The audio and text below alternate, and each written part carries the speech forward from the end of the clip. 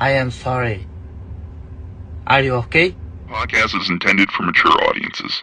The views and opinions expressed are those of the panelists and do not reflect in any way those of the podcast partners, sponsors, or affiliates. Enjoy. Hi, this is Michael Buffer, and you're listening to the Voice of the People. Let's get ready for Boxing Voice. Every day I'm hustling, hustling, hustling, hustling, hustling, hustling, hustling, hustling, hustling, hustling, hustling. Every day I'm hustling, every day I'm hustling, every day I'm hustling, every day I'm hustling, every day I'm hustling, every day I'm hustling, every day I'm every day. 12 years. I never expected it to turn out like this. TheBoxingVoice.com. Shout out to the community, man. I appreciate y'all. What's happening, people? Info Joe, Los Angeles, in the building. Adrian, the problem wrong, the man from the frozen tundra. Keem, straight out of Florida. Liz Lowe, Decatur, Georgia. You already know what it is. It's the Queen, Martha K, Detroit, stand up. David Maldonado, New York City. Yo, Nuts, don't cut me off, man. Don't cut me off. King Amin of Essex, catch me for them championship rounds. Big Super Mac, Plainview, Texas. Davidian in Buffalo. God bless you all. In Jesus' name. Without Chai, it ain't nothing. Without the callers, it ain't nothing, man. Bad Girl, TKO, San Diego, California. Big Fish, Vegas, Palm Beach, Florida. Treat the incredible, straight out the ATL. James Benitez, Huntsville, Alabama. It ain't hating, it's just the truth. Show Kid, Mount Vernon, New York, suckers. SDS Promotions. Coach Mide from London, UK. Checking in from Tennessee, it's Lethal James, Payne. It's lethal. Line 6 Reed, just spreading that boots gospel. Bo from Bama, only in America. Well, I'm a true attestation to the American dream. King Born, Crown Heights, Brooklyn. You heard? 4 chicken wings and french fries, breakfast and champions. Let's get to it. JT, New Orleans, Louisiana. Stuff like that. Yo, TVB, this Coach J-Mac. New Orleans, Louisiana, 504, baby. What have you? C. Y. E. Like the video, subscribe to the channel, join YouTube members and Patreon for some. This is the #1 pound for pound and 2-division champion, Marvin the Tank Furman from Dallas, Texas. Mr. LV Southern, from DC to Stunt City, Bone Squad. Brandon Maurice, aka the AJ Trucking, straight out of Cincinnati, baby. Madbat 100, U.S. Virgin Islands. Chickarelli, Hollywood, California. Luis Reyes, Boston, Mass. Yo, drop that SDS shit, This son. message was brought to you by SDS Promotions. The voice of the people, there is no equal. You can add Nestor Gibbs on Skype to be part of the conversation. TheBoxingVoice.com. As I always say, please make sure you push the thumbs up. Share this in every episode of the Boxing Voice podcast. This is TBD for life. If you ain't on Patreon, that's because you're stupid.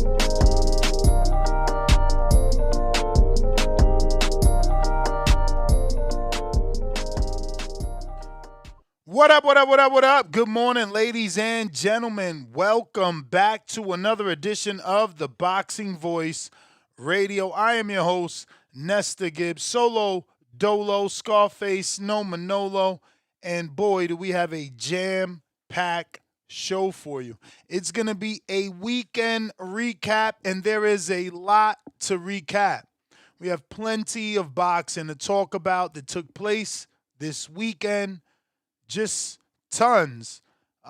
We have the very exciting pay-per-view fight between Jaron Boots Ennis, who didn't just win belts, he announced himself as a full-blown problem to that junior middleweight division. It was an electric fight between he and Xander, and Xander and him gave us what is definitely my 2026 round of the year thus far, round 3. Just absolute fireworks. 1 week out from the 4th of July, they gave us fireworks on the 27th. Shout out to Xander and Jaron. Granted, for Xander, I feel like that was probably his best and only round. So more credit goes to Jaron. Xander was competitive, but Jaron was really putting belt to ass in this fight. Boots scored 3 knockdowns and forced the stoppage to become unified in his second division. But it wasn't a clean beatdown. Xander showed that the champion can be vulnerable. Xander, once upon a time, was considered a pillow-fisted fighter. People said things like he's the 54-pound version of Devin Haney. I don't know that that will be a talking point any longer, as he landed the uppercut seen and heard around the world on Jaron Boots Ennis, and then followed it with some straight rights that made that neck and head of Ennis whip back. But it was a great fight. And again, outside truly of that third round, it was a Jaron Boots Ennis spectacle, performance. He was an entertainer in there, and he definitely goes a step and beyond to entertain. Zayas showed massive heart, composure, and even some dog. But Boots was just too much, and that fight was just too dangerous. Ennis's engine, his power, his offensive creativity just took over. It was too much. The biggest question now is simple. What's next for Jaron Boots Ennis at 154? He clearly was crowned king this Saturday.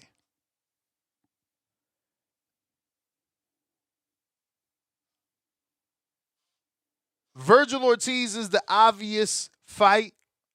Virgil's been vocal on social media, downplaying Xander's performance and claiming that he would outright sleep Jaron Boots Ennis on Twitter, is what he wrote and posted. That he would sleep Jaron Boots Ennis. And it's quite hilarious because this is typical. Some fighters need to see the fighter go through some sort of fire in order to be willing to dip their toe into that metaphorical lake of fire. But who is next for Ennis at 54? We got some pretty good names there. Clearly, many are going to want the Virgil fight because he presents the most power, and we just seen Jaron get hurt by someone that we didn't perceive to be the biggest puncher. But Virgil is in litigations with Golden Boy and needs to fix his issues before we can seriously consider him. Then you have Sebastian Fundora, who on the telecast, they were making it clear to the audience that Fundora and his team are someone that Matchroom work closely together with, and they mentioned Louis de Cubas. Now, Sebastian Fundora brings size, reach, awkwardness, so much for Boots to deal with. But he brings another belt. Tim Tszyu still is a violent brand. And I say brand because he's an international star. He's big enough to make Earl Spence go to Australia. He's big enough to bring Boots to Australia. The question is, do you fight Tszyu or do you fight the winner of Tszyu Spence? And then clearly the big fight that every hardcore boxing fan should be wishing for is none other than the Terrence Bud Crawford super fight. I'm wishing on a star.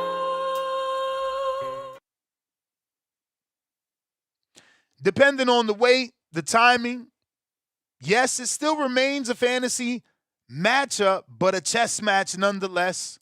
Boots has now proven that he can bring his power up to 154. Crawford didn't. People lacked or felt that he lacked his animal instinct or killer instinct at 54 versus Madrimov. Guys are stronger. The shots carry more of a consequence. And yet, Boots look phenomenal.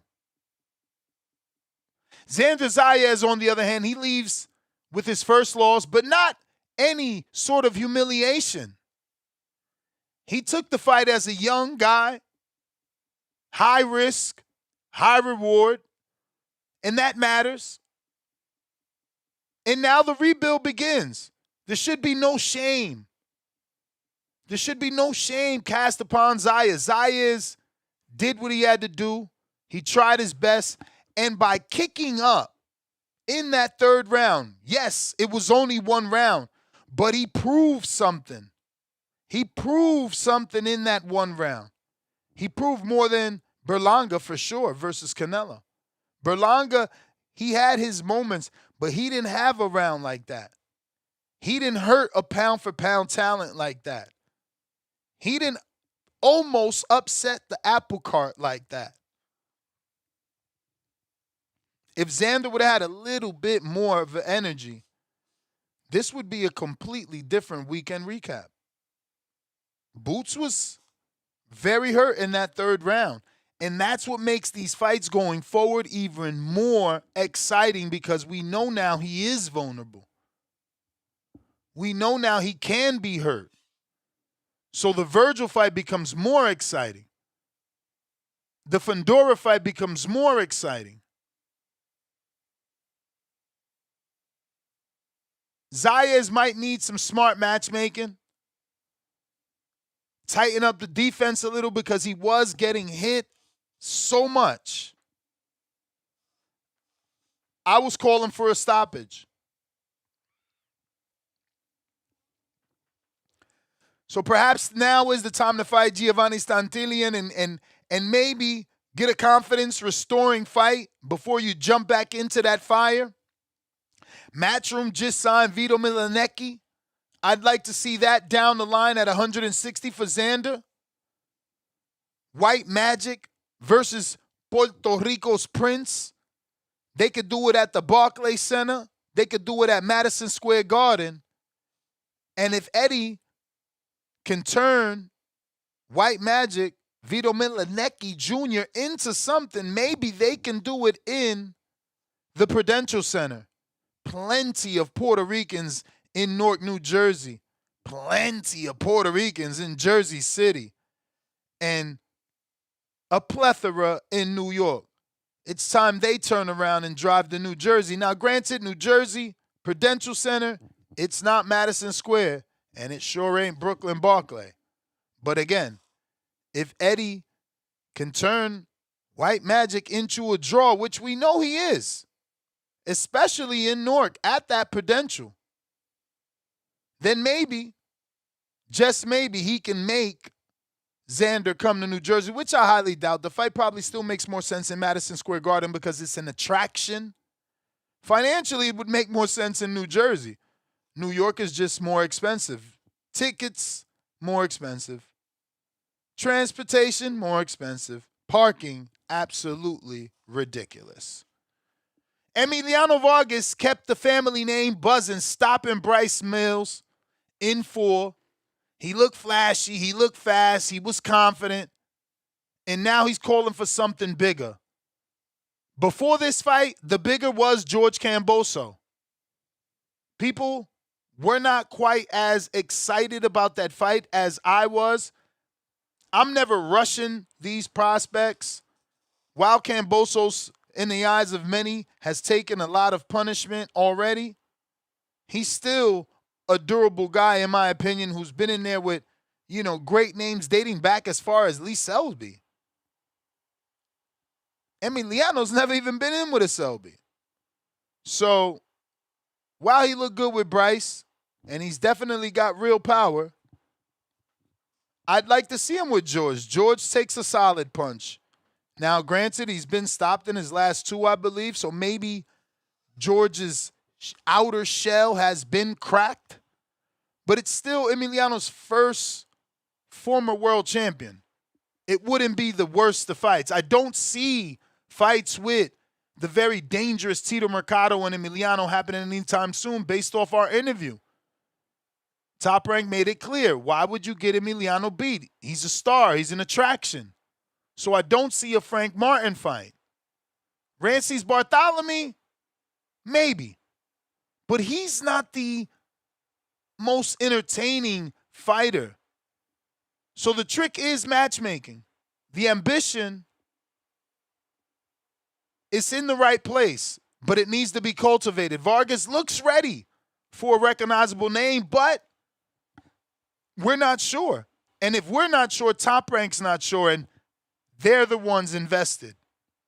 They are the one that are building the son of a legend.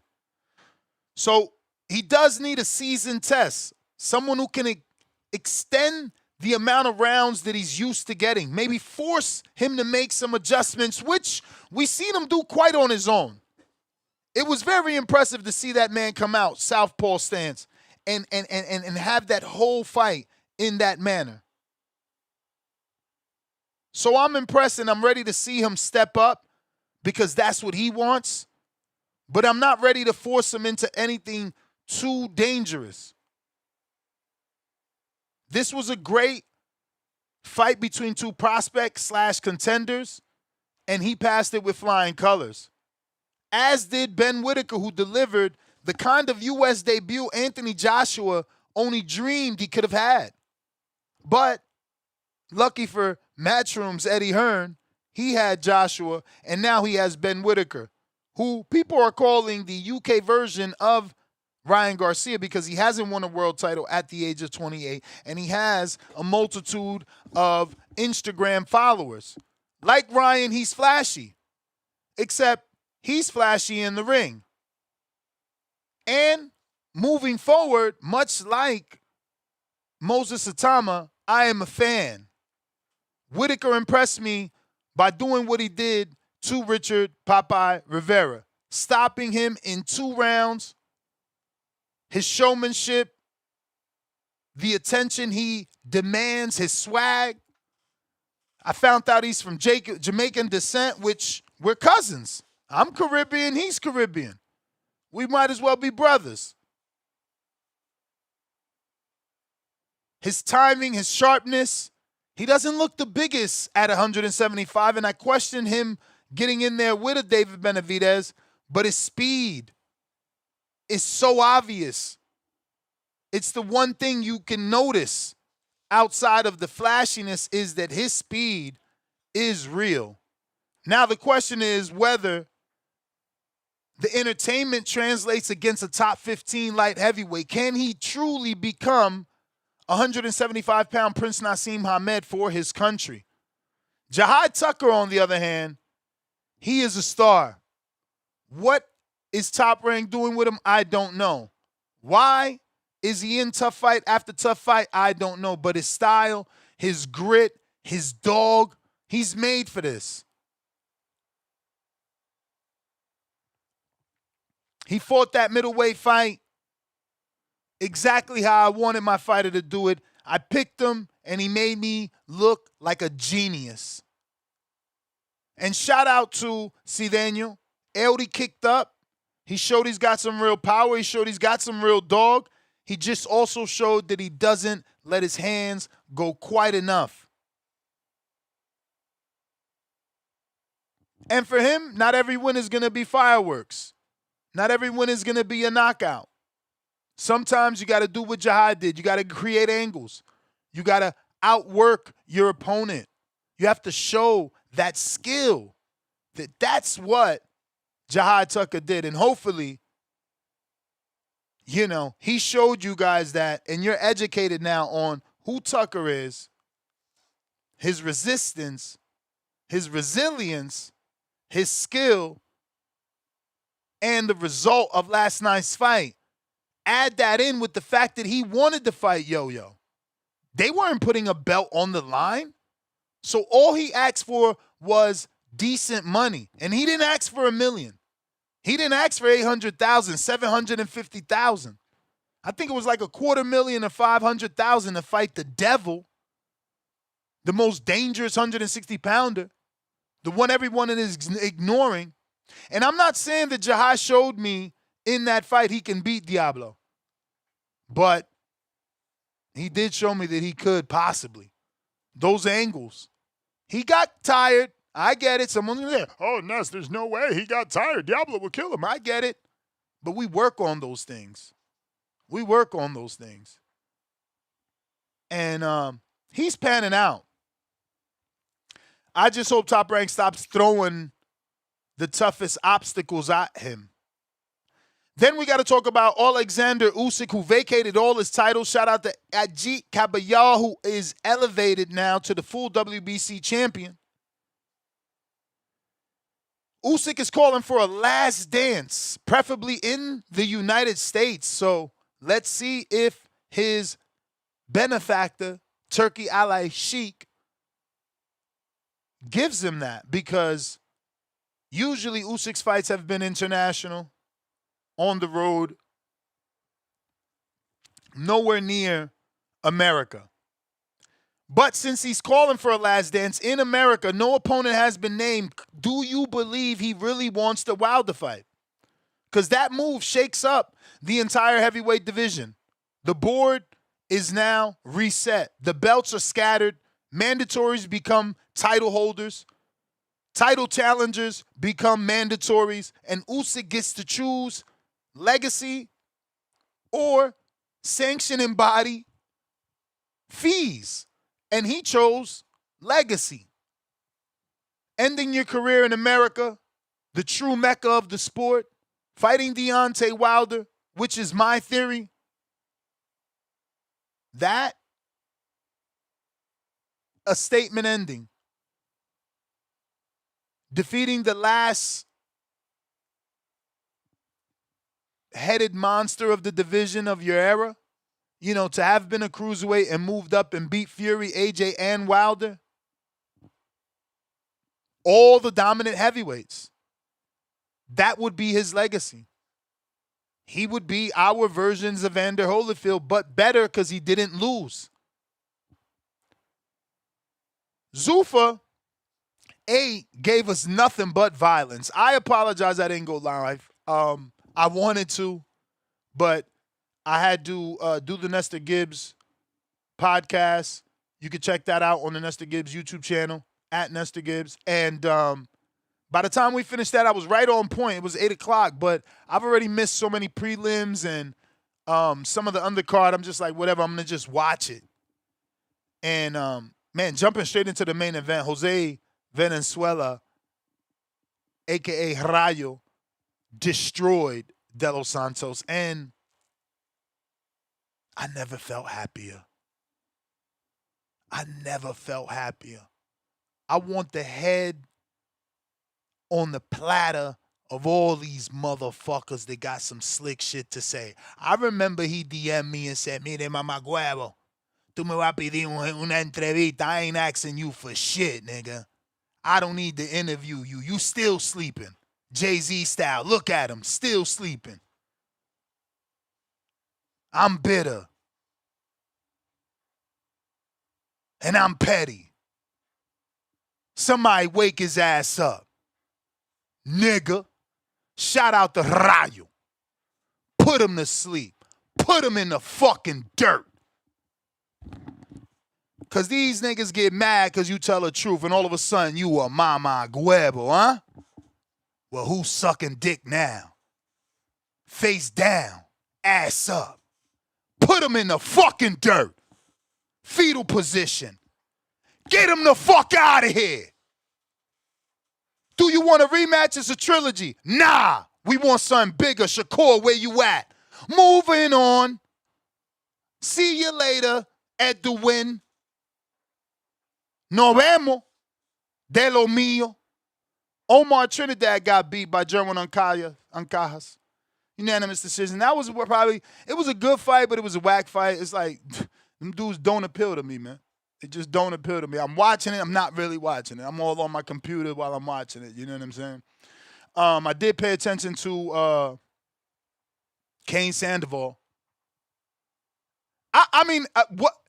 Where's my 10%? You motherfuckers ain't send me a Cash App. I ain't got that. A Venmo, a PayPal, a Zelle. Who told y'all what was going to happen in that fight? Didn't I tell you Cain Sandoval was going to beat the shit out of that motherfucking house child? I told y'all. He ain't taking his sport serious. Got that silver spoon. And that's okay because there's other fighters that got that silver spoon. It don't automatically mean you ain't going to be good. But you ain't putting it in. And I knew that. I knew that when I seen Samuel Till do what he did. And that's why Cain did what the fuck he did. And let me tell you, Mr. Price and Punch Talk and all you Bay Area motherfuckers, hit your man up. Hit your man up because they was giving him credit. Oh, he moved to Cali and he got closer to Freddie. I don't want to hear that shit. He looked fluffy. Face looked fat. Stomach looked fat. He looked fluffy. And yeah, he performed good as hell. He outworked whatever the fuck his name is. But let's be real. That dude was not active. That dude's been inactive. His whole career has been inactive. So that's not a true indication of where you at, Cain. Let's be real. If you would have got somebody that was active that had just as much as dog as you, we don't know what was going to happen. Because Brandon Lee was kicking up and he got some power for sure. But he didn't have the tank. He didn't prepare. And you was looking fluffy in that midsection. Spend all that money on them grills. Need to spend that money on them family meals. Go get you some fucking Whole Foods and eat right. Because that stomach ain't look right. But shout out to him. He got a fan in me. I mean, I'm going to cover him if he take a shit tomorrow. That's what we going to report on that. The way he was crying leaving that ring, I love that emotion. That shit made me, boy, if I wasn't monitoring my estrogen, I'd have cried right along with his ass. He was fucking, bro, balling. I mean, he kept wiping it. And the cameraman, that se desgraciado, como decimos en español, that motherfucker just kept zooming like, oh, yeah. I bet you he had somebody in his ear like, yes, get that tear dripping down the right side. Bro, and poor Cain just wiping. He fucking even sucking in it. Bro, that shit was dramatic. I wanted to interview him. I felt like I needed to be there to be like, bro, why are you crying? Did they tell you it was sink or swim? Was this like, if you lose again, they cutting you? Why are you crying? And I'm not saying it's wrong to cry. I wanted to know what caused the emotion that couldn't stop. What he felt was on the line.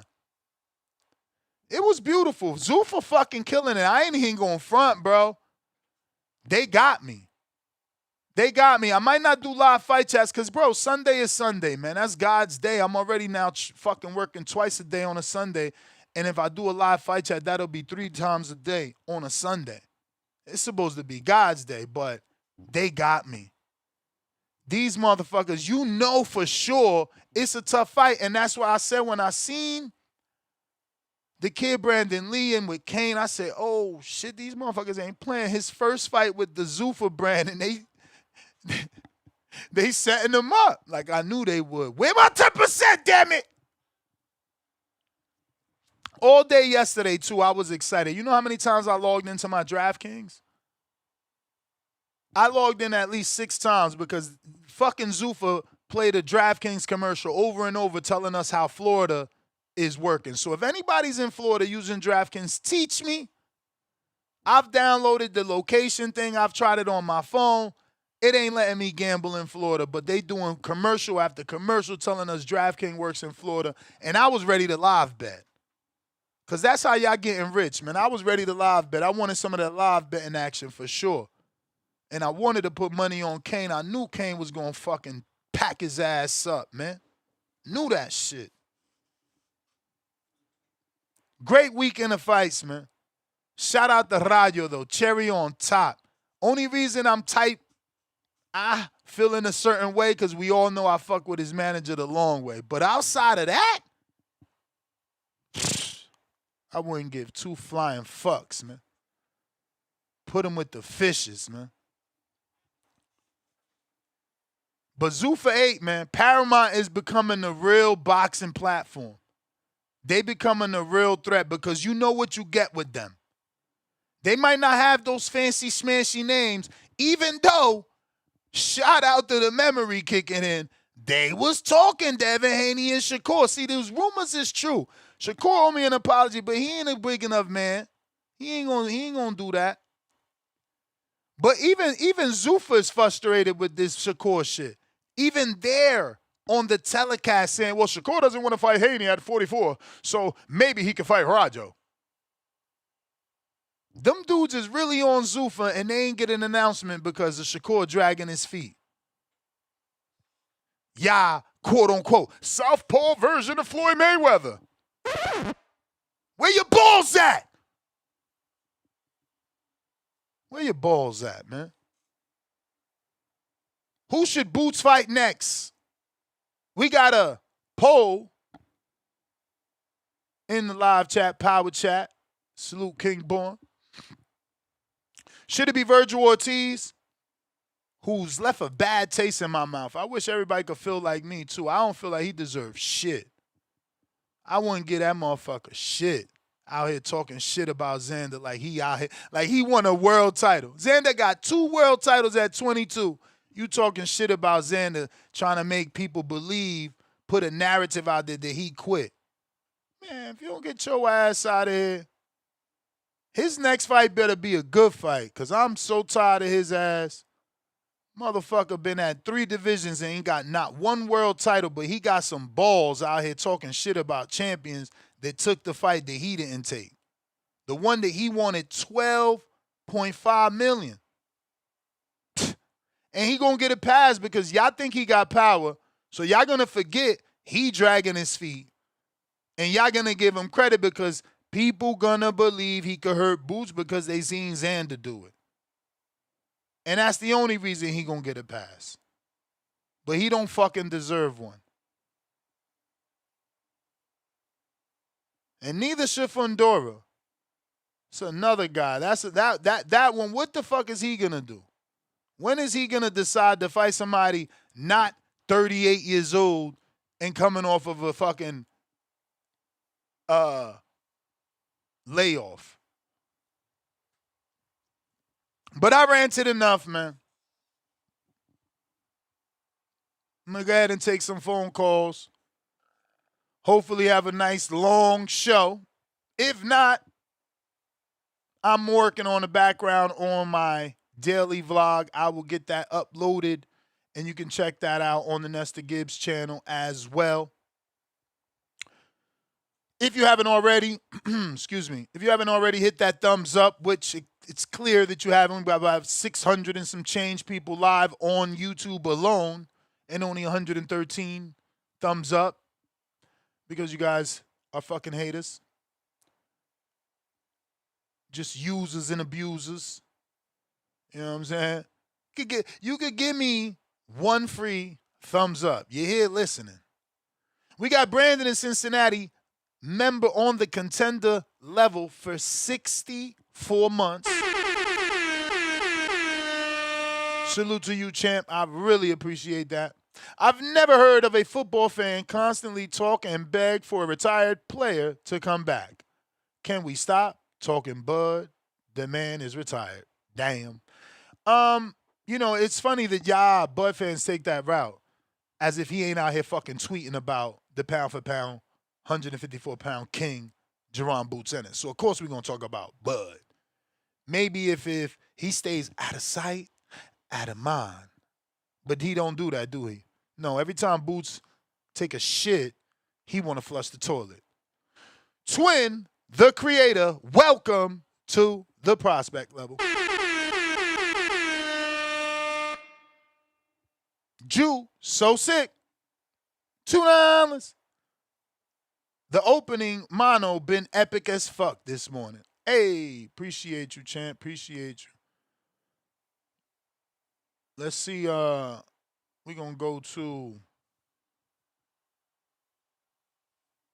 Puerto Rico zone. Phone lines are lit, too. Shout out to everybody on X and Discord. We going to get to y'all. Yeah. Yo, yeah, definitely not Puerto Rico zone. Never even been there. Good morning. Good morning. How are you? I'm good. Yeah, nah, man. Excellent. Wow. What a great, man, magnificent, beautiful weekend of boxing. I mean, I was thankful enough not to see one fight where I just was uninterested. I skipped out on the co-main yesterday to watch House of the Dragon with my girl. I had to make sure I get that girl time, you know what I mean? While fitting in my boxing, because I watched most of the prelims, and then I watched Kane whoop on Brandon Lee, and then I watched Ryo, get it back in blood. That was a great card. I mean, shout out to uh the star of the prelims was definitely Tony Hurst Jr. Jesus Christ. Yeah, man. Wow. That right hand was crazy. I'm sorry, Tony. I forgot to say that. That was sick. I didn't know that dude, though. That dude, like, I don't want to say they found him somewhere, but he was also No. overweight like a Second fight. motherfucker. Second fight with Zuffa. He knocked out a 22-year-old undefeated prospect as an underdog in one of the other Zuffa shows. He trains with. He trains at Wild Card. He's a Hawaiian dude. Not that many fights. I think he had like in the teens, and he was like 30. But the dude beat the fuck out of some 22-year-old. That it seemed that Zuffa, I wouldn't say was like backing, but definitely was ready to keep pushing. A lower level than Merriweather for sure, but still one of them young bloods they had. Can't wait to see Troy Nash back too. But yeah, Tony Hurst Jr. he's becoming their guy. I think that is probably his last time on the prelims. Those two type of performances back to back. His demeanor, bro, it's crazy. He's so calm.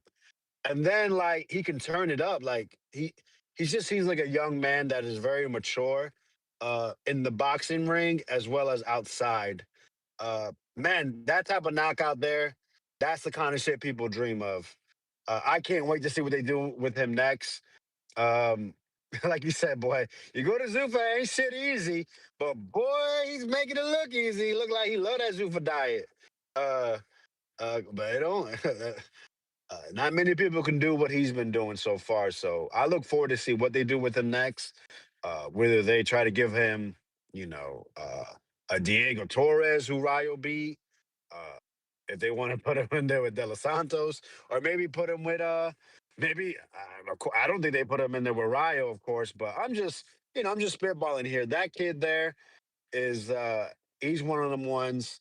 He's looking like the leader and the Zuffa created potential star or title challenger, future Zuffa champ, maybe saying ring participant. I don't know. We'll see what Zuffa does. But yeah, that was great. Cain Sandoval, so shocking in the beginning, huh? Watching little Tubby try to box, try to use his feet. I wouldn't say he did a fantastic job, but obviously good enough. Uh, I thought he just pressing Brandon Lee out would have worked, but I guess he wanted to show he can do more. He wanted people to know that hey, I'm not just a pressure guy, but I kind of was with you. I don't remember hearing you say it. I be sleeping sometimes, but I had the same feeling. Like I felt like Kane, that Brandon Lee just doesn't. He's not dedicated enough. This is a sport that is unforgiving. You don't dot all your I's, cross your T's, and the other person is you're gonna get beat down. And Brandon Lee had all the confidence. That shit sound good. I know y'all love words. He talked about that he was like a better, smarter, better looking. Well, what the fuck did that have to do with getting in the ring and winning? Absolutely nothing. All hot air. Love that Cain Sandoval went in there and beat him up, honestly. Because yeah, I know people like the cockiness, but you got to put in the work. You can't be talking like that and not put in the work. Don't want to hear no excuses either. His dad tried to call on to like the bloodline too. That was a little weird, but I guess everything else he was telling him wasn't working. Brandon Lee.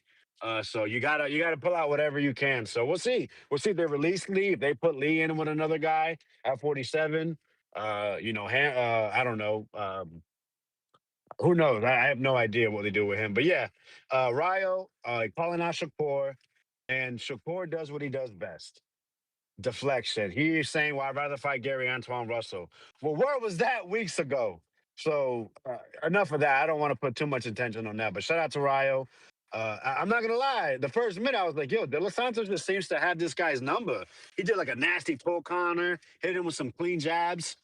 But then Ryo clipped him, hurt him, and De Los Santos, I think his overconfidence. I think people are gonna say possibly the ring rust. But yeah, I think he was just too overconfident. Thought that he was going to get the same result just because he hurt him. He hit Ryo clean in the round one, and he paid the price. Got stopped bad. Uh, I thought originally the blow on the ground was very detrimental, but he was out already. He was fucked before that punch on the ground. And the commission stated that they believe it hit more on the shoulder and didn't change the result. But Adrian Clark is still going to file a petition or whatever it's called with the commission about the quote unquote late blow. Yeah, I mean, right. definitely That connected. shit, like Nevada said, which is already one of the best commissions. They've already reviewed it. The Yeah. punch that hit him after he was down had no effect because he was already out like a light. Yeah, his eyes. You saw it, right? I mean, off that hook, his eyes were spinning. They were going both ways, every way. They were yeah. It looked like his eyes were in fast forward 4 times, right? He was fucked. So shout out to Ryo, man, coming back. You just don't see guys with 3 losses and like that many wins, 16 wins, still able to get a main event slot and still be able to call for big fights. I don't, people are going to say maybe other people have earned the opportunity, sure. But I think it's within his right to call for it because that's the guy that people think gave Shakur his toughest fight, regardless of circumstances. So you call your shot. If you truly believe in yourself, you get in there and you perform. Uh, Boots, man. Jesus Christ, bro. I had a feeling, man. I tried saying, like, I think at 154, it's just an animal physically. Um, Honestly, you're gonna have to catch him to beat him. I don't think anyone at 154 pounds junior middleweight is gonna outpoint that guy. He's just so dangerous. The shit he was hitting Xander with, I mean, Xander had no chance to react. The first round, Xander didn't see that shot that dropped him. I think it was a right hook, left straight down on the fucking nose, dropped him down. Um, that fifth round, Xander has so much will because that fucking uppercut was perfectly timed, perfectly placed. And he I, I don't know how he got up. I don't know how he survived. Because that shot looked like it was fight ending. That was sickening. And then obviously the way he finished Xander off, I mean, just literally beat him down to a knee, with him staring at that corner like, please come get that towel. Please. You can just tell Xander was in full acceptance of that stoppage. Um, he beat the fight out of kid that was trying to fight his heart out. And I want to see Boots versus everybody. I don't give a fuck who it is. Fundora, please. I can't. I want to see that tree chopped. I'm so sick of this guy. fighting Tim Zoo after getting knocked the fuck out on the rematch. That without that elbow, it never would have came to be. But it happened. So salute to him for fighting through a fucked up nose and getting his ass whooped. Fucking Keith Thurman, that fight was always a farce. Never gave a shit about that. And we all know that he wants to fight Arrow.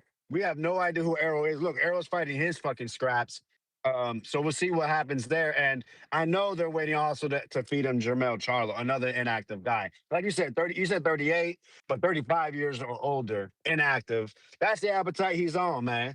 Uh, Nah, fuck that. I want Boots. Boots. I want to see Boots chop that tree down, put belt to ass, see if he can survive his defensive lapse. That's the thing we don't talk about. I don't want to. I'm not trying to put the man down. I think his defensive awareness could be a lot better. They keep blaming it on laziness and loss of focus, having too much fun. I think he is who he is, but his offensive gifts are out of this world. That he can get away with it. Fondora maybe could hurt him, maybe could finish him. But I got everything on Boots. I'll be picking Boots against him. I'll be picking him against Virgil. Oh man, that shit was so hoish. All that tweeting from him and his dad, that shit was whack. That shit was whack as fuck. I'm with you again, man. Yo, you making me laugh. All the shit you was saying about De Los Santos and Virgil and shit. Watching your estrogen, that shit was funny as fuck. I know you're being for real, but that was funny. Virgil, you're looking super whack out here. Xander deserves kudos for taking the fight, believing he could win. Um, but we got to keep it real. Xander won 1 minute of that 7 round fight. He took an ass whooping basically the whole rest of the fight. So we can give him credit for trying and for hurting Boots. I don't care what anyone, he hurt Boots. Boots did exactly what he was supposed to do. Grab, throw him between shots, fight you off, gather himself, and then he hurt Xander. So you can say he got it right back at the end of the fifth. So salute to Xander. 160 needs to be in his future. I nominate, you're not going to like this. I nominate Jose Benavidez Jr., a known name, a guy that he'll beat, a little, he's got that peg leg. A guy that's going to come to fight, give him rounds, test him a bit, but still will lose. I think that's a good fight. He hasn't fought in over a year, I think. His last fight was a no contest, I think, because of weed or cocaine. But the Benavidez boys, they wild. Yeah, I think that's a good comeback fight. Definitely 160s in the future. I think people are going to say Vito Manecki. They're going to say Jahi Tucker, same timeline, same promotion. I'm cool with Jahi. I didn't see his fight, but it seemed like it was competitive. Salute to him for getting the dub. Euri Cedeno's no joke. But yeah, from what I've seen before, he does lack a bit of an engine, but he is big and strong. And again, I'll take. I didn't pick Emiliano to lose or nothing, but I was talking shit. I guess he wanted to feed me a little crow for that. I don't give a fuck. He looked good. He impressed me. Fighting southpaw. That knockdown with the straight left was amazing. Perfectly timed. He showed me he does have shit. He's got some shit. He deserves to be groomed. He deserves to not just it's not just the Vargas name. He's got skills. So I tip my hat to him. He's a good fighter. And yeah, man, Ben Whittaker, must watch. I want to see him against everybody. They ruled out Craig Richards uh, for whatever reason. I forgot why, but they were talking about. I think there was rumblings about Buatsi. I think he got ordered to fight Buatsi, if I'm not mistaken, for the WBC. So maybe they revisit that. Buatsi's no joke, big, strong guy, an Olympian as well, if I'm not mistaken, for Ghana or the UK. I think that's a good fight. I think that's a great test. That's a guy that's not going to go anywhere. And if he does get hurt, he's going to survive and keep pushing. So, yeah, man, I can't wait to see what they do with all these fighters. Boxing one, boxing's on the up. And I really hope Eddie Hearn finds a way to keep Boots in people's faces. A billboard in Philly, New York. Get him to be a guest on some show or go on Sports Center. I don't know, but keep him alive. Keep him in the light. Get his highlights out there. Uh, I know he's not the greatest speaker, but find something to keep him relevant because the way this kid fights, It's much watch. I mean, I just don't understand how people can hate on what happened. Oh my God, he got punched and he got hurt. Wow, we never seen that happen to anybody else. Everybody's been hurt in boxing. No fighter is perfect. Let me tell you, you hit boots. I pray for you. Just like what happened with Tito Trinidad. Besides a couple times towards the end of his career, you hurt him. You about to get a whole lot of ass whooping towards you. So, salute to the TBV. I look forward to all the calls. And boxing's in a great place, man. After all that bitching, look what the weekend just gave us. Salute. All right, all right, all right. That was Alex Vega, Cliff in Connecticut. You was the one bitching about the undercard, though. I remember that. Man, what up, Who Ness? What that up? be? Who that be? That was Alex. He was saying that he didn't like the undercard. He didn't like Vargas or whatever his name is as the co-main. He was talking shit about it. But it was a great weekend of boxing, though. Everything was great. I was a underrated card that over did it. But yo, I'm not really like I'm not here to bash, yo. I'm a real like boxing fan, and I got mad respect for all the boxers and Xander Zayas. But I just got to start my call with like we talk about his heart, and he has a lot of heart because he took the fight and he fought with a lot of heart. He did, but he quit. And I'm not trying to say how I feel about him quitting or anything, but it's just he did quit though. And like Floyd Mayweather said, when Shane hit him with that punch, that he told Shane, "You gonna have to kill me." And Adrian Broner, he was on live stream like like he kept saying how Xander quit, and he acted a little extra with it, but he said that when he goes in the ring, he always goes in there like they gotta kill him, and he's willing to die in there. You can take that for however y'all want, if you should feel that way or if you shouldn't. But he did get his ass whooped by Maidana, and he didn't quit. So I just want, I mean, and I'm not here to try to disrespect Xander, so I'm gonna leave it alone. Like I felt like he had a great fight. He showed us that Boots was a human. Now we all know Boots is human. He can get hurt. And to me, personally, I don't know if I'm in like prisoner of the moment, but that was the best fight I ever saw. That to me, that was our Hagler Hearns. I might be stretching it, but that's how I felt watching it. I was excited. Everybody loved the walkouts that was watching it with me. The girls were excited. Like everybody was screaming, and just like the casuals were blown away. That's so the fight was just awesome. And I don't know why Xander fought him like that though. He what made him fight that style? He didn't use his legs. He did nothing that I expected him to do. They just came out there and let their nuts hang. Like that was weird. And Yeah, I didn't like that either. I didn't know what he was doing. yeah, that was fucking I thought he crazy. was gonna use, you know, the skills we knew he had. That shit ain't make no sense, Right? bro. You telling me that's what I thought too. Like, and that's why I'm big on Boots Nest, but I'm here to kind of expose Boots. Like the last caller was said a lot.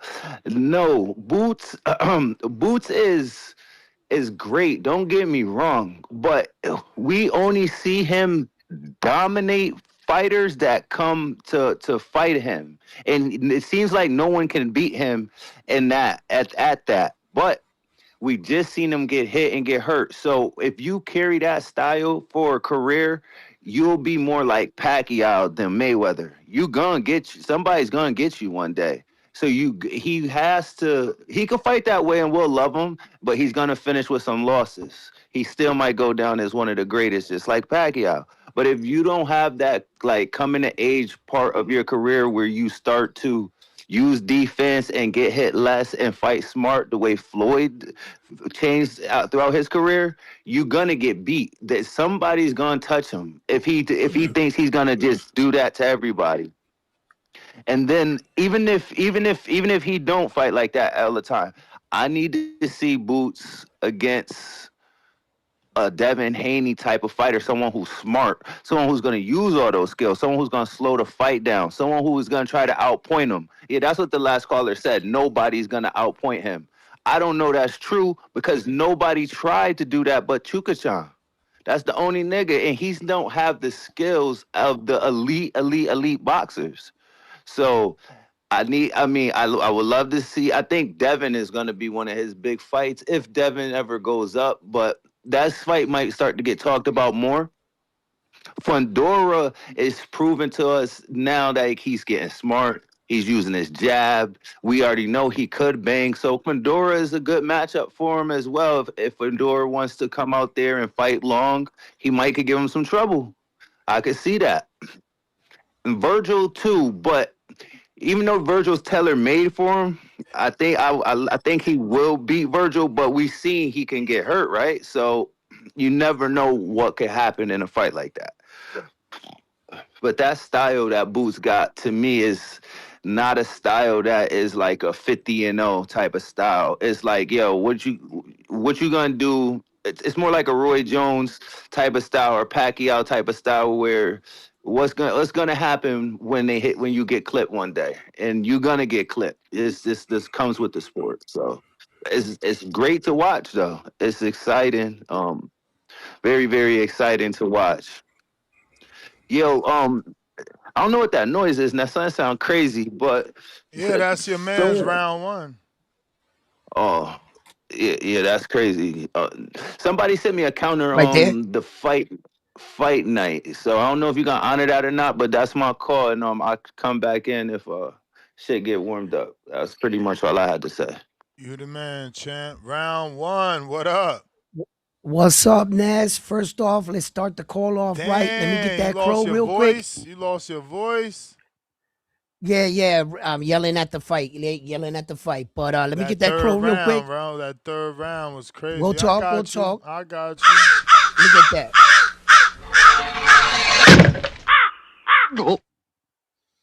All right. First off, I want to start off with it was an amazing night of boxing in the Barclays Center. The atmosphere was electric. I met a lot of people there. Shout out to everybody that I met, even the TBV community. I took pictures with a couple guys there, and the TBV community is the one that helped me. My battery died, and he had a battery pack for me, and he was like, "Yo, I know you from," and he gave me the battery pack. So shout out, you know what I'm saying? Look how the community comes together. You know what I'm saying? I had an amazing time. I met Oshaki Foster, countless of fighters. I was in the bag smoking with what's his name? Big man there. Shannon Briggs. Me and Shannon Briggs was out in the back. So it was just a great night of boxing. I got a lot of great content out of it. And just met a lot of good people. And I finally got to meet Fernando Vargas. I got to meet the son. I shook his hand. I met Xander Zayas, got a little autograph from him. Signed my hat right here. Bam! Got a little Xander autograph. Met Jaron Boots Ennis. I talked to a lot of them, but Fernando Vargas is from my era.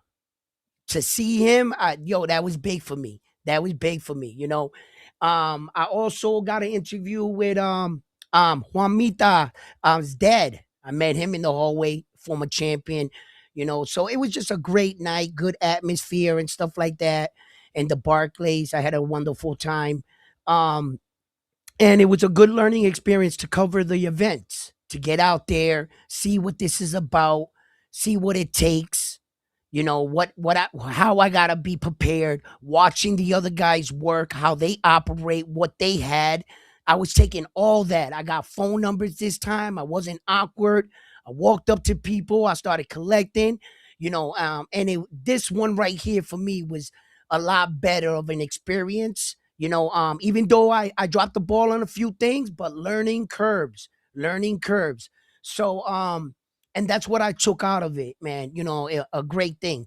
But my anxiety's through the roof right now from the last caller. That was Cliff that called in, I think it was. And Cliff, man, I don't want to come at you, right? Because I realize what happened. You said it in your call. You heard AB said this. And this is what I talk about. This is the cancer in boxing as fans that throw out this false thing that they didn't see. You guys should have waited for someone that was actually at the fight and saw it live. You guys are on the Boxing Voice. You knew Ness have people. I was going to come in. I got Ness's back and Ness got y'all. You know what I'm saying? And we was going to get the information to you. Okay, this is exactly what happened. All right. When Xander went down, and the last time he went down, that Javi Dunt walked up to Xander, and Xander was down on his knee, and he looked up to him. Javi Dunt started counting. Right before that round, he went to the corner, and he told Xander's coach, if you don't show me something, I can't let you take big shots like that. I'm going to call the fight. Right? Okay. So he already knew that he was giving Xander one more round. When Xander went down, the ref started counting. What you don't see on TV is what I'm here to report. Xander's coach was in the corner. He waved off the fight. Go back and watch the fight. Javi Dunn started counting, turned around, looked like this. His corner waved off the fight, and then he went back and tapped Xander on the shoulder. Xander never quit. So I don't know why you guys went when AB started yelling like that. Why didn't you just wait a second? Javi Dunn, go back and watch it. Turns around, looks at Xander's corner. Xander's corner called the fight. Xander never quit. So see, this is the cancer that goes around in boxing, and then you got the fans regurgitating this shit. All this Puerto Rican knee shit, bro. There's a billion fighters that have ended a fight like that. That's corny. Yeah, but the Puerto Rican you can't knee tie is real. that to. You can't tie that to him. Yeah, well, a lot of fighters went down on their knee. No, but it's just true. It's just Puerto okay, all right. He went down on knee. They end their fight on their knee, like Danny Garcia most recently, Xander, Ivan Calderon twice. Mexicans Miguel have, Cotto. Americans have, Russians have. No, I mean, come on, guys. Come on. We're stretching. We're stretching. No. The one that's stretching is you. Name a Mexican, since you're saying Mexicans have. Name one. Not off the top of my head. Okay. I gotta finish my take. Name 4 Russians, since you said Russians have. Okay. I can't right now. So I'm in my zone. I'll get back true. to you on it. I'll get back to you on it. Let me do some homework. I'll get back to you. So anyway, as far as the fight went, you know what I'm saying? Look, Xander went out there. He fought a guy that we all thought he couldn't beat. Let me tell you guys something right now. Let me tell you where I was at in this fight. Okay? Let me try to explain it in a way perhaps you guys might understand. Let's say that me and Vega are in my house chilling. We playing PlayStation or something, chilling. Xander comes knocking on the door. He says, yo, guys, I got guys outside that want some smoke. Now, me and Vega on the couch, Xander's our boy. We go outside. You know who's outside? Jaron Boots Ennis. At that point, I'm looking at Xander and I'm saying to myself, yo, Xander, come here, let me talk to you. That's fucking Jaron Boots Ennis. What are you doing? So we knew he had put himself in a situation. We turn around, Vega's on their side. He behind Jaron Boots Ennis. He done switch sides. That's the kind of obstacle he was up against. So let's look. Jaron Boots Ennis was the favorite, but I'm not making no excuses. Look, when we asked these guys to dare to be great and give us big fights, bro, he did that, and he came up short. There's no excuses. Yo, he got dog walked. Okay, Xander lost. Puerto Rico down bad. Okay, we lost 2 belts. Reality must set in, but it's on to the next fight. It's on to the next fight. You know what I'm saying? Look, it happens. One day y'all on top. One day you go. But look, and another thing is about this. You talk about your coach protecting you. You got a young fighter in young Xander Zayas, 23 years old. You don't want to damage your fighter. It's not like he was at the tail end of his career and he needed to go out on his shield. He wasn't at that point in his career. His quarter called it quits. They packed it up. They're going to live to fight another day. Don't put unnecessary damage on your fighter, the win and the wear. So the coach is damned because he called the fighter because he wanted to save his young fighter because he's got another 12 to 15 years with him. He needed saving, bro. I was yelling, Oh, stop yes, the he fight. did. Stop the fight. Yo, I think see? it was the 6th round. Nest.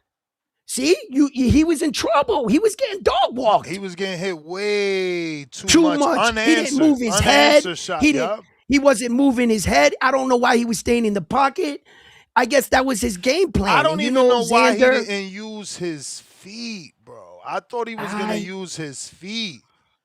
I don't know. He made it fun by going in there and you see that. You see that, like, people think that's a game plan. Oh, attack the bully.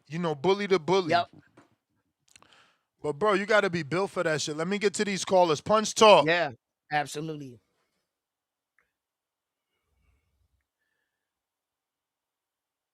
Yeah, Xander took a Puerto Rican knee, bro. And you know who's not going to take a who not going to take a knee when he fight Boots? Virgil.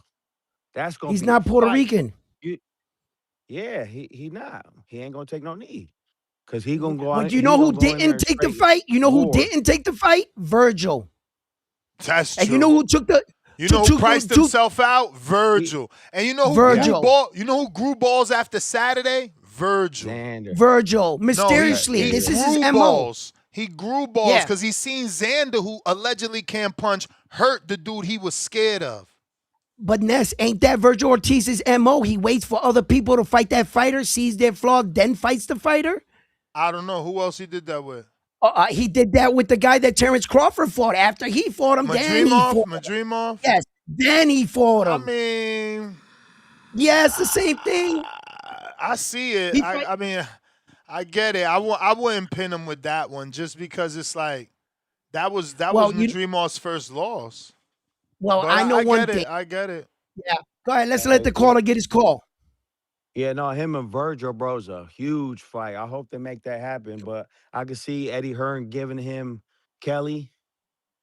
He got a belt.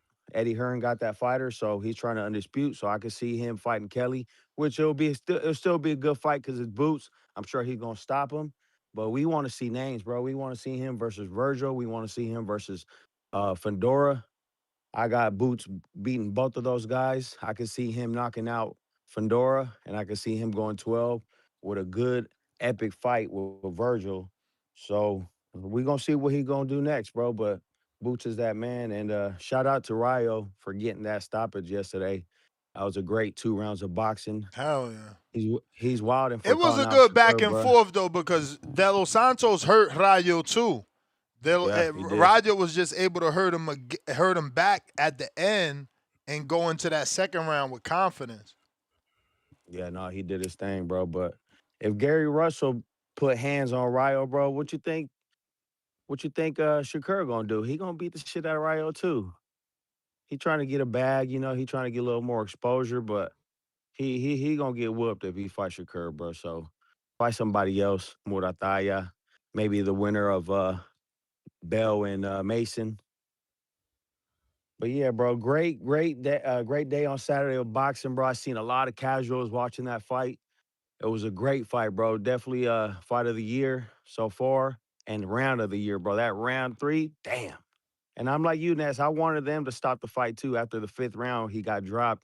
He was wobbly, bro. I was like, bro, stop it. He's taking too much damage. From the first round, I knew it was going to be bad. So, yeah, great fight, bro. And you guys have a good one. Yep. All right. Yo, I met so many people at this fight. Shout out to the brothers behind me at the fight. Yo, he threw his tray of food in the air when Xander went down in the first round. They was popping shit. But and then in the 3rd round, when Xander staggered him, yo, we started standing up. I was pointing at him. Yeah, yo, this fight was electric, But later when I went back and I watched the fight, like, on a streaming service and shit, you can see how he took too many punches, Ness. Unfortunately, early. That damage was weighing on him. He couldn't even get into another gear once he had Boots hurt. He was already too hurt. That's how hard Boots punches. And his power is the truth. His power is real. And you could hear those punches. Pum, pum, pum, pum. Like, damn. And the whole card was electric, bro. That Popeye knockout by Ben Whittaker, man, that I didn't expect that like that. I really didn't. I thought Popeye was gonna do a lot better, and then shout out to the Vargas kid, man. That shot I got it on camera. Like I got the knockout on camera. I got a few knockouts on camera, in fact. It was just knockouts after knockout. I think one what was it? One went the distance, right? I think it was the Euri Cedeno. Yeah. That was the only, right? Mm-hmm, so it was it was just knockouts. Now I just remember the crowd just constantly going, yeah. Did the time go by fast over there? Because we were getting knockouts, but they were like hitting us with the fluff all day. Yeah, no, it gave us time to get out in the hallway and walk around. Ran into Marcos. I was like, Marcos, what's up? Marcos was walking around and shit. That's when Shannon Briggs was out in the back, and then the weed started getting lit in the Barclays Center and everybody started smoking. And in between all that, that's why I think people started smoking, because there was so much dead time before the next fight. They even mentioned the smoke on the telecast. They did? Yeah. Yo, listen, the dude across from me, they had blunts in front of me, behind me. And it was a good night, but it was like, yes, there was a lot of time in between fights, yes, because of the knockouts. And they, in America, they run on a time frame. Let me keep these lines moving. Shit. Someone with here I go. Here we go. Hold up, Ness. I got to do something. I'm probably going to have to hop off and hop back on. I just noticed something.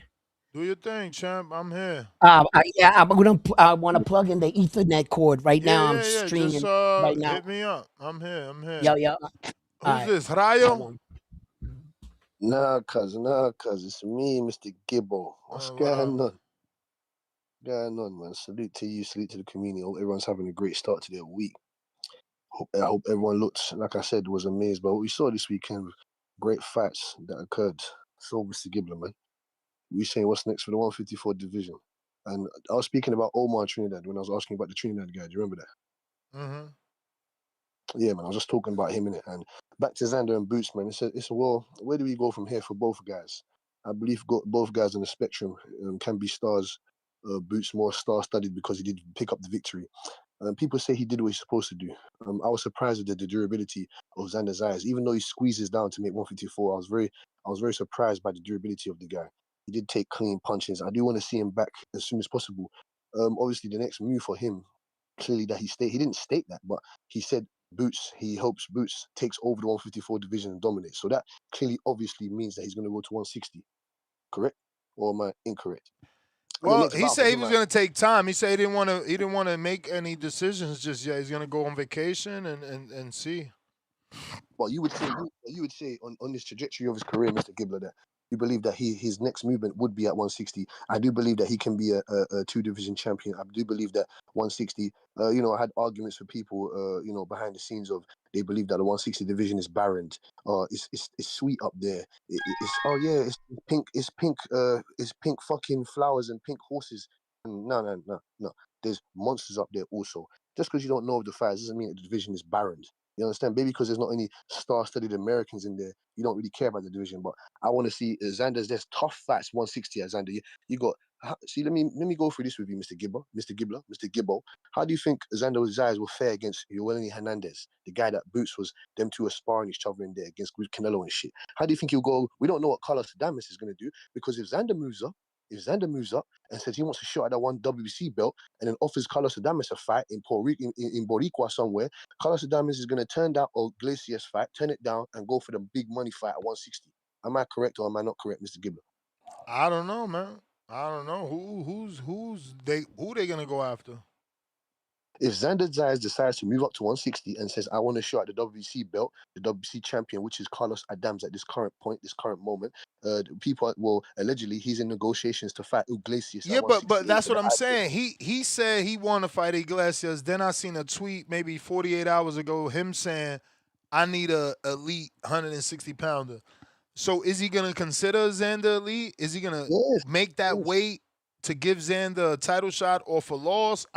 These are things you got to consider. It is exactly, at least exactly. Puerto Rico, Dominican Republic, so there's a You know, rivalry there from baseball. But again, I don't know. I don't know. and, And and and and if I'm Peter Khan, I'm not putting Xander in with Adames off of a loss to Boots. You're gonna go from big puncher to big puncher for what? good, good. That's good. But what do you have belief in Xander saying that he has the credentials, he's got the dimensions, he's got the style to beat a Damas at 160, and you saying that one Damas has been at Maybe 160 for he as long. does, but you still got to get him loose again, bro. He got to shake out, as my man Junior would say. Fair, yeah, you rock out with your cock out. You know what I'm saying? Shout out to Whoa. Treese, but oh yeah, well this is Treese. That's the American compatriots. That's his fucking one of his bars, man. Allow me, man. Allow me. Mr. Gibbler, listen to this. I'll give you a couple, some more contrarians. Troy Isley, one of my a very good fighter, a very solid foundation, a shrewd technician. I believe that's a very very tough fight for Xander Zayas. Troy Isley. You know what I'm saying to you? You still got McKenna, undefeated McKenna in there. You know what I'm saying? You got what about Omari Jones from the Bay Area, man? You know what we're talking about? He's the new slice of Roy Jones bread. He That's said a that. good fight. There you That's go. a good There you fight in go. the future too, because he didn't get to 60 yet, bro. And Amari's already at a eliminator position or title shot position with the IBF. And Mr. Gibbler, you know what I want for Xander Zayas, and you know what I want for my boy Denzel Bentley. That's going to become the future WBO champion once Xander gets off his drug cheating ass and hands over that belt. Denzel Bentley against Xander Zayas in the Wembley Stadium in '02. You know what I'm saying? Or in Boricua. I might have to board the plane, get my flight to Boricua to go and see that fight if that fight does get announced. And Mr. Gibbler, man, Mr. Gibbler, man, it makes me laugh that there's some American fans and my fans, UK fans got short memories, very short memory. I would love Xander to come over here and take on one of our opponents, Brad Powlis. Brad Powlis. I know you know who that is, Mr. Gibbler. Brad Powlis. You got Denzel Bentley, like I already said. You got multiple guys. I told you, George Lillard. Or, even Conor Benn is in the rankings of 160 campaigning right there. We don't know what he's going to do. He's at Zuffa. You know what I'm saying? So there's loads of fights for Xander on that horizon. And listen, I don't know how much time I got left in the ring, Mr. Gibbler, but I'm going to skip over to Boots quickly. I would love Boots to stay there and defend those belts at 154. The right fight for him next is the Fundora. We want to see Spider Crab, Fundora, you know what I'm saying, against Boots Ennis. Boots, you got guys saying that he's the new David Blaine of boxing now. You got King Bone and multiple other guys saying that the guy is doing disappearing acts in the ring. Well, we saw him get hurt against a non-punching Xander Zayas at 154. So I want to see him against the other elite guys at 154. Virgil, he's getting dismantled if he dares to step in the ring against Boots Ennis next fight. He's been on the shelf. He's been on the shelf. And I wouldn't say he's tailor-made because he does have firepower. He's not Xander Zayas. He's bare inside. He's bare on the inside. He's got a ramrod jab.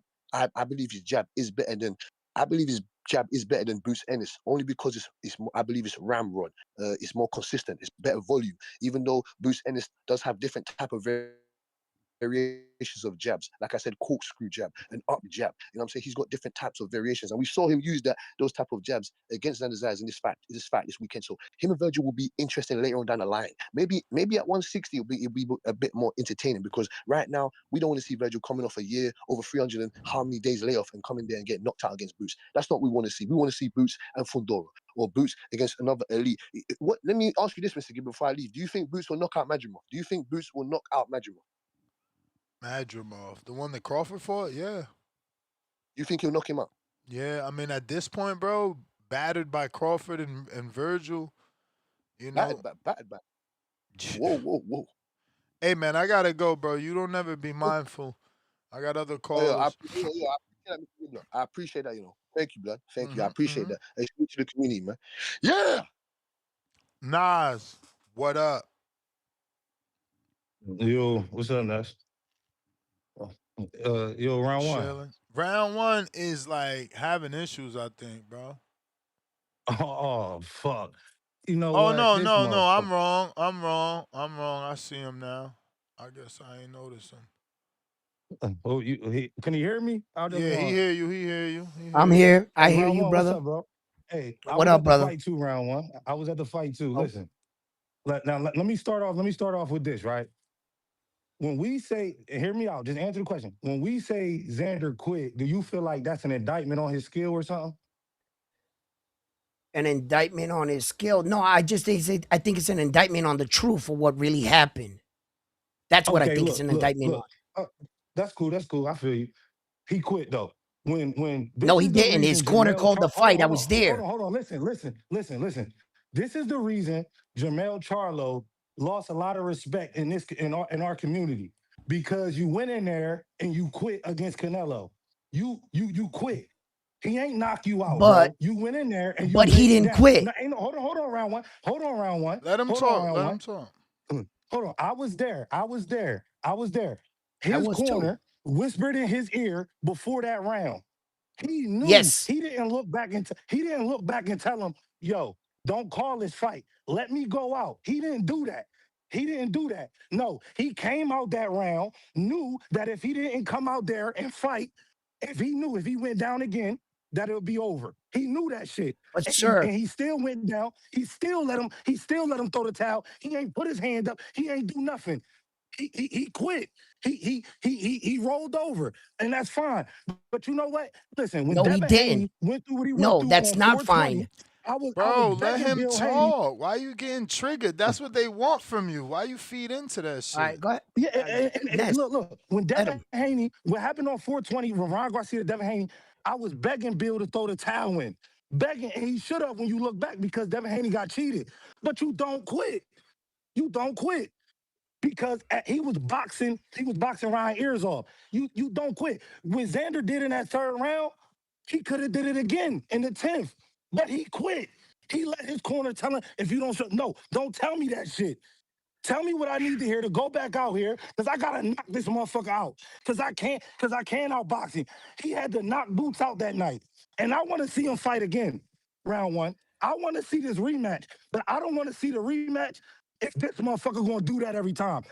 My favorite fighter, Manny Pacquiao, went to sleep. Marquez put him to sleep. Wife crying. This is boxing. Stop telling me he took too much damage because Ness, didn't I say he could have dropped the belts? I said this was inevitable. He could have dropped the belts. But no, he wanted to fight. He wanted to fight.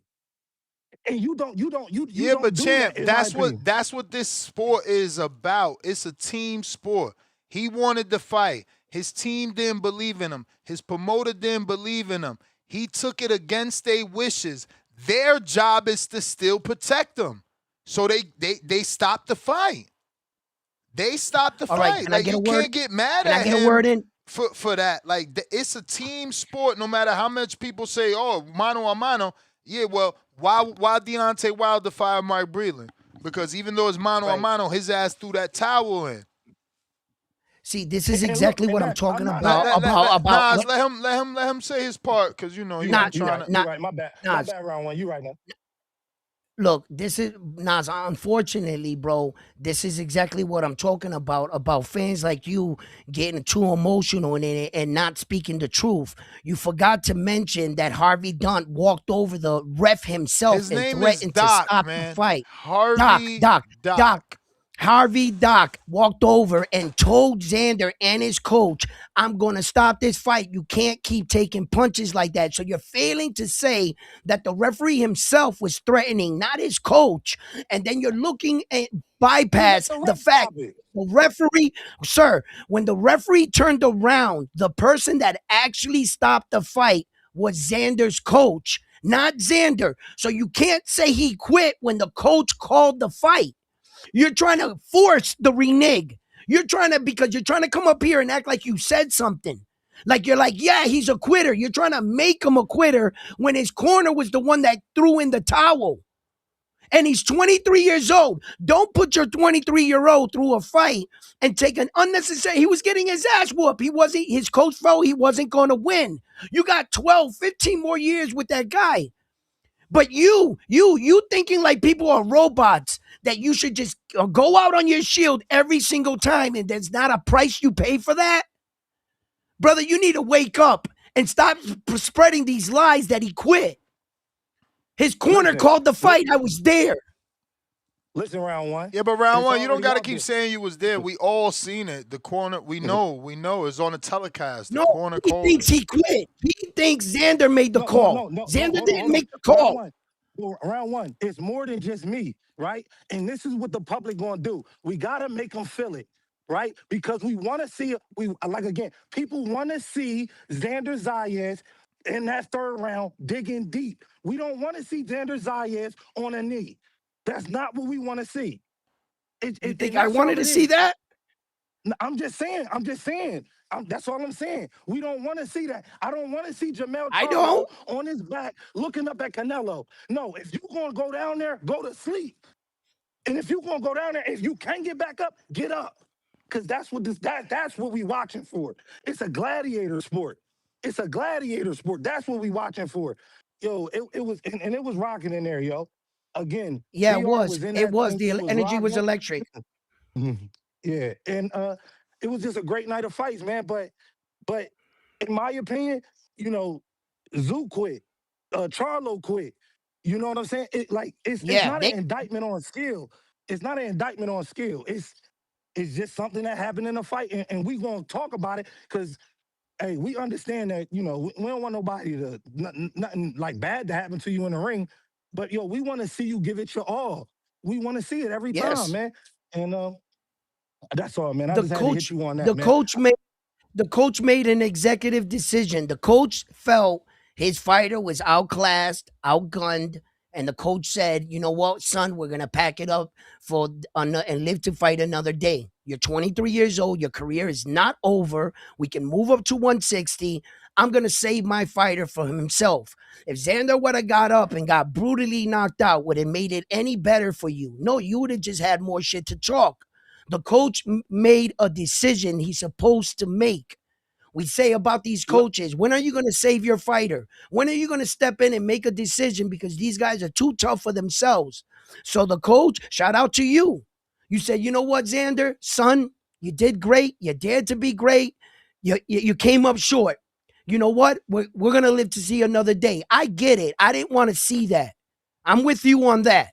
But let's tell what really happened. It was the coach that called the fight, not Xander quitting. And let me say this before I go. This is my last thing. That's all right. Now we on the coach.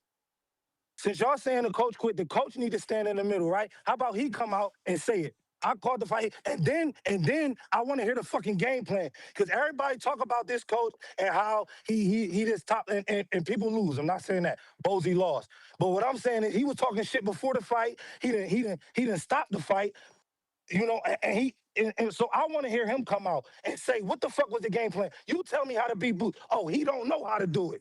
Talking all that shit before the fight. He don't know how to do it. I told him in the back call, I'm going to say it again today. He going to go undefeated. He can't be beat. It's not a fighter out there right now with the attributes, the skill set, and the coach to beat him. That's my call.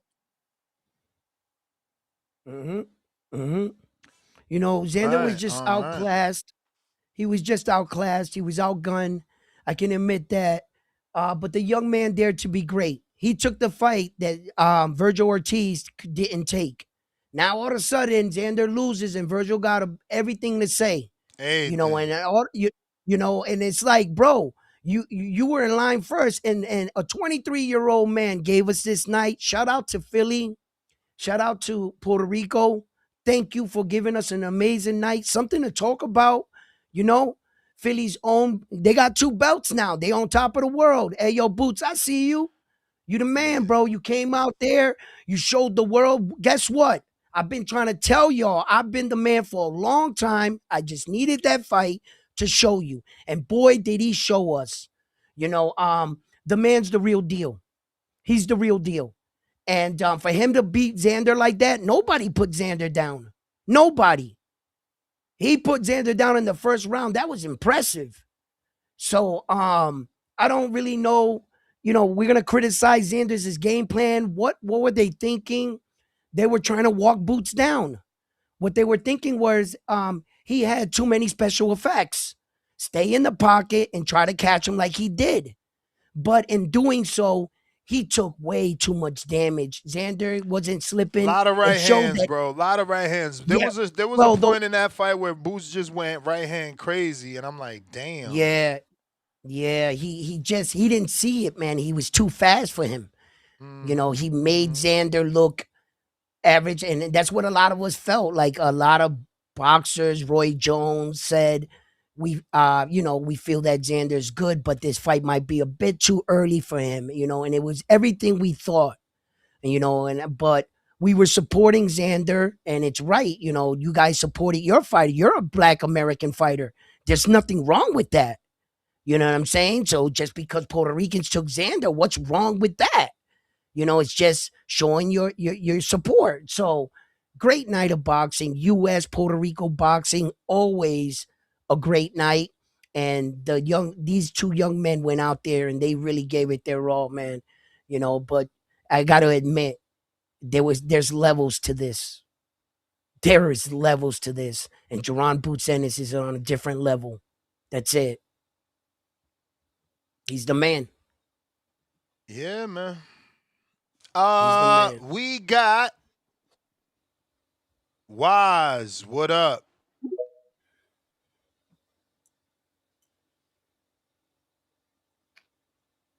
Yo, what up? What up? What up? What's going on? Yeah, man. I just want to say shout out to the Boxing Voice, man. One of the best boxing podcasts in the world. And also just want to say, this past weekend was a great weekend of fights. And yeah, like Zayas, he didn't quit. I know he didn't quit. I knew what I was looking at. The coach made the right thing in stopping that fight. Xander's still young. He got a long life ahead of him. Still more room to grow and progress and, to become the great fighter that he was destined to be. Overall, it was a good fight. I do feel as though, Zayas felt as though since he was the bigger man, he was more acclimated to the weight than Boots was. He felt like just because he was bigger that he could bully him around inside the pocket. Obviously, that didn't work for him in his favor, and he kept getting caught with those shots. And, and he got dog walked, he got outgunned, he got outdogged, all of these things. And we know that Zayas has all these abilities, and, he can move with his feet, he's very technical. We know one of his flaws is he don't move his head as much, so that's, what makes him susceptible to to get hit a lot. But we cannot sit here, not you guys per se, but those who are fans of Boots, the Boots stands, we ain't gonna sit here and act like Boots is not a sucker for that left hook because he keeps getting hit with it all the time. So once he got hit with it in the third round, that was the shot that hurt Boots. And, due to Zayas' inexperience, that was the reason why he couldn't really, knock him on the canvas and get the job done and things of that nature.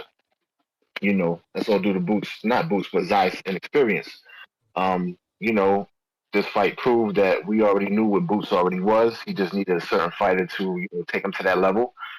And I can't wait to see, with Boots, what else he got in store for the fans and everyone, all the fight fans about, who is he going to, fight next.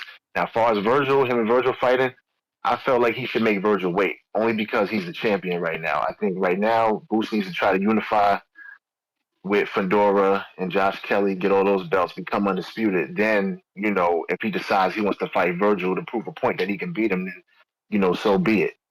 But, Virgil was kind of trying to treat Boots like a doja, like, you ain't shit. I'm the man at 154. You know what I'm saying? I'm doing you a favor. But Boots is the champion now, and Virgil doesn't have the title at all. What you about to say? I was about to say that I seen a video. I think I got it pulled up. I was going to show it to y'all. Yeah, Boots made it clear that it was him that asked. Eddie went to go do his thing. Make it happen. Were you a little surprised because nobody really asked to fight you? Like this dude has stepped up, and did you think he was crazy for asking for this? He didn't ask for this fight. He didn't. No, I asked for this fight. I asked for this fight after the Ortiz after the Ortiz negotiations when they had fell through or whatever, I told Eddie, I'm like, yo, I'm like, go get me Xander. I'm like, that's our next best option, because everybody was tied up at the time, and our next best option was Xander, and Eddie went to go do his thing, make it happen. Were you a little surprised because nobody really? So we were giving Xander credit for making this fight the entire time, and now Boots is saying it was not Xander, that it was him. So that was interesting. Yeah, And you no know what? doubt. Yeah. There's definitely some sort of truth to that in the sense that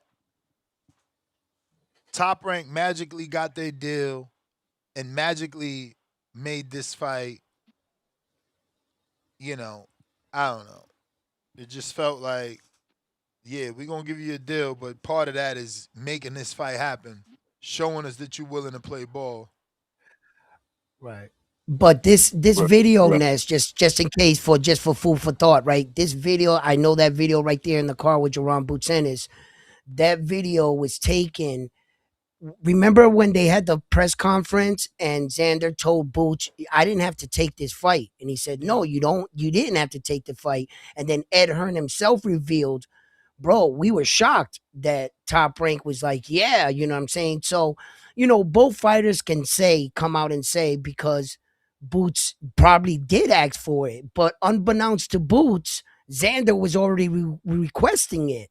So it made for both guys already agreeing, and there's no better situation, and then he beat the crap out of Xander, and there you go. But did that happen versus Virgil? Was the negotiations easy? Did both guys want to take the fight? So I mean, they said it had something to do. They said the reason why the Boots and the Virgil fight didn't happen was due to some negotiation issues or something like that with like Golden I'm Boy or sure they something. did. So that's why they saying that's why the fight didn't really happen. But I mean, hopefully we can get it. But I mean, my opinion, I feel as though Boots needs to just try to unify right now. Fight Fedora, fight Josh Kelly, get all the belts, become undisputed. And if you still want to take the Virgil fight, then take it. But obviously, in Boots, case, the ball is in his court right now. So it's like, yo, like I'm the champion. I got both belts. So he really don't have to give Virgil a shot if he doesn't want to, honestly speaking. And Right. it wouldn't be considered him ducking. It wouldn't be considered him ducking. It's more so like, yo, I'm the champion. I'm one of the best guys at 154. I might just be the best guy at 154.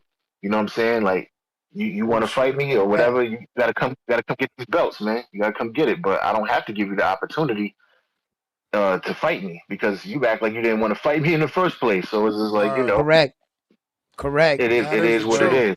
But Wise, let me get to some other callers, champ. We got hella people on the line. All right, no doubt. Shout out to y'all, man. Right, Peace. Wise. Thank you. Yep. Man, I think actually my opinion is Sebastian Fundora is the biggest threat at 154. Skill wise, yeah, Jaron Boots Ennis is a better boxer skill wise, but when you have that kind of attribute with an 80-inch arm reach, we're talking about 6'6". One time Keith Thurman is a pretty decent boxer in his own right. He made him look really bad. He's Sebastian Fundora starting to settle into that long jab. It's getting better all the time, and I think that's going to be a problem for anyone. I'm sorry, any talented fighter, when you got that much size over the guy, sometimes talent can't beat that. It's going to have to be, he's really going to have to force his way in there. But thank God Jaron Boots Ennis is also, when he wants to, he'll bite down on that gum shield and brawl too. So yeah, that was the best part of the fight when they just, because he could have held and he didn't. Yep. That was crazy. Yeah. So it's like, that's a difficult one, but Sebastian Fundora would be a difficult fight for anyone until I see Jaron Boots Ennis actually beat him. I'm not just going to say that. Someone made an AI face-off, and it's so funny how that would look, right? Because of Fundora's height. And it was something like, oh, can Boots, crack the Fundora code. And yeah, I Yeah. mean, look, I wouldn't mind that fight, but I mean, Fundora No, I wouldn't mind it. he hasn't been moving that way, bro. I'm not gonna get excited for Right. him to do some shit that Right. we know he can't do. Shit, he ran for Terrence Crawford. You think he's gonna fight Boots? I know. So he vacated a belt to not avoid from fighting Xander. But I think Boots can beat him. Yeah, but listen, he's just a puzzle, conundrum. He's gonna be a problem. If I had to pick, and rightfully so, this is what I'm saying. Is Josh Kelly more of a problem than Sebastian Fundora? Point period. Let me know in the chat. Who's a tougher fight for Boots? Josh Kelly's a little flashy, but Boots is flashier. And I think he finishes Josh Kelly, but I think respectfully, Sebastian Fundora is the bigger threat. What do you guys think? Am I wrong? Am I right? What? Let me get to the rest of these callers. We got Kenzo. What up? Yep. What up? Yo, off the bat, round one, you want me 25 push-ups. You said after round three, my Nah, man will be bro, sitting Kenzie, don't down. play me. You never signed to that. Don't be that dude. Don't be that dude. Don't be But I him. told you, look. No. Hey, look, he was hurt going into the corner. He still stood up the whole fight. That's a true dog. But that was a good fight. I know you was going crazy in that round three, round one. I Hell was yeah. too. That shit. Hell yeah. You should have Yeah, seen the right. faces of the brothers change. The worried look. But Hey, and my then house got quiet Jaron as hell. Putenis took control of that.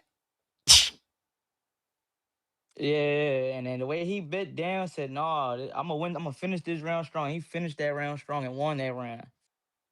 But what I was about to say, hey, shout out to Crawford, man. He did all that tweeting, but he copped out. Man, I seen his little interview. It is the Boots era. So and he said he not coming out of retirement for Boots. So I don't understand why he tweeted in the first place. But so we ain't even gotta worry about that fight. I don't want to hear nothing about that. Keep bringing up Crawford name. He just said it in the interview with Sean Porter. He ain't fighting him. And Virgil, like I said before, go for shit. You the intern champion for WBC. Unless you got a strap, bro, you not like you don't bring nothing to the table. You don't bring fans. You don't bring like what do you bring? And it only boxing. Virgil could be sitting home, not putting up no fights. He ducked both fighters, and now he will beat Boots. I don't understand what he did and the night of Boots did that he could beat Boots. Like he was home chilling. Boots was out there getting active, and now he could beat Boots. Oh, everybody Virgil fans now, but I don't get it. Uh, mm. They only Virgil fans because they know Virgil got power and they expecting Virgil to do more than what Xander did. Yeah, I get it, but just keep it fair, man. Like the guy still has, like you said, even 3 divisions still hasn't won a strap, man. Hey, yo, nice that Puerto Rican knee, yo, the Mexican knee, Zerdo, he took two. Come on, bro, chill out the Puerto Rican knee. I know I Yo, was and, trolling, and, but and dang, Ryan that's two Mexicans, but I mean off the Ryan is bat, Mexican American, so I don't know. and Chavez Jr. I googled it because I was like, hold up, that's acting crazy. Like the Mexicans don't be taking the knee too. Sergio Martinez took a knee too. Yeah, he That's a Argentine. Mexican He knee. Argentine. Oh, Close enough. but yeah. No,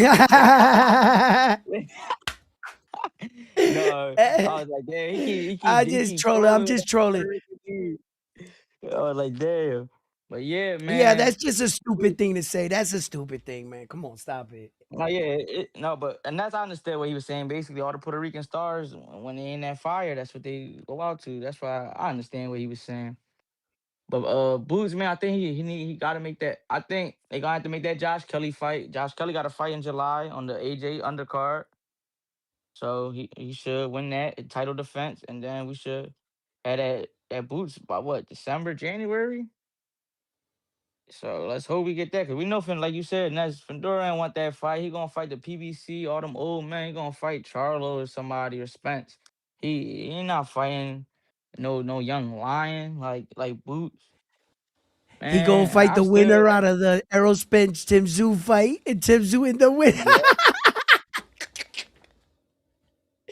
But Oh shit! yeah, and that's what you think is the biggest money fight for Boots next, like realistically, like money wise, like put him on that map.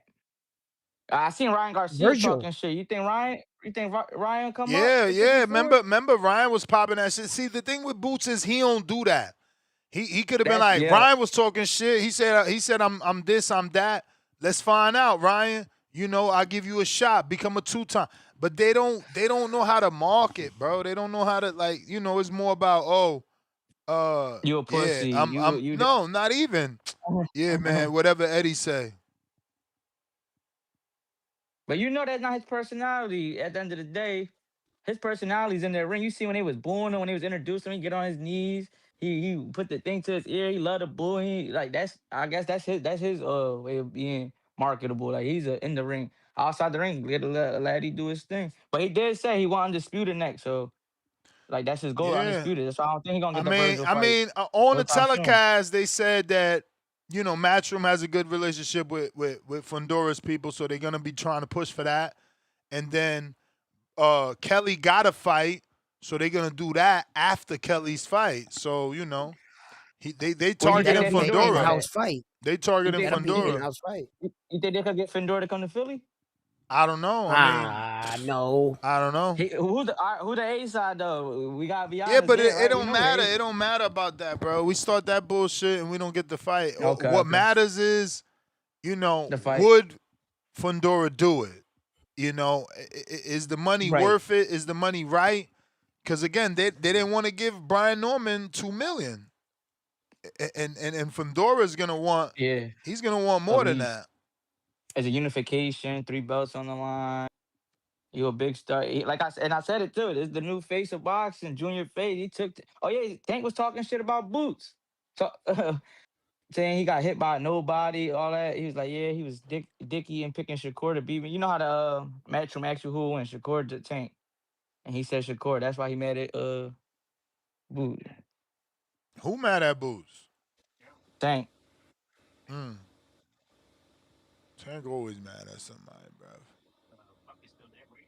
But Yeah, hey, call him. let me get to these other callers, player. All right, man. You the man. Mm-hmm. All Hey, right. look who it is. Been a long time. You shouldn't have left me. Yep. Yep. You gotta unmute Swiffy. Bring him out. Jay Swift. Yo, 1 2 1 2. What's good? What up? Was What good. up, champ? Good to hear your Everything good? voice, What's man. up? Good to know you What's up, round straight. one? What Long up, time brother? no see. ¿Qué onda, oye? All right. Uh-huh. But Dímelo. I actually was like working on like artwork and getting it into the art gallery, so I don't really be having time for everybody else. I got like 92,000 images. Whoa.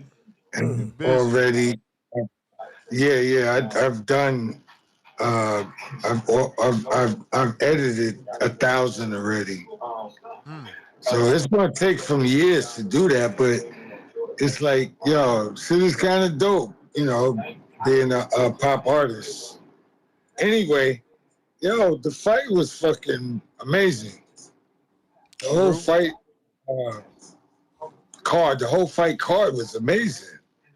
And I was running around, going to the store, going over here, going over there, and coming back up and watching the fight. But I made sure to get the entire fight with Boots. I don't see nobody fucking with him. I'm going to be honest with you. Excuse my language.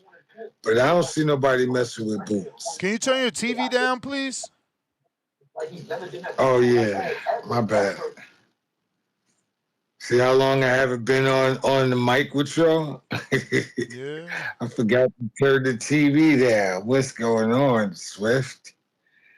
Anyway, yeah, he's 29 at 154, and I'm like, yo, he put in some work, but Xander still put in work as well.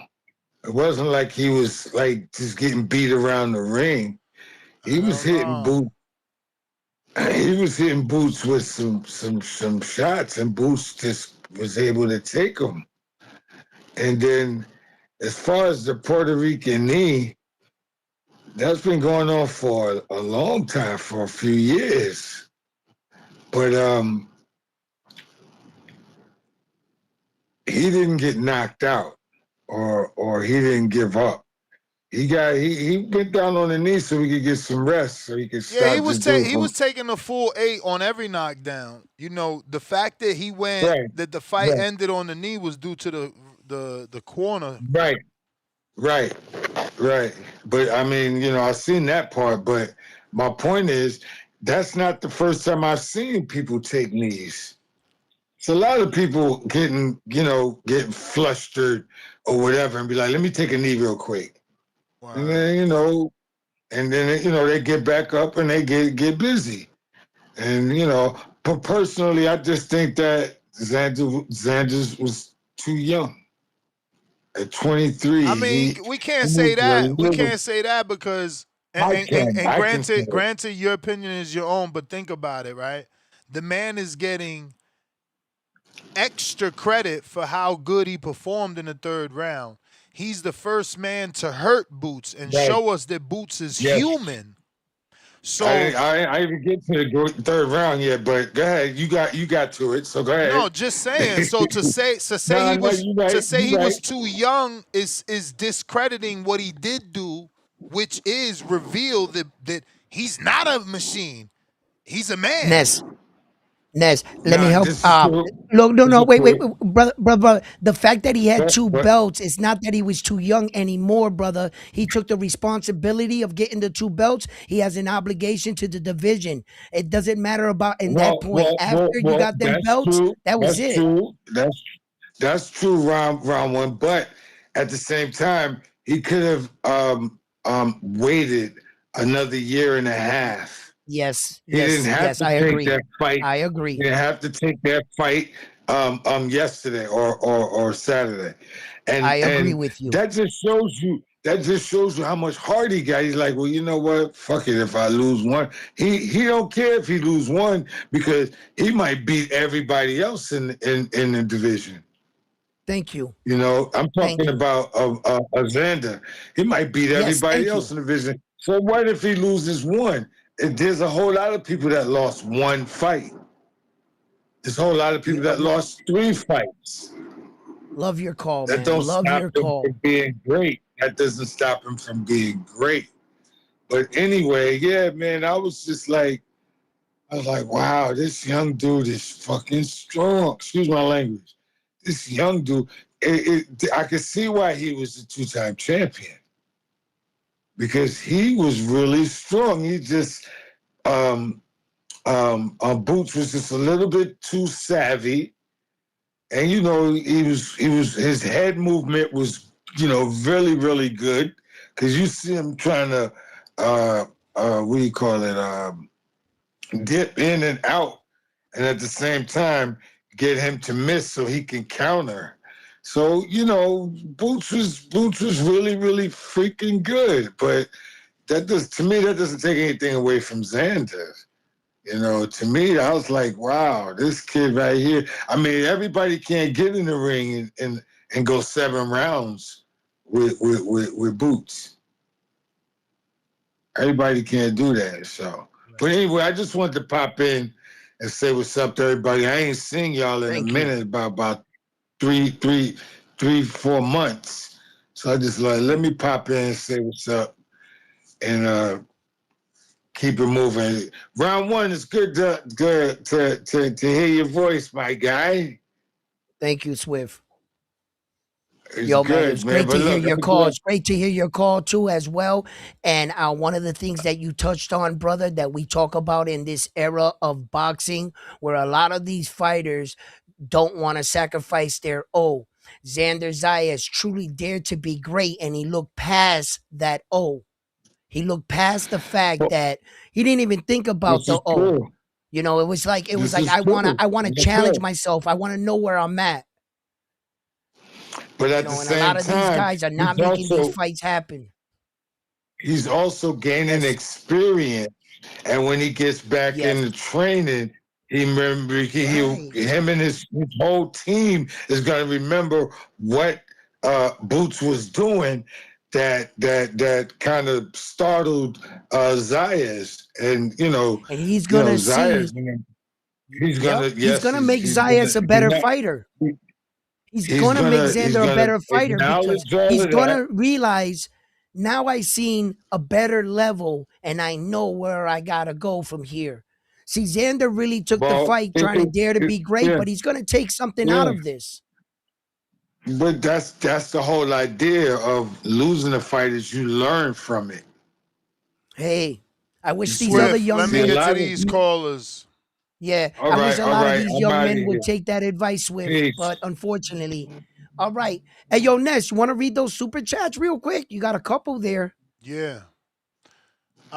We got Leslie Jordan on a check-in $5 super chat. Boots should fight Fundora. Union, New Jersey, stand up. Dave and Buster's was popping in Wayne.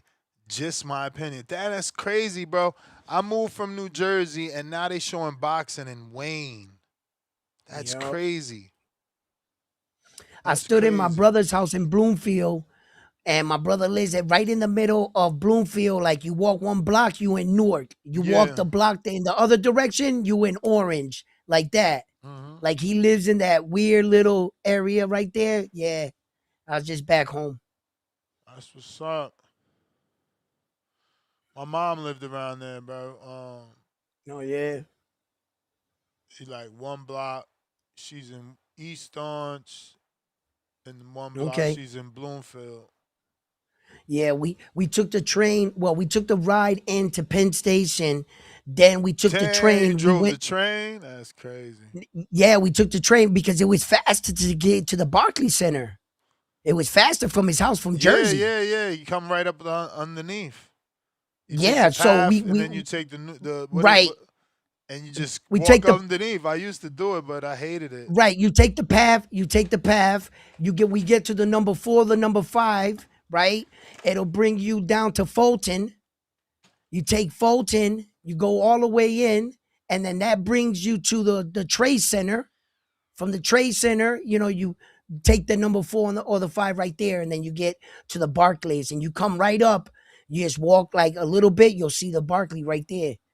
And it was cool. Man. So we was like, yeah, we're gonna take the train in and out. So we did that. It is cheaper to take the train. Yeah. Joiner 502. Welcome to the prospect level. Joseph Harrison, $5. He didn't quit. He was telling his corner it was okay.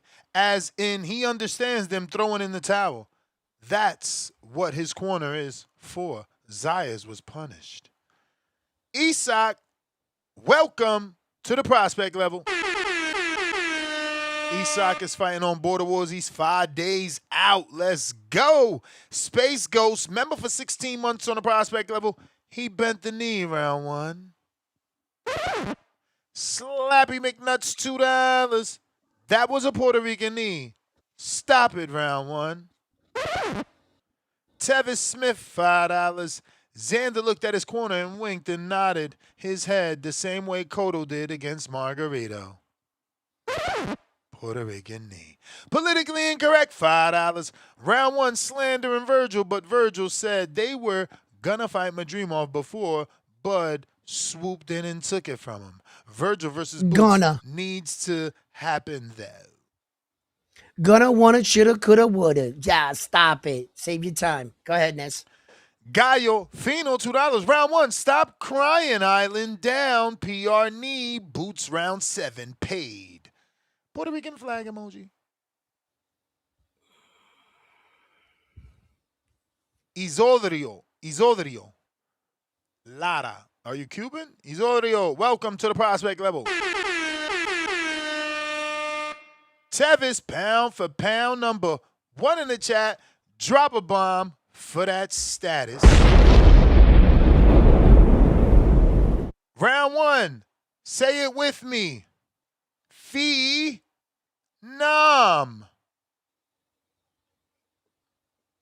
Okay. It's me, Rock Lee. Yeah, not gonna lie, Virgil stops Boots. Yeah, right. Everybody think that's gonna happen simply because they seen Xander hurt him. This shit is crazy. This is crazy. Just because Xander, just because of Virgil just got out of the witness protection program and now he's talking again. Come on, guys. Stop it. Virgil was supposed to fight Terrence. Virgil was supposed to fight this guy. Virgil Virgil that. Look, man, he didn't take the fight then. I don't think he takes it now. I'm sorry. I think that Virgil also needs to get a fight in between to get boxing ready. So that's what he's going to say next.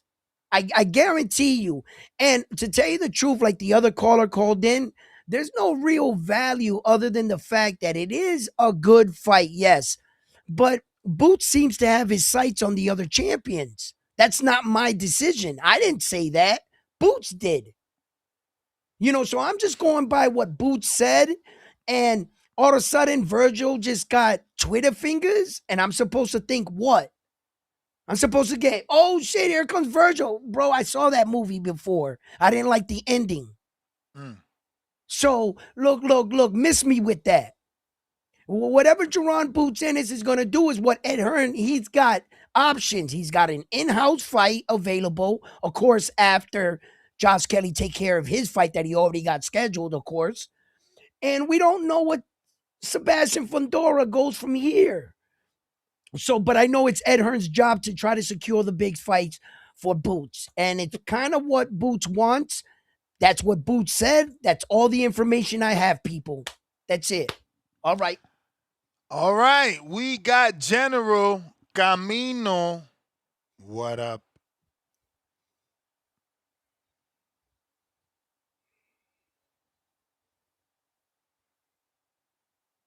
Discord what's available. good? You hear X me? Spaces available. What up?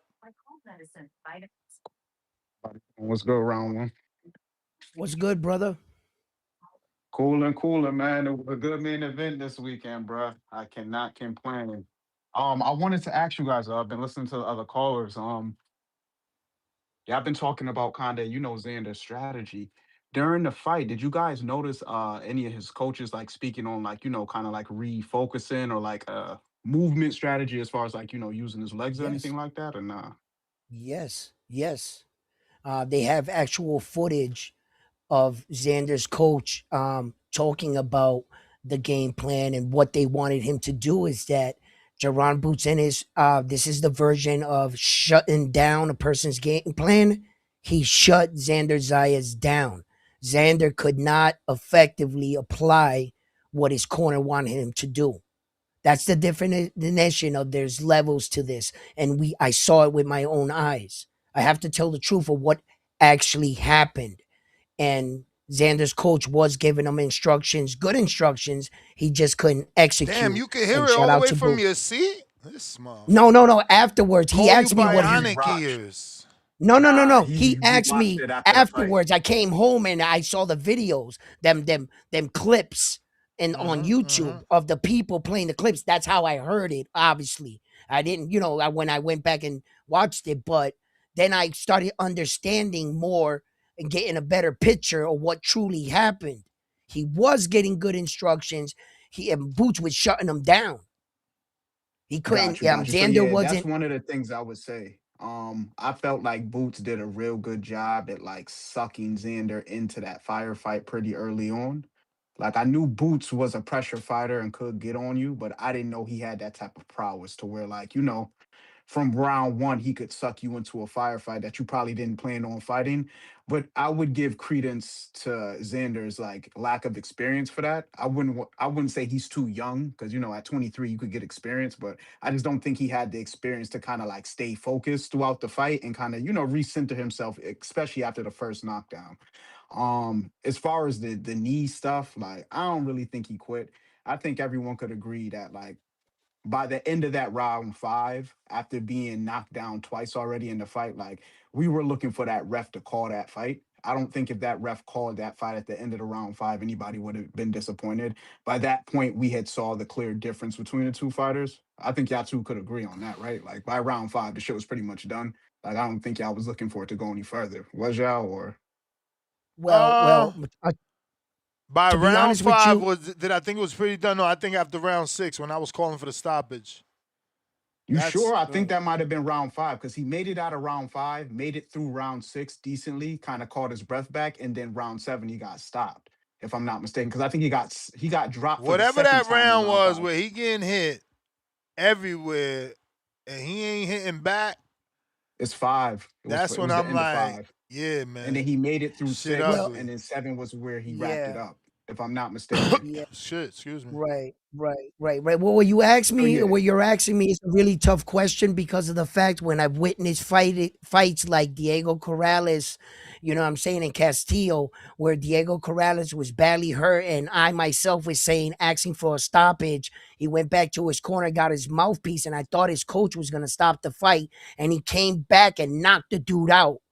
So to say that in the 5th or 6th round, whatever round it was, that we felt like no, and then to clear up the knee situation, I thought we just did here on the Boxing Voice, where we saw that Xander took a knee and he was taking the full 8 count, but when he got caught, the fight got called while he's in a position on looking up at the ref, taking the 8 count, but his corner called the fight, so he just got caught in that position. But he probably was going to get back up because every time Xander went down, he took the full 8 count to get up. He was on his knee getting up. When his corner called Which the is fight, intelligent. he was in position. He was just doing the same move, taking the full 8 count, and the fight got called. So he just got called he got caught in the action of getting up. It wasn't a Puerto Rican knee where he quit. He went down and he was on the knee and he said, "I'm done." That's the knee, and there's your quit. In this yeah, situation, nah, I he don't just feel like got he caught. quit. No, he did not quit. His corner called the fight. The ref No, looked no, at I the said I corner. don't feel like he quit round 1. You good, bro? You don't got to further explain that. I understand that concept. What I'm Right. saying is, And I he thought just the got fight caught. should have been done by the end of round 5. Oh, yes. The way he was I getting hit know, by but the end of round. yeah, and Go ahead. then you got situations where guys came back. So that's a tough question. Like I said, what you're asking is a tough scenario because you never know if he could have got that moment again. Yeah. We got Now to I feel see where the you're coming result. from. Just from what I You saw feel me? You Saturday feel night, me? I thought by round 5 he was kind of done. I felt like that Yeah. fight should have Well, been yeah. called. He was a champ. They let him get his gusto off, but I feel like by the end of round 5, there was a clear difference between the two. And for me, sometimes like I didn't seen the sport and the history, and I didn't seen within obviously the past 10 years, numerous boxers die from just getting too much head contact. So I don't Thank have an you. issue Right. once there's a clear difference in class between two fighters, the fight being called off. Because I think the last caller mentioned it. They talked about the sport being a gladiator sport. And it is to some extent, but the other half of that is boxing is a gentleman's sport. So, I feel like it's very gentleman-esque to, concede when you realize that, you're just not on the same level as somebody. Like, there's no reason to go in there and have somebody beat your brains out for that matter. Like, we can clearly see that between the first 5 rounds that, the levels was just two different levels, man. So, appreciate y'all taking my call. Everybody have a good day. Shout out TBV. All right, champ. Appreciate you. Quest the best.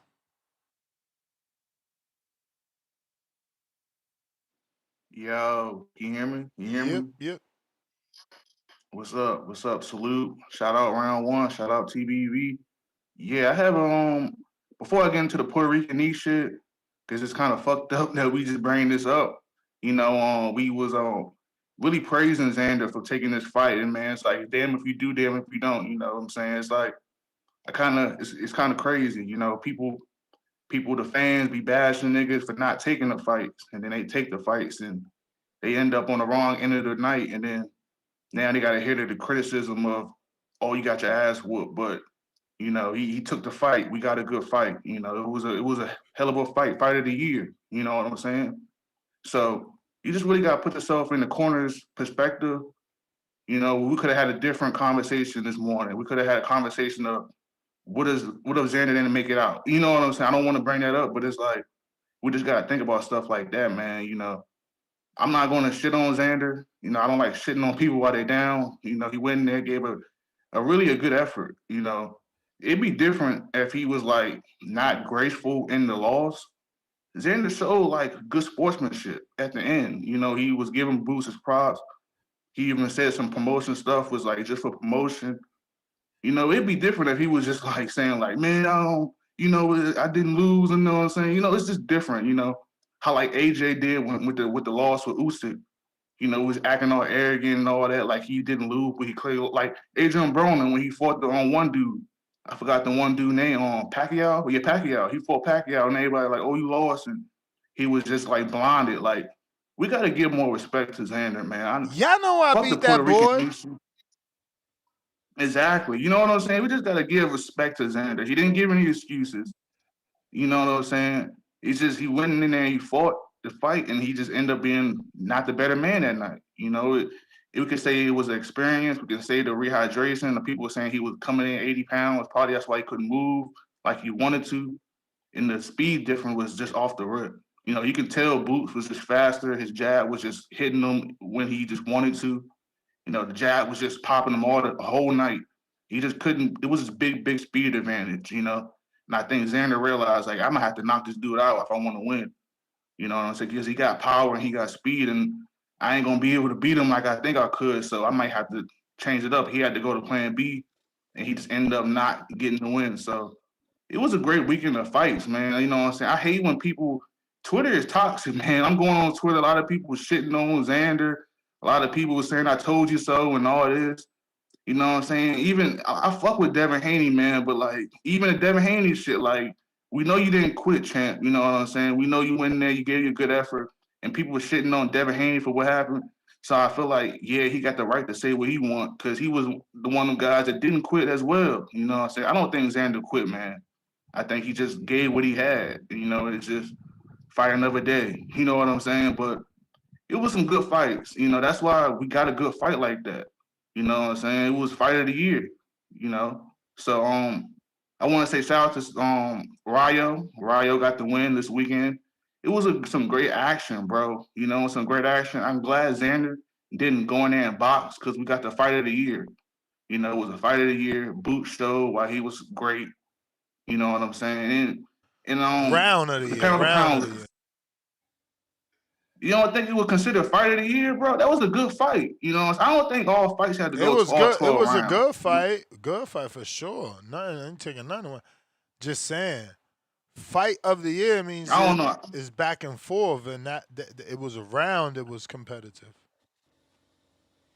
Yeah, I don't know. I mean, yeah, you're right. I mean, I get it. You know, it could have been a little bit more competitive, as far as like he could have had more more offensive moments for Xander. He could have just had another moment.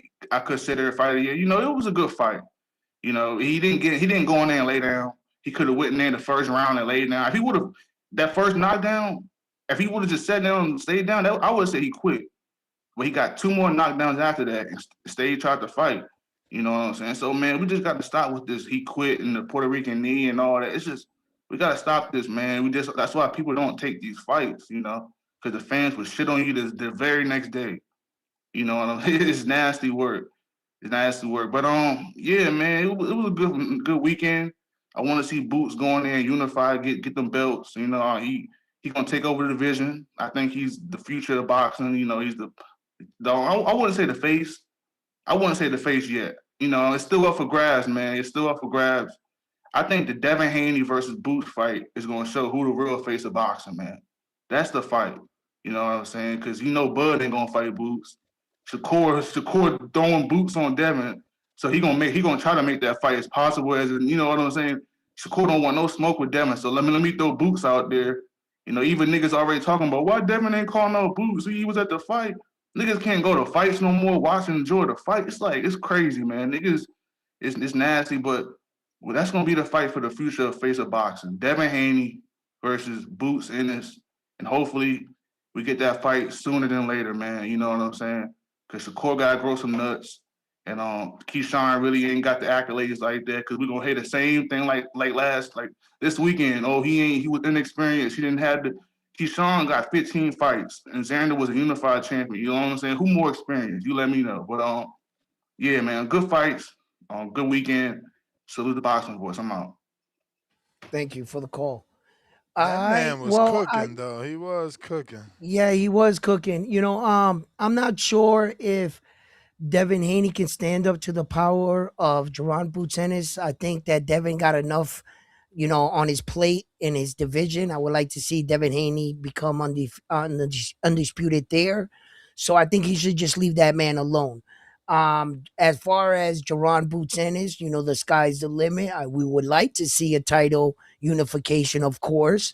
But a lot of things that caller had to say, I loved it. I loved everything he had to say about it, about the situation, and it was just a great night of boxing. Can we agree to that?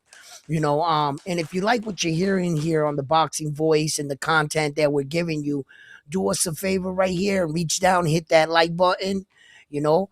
And yeah, man, I think that there were a lot of good fights, knockouts, and Ben Whittaker came out here and I think that Ed Hearn is promoting him well. Let's see where he goes. Yeah, he did his thing. I can't He front. did his thing, man. That I his thought speed was Popeye was gonna in real be life. so much tougher than that. That shit was pretty depressing. He Yo, went but out. to see that, like, how fast he was, like in real life, like that, the way he clipped him, like that was great. Hold And me then the down. Going to the Zuffa card, restroom. okay, and then the Zuffa card kicked off. Listen, guys, I only watched a couple of fights on the Zuffa card. Man, I gotta go back and watch the rest of this card. But shout out to Rayo for getting his leg back. He went in there against Edwin De Los Santos, and Edwin De Los Santos was popping mad shit. He came in there, I think, a little overconfident. I was ready to say that he was out the gym, the ring far too long. Besides that fight that he had in Dominican, Santo Domingo, Edwin De Los Santos was out, and he didn't look good in that last fight. But he came in there against Rayo. He looked good. He threw good combinations in the beginning of the fight. He tagged Rayo, right? Rayo kept his composure, man. And when shit got hot in the pocket, yo, Rayo stood there with a guy that hurt him. That takes a lot of balls. You know this guy can hurt you. He's put you down before. And in the first fight, remember, Rayo dropped him. He dropped Edwin De Los Santos in the first fight. So he knew he had punching power and that he can hurt Edwin. And he was willing to exchange in the pocket, man. And I didn't think the fight was going to go like that. I thought that Rayo, my opinion going into the fight, I thought he was going to be a bit more cautious on the approach with a guy that stopped you. Yo, he went down, face down, ass up in the fight, bro. And what happened in this fight?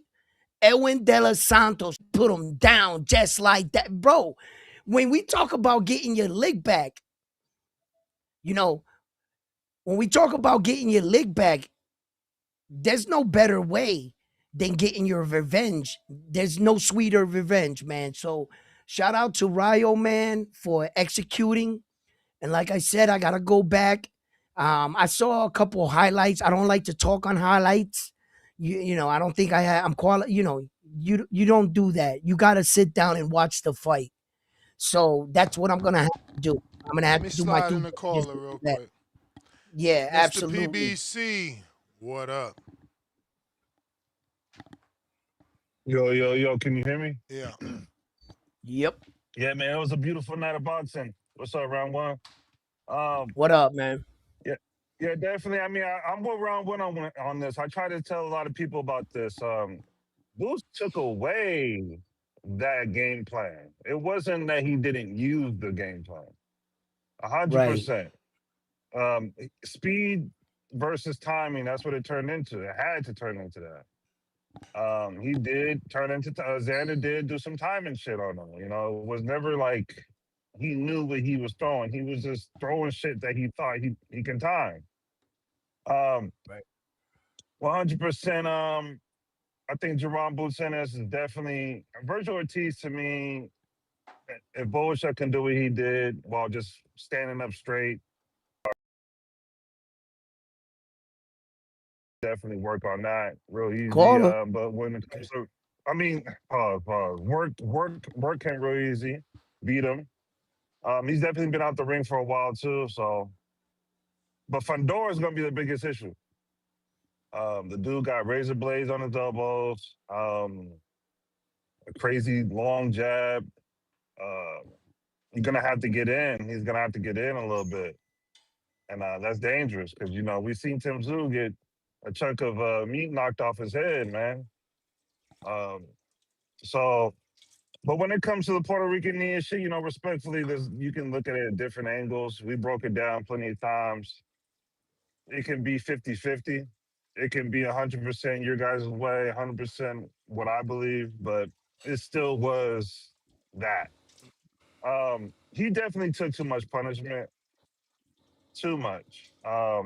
I think and I'm with the fifth round stoppage too. He should have been done then. He was taking too much punishment. But he's still young, so I guess he can recover from that. Um, I think when someone called in recently and said Devin versus Boots, I think that's 100% not what the game plan is right now. I don't think he's 100% wanting to get in there with Boots. What do you think, round one? Think he's still on the list? No, I think that no, man, no. I think Devin should leave that man alone.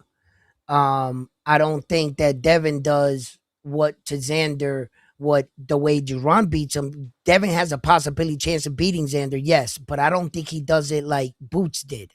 You know what I mean? So, and then Exactly. Yeah. another thing is look at Devin. Round one, he's not Look at asking Devin. about that. He's asking about Devin versus Boots, not Devin versus Xander. I know that, but I was just giving him the breakdown on that. I'm just saying that now look at Devin. I don't think that Boots cracks hard, bro. Like hard. And I think that Devin and Boots' style, Devin's gonna want to mix it up with him. I just think that Boots is too strong of a puncher, and Devin's a smart boxer. Yes, he's a very, very smart boxer. But I just think the power gap is what's gonna be the tail of the tape. And I'm not saying that Devin can't crack. Yep. But at Go ahead, 154, brother. this is what I've been saying. When have we seen someone really stay clean at 154? You gotta bang a little bit. And I think that's Yeah, what you're gonna have to bang. Devin, Yeah. you're gonna have to bang a little bit, not a small 2 combos. You're gonna have to throw some combos. You're gonna have to get in that pocket. I don't think we've seen anybody at 154 really stick to just staying out the way 100%. You got to get in there a little bit. I mean, Jamel Charlo had to. When have we seen a slick fighter really just stay clean at 154? Yeah. Yeah. So yeah, man. I think it's gonna. He's definitely up there, man. He might be close to the face of boxing. Once he gets to Virgil or the Fundor, he's there. Oh yeah, 100%. he gets that. Now we're talking. Now we're talking. But I would love to see this Boots Bud shit die, and I would love to see a Rocky Apollo situation where they come together and put knowledge, really pass the baton. Now that's a real pass the baton where you actually get in there and start training with somebody, really be their like big brother. That's my call. Yeah, he already did that to Shakur. He passed the baton to Shakur. He gave him. He gave a speech and everything. He's like Shakur. Nobody Sure not did. fuck with him. Yada yada yada. You know how that go. Yep. San Antonio, Yusef, what up? Yo. You. What up, champ? No, I'm good. Y'all hear me? Okay. Yeah, man. Good. Shout out to the panel first. My bad. Shout out on this round one. If anybody's on, I can't see right now who else is on. But yeah, man. A lot of good calls over the last few days. That was a really, really good fight in my opinion. You know what I'm saying? That was a fight we needed to keep the culture, the boxing culture, hardcore fans to keep going forward, and then casuals, That was a action-packed fight. I actually had that fight going 12, but I kind of overlooked it. But I'm not surprised at the same time that it did end before 9 rounds, 8 rounds. You know what I'm saying? I told my girls as soon as the first round hit, I said, "Oh no, it's gonna be over with." The speed difference is too different, bro. And although Boots got caught, bro, in the third round, like everybody's trying to say, like, bro, that's part of boxing. Like people on here debating Twitter, even group messages I'm in, like we all know Boots is we all know he likes to do the flashy shit, and it's like sometimes that's not needed. And he got caught, you know what I'm saying? But at the end of the day, bro, this is boxing. Everybody has got clipped at least one time. I don't understand why people think one punch should look at the whole trajectory of a boxer. Like just like y'all say, one loss don't define a boxer, but one punch don't define a boxer. Especially if you come out victorious and still stop someone who was a unified champ. You know what I'm saying? It was a really good fight. I enjoyed it. Nah, bro. That ain't how it works. What? If you get hurt, What you mean? people expecting that you could get hurt again. It's not the No, same as winning a fight. I understand what you're saying because you're not wrong at all. But what I'm trying to say is like all over Twitter, all over comments, it's like Boots got hit, and yes, Boots because he has got hit repeatedly. You know, he got hit against Karen. He got hit. What's the goddamn fight he got? I think Staciones may have clipped him once also. But this is the most that we got hurt. And you're right, he is human as we've seen because we haven't seen Yeah, Boots that's another not thing. hurt like that at He made all. him And look I, and I, human. and I totally agree. And I totally agree. But that's being outshined to some extent to some fans versus yes, Xander. He was big as shit. He caught him, and it's a narrative like, bro, he caught him too early. If this fight would have been so and so, it would have been different. And it's like we can't use that either because regardless of the fact he did get clipped. You know what I'm saying? And if Bozy tightens up that defense, or let's say the laziness, then this wouldn't even be a conversation. And then no one will be saying that across the board. You know what I'm saying? Trainers, boxers, whoever. But this whole triangle theory about Virgil would have did this and this and that's like, bro, until Virgil fights somebody, I got Boots smacking Virgil. Like he probably gonna stop and do the same thing. I don't see it, bro. That bully ball boxing is cool, you know what I'm saying? But I just think Boots is too fast for a guy like Virgil if that's the fight that's, somewhat gonna be back on the collision course. But shout out to Xander. He definitely will hands down be champion again, you know what I'm saying? I just think the speed was really the issue more than anything. And I think we all clearly can all at least agree on that. But other than that, man, if I hear some shit, I call in later or I call in this week once I know I'm gonna do a call for the Mason fight next week, so I'll call in then. But that's my call, man. All right. We got Line 6 Reed. What up?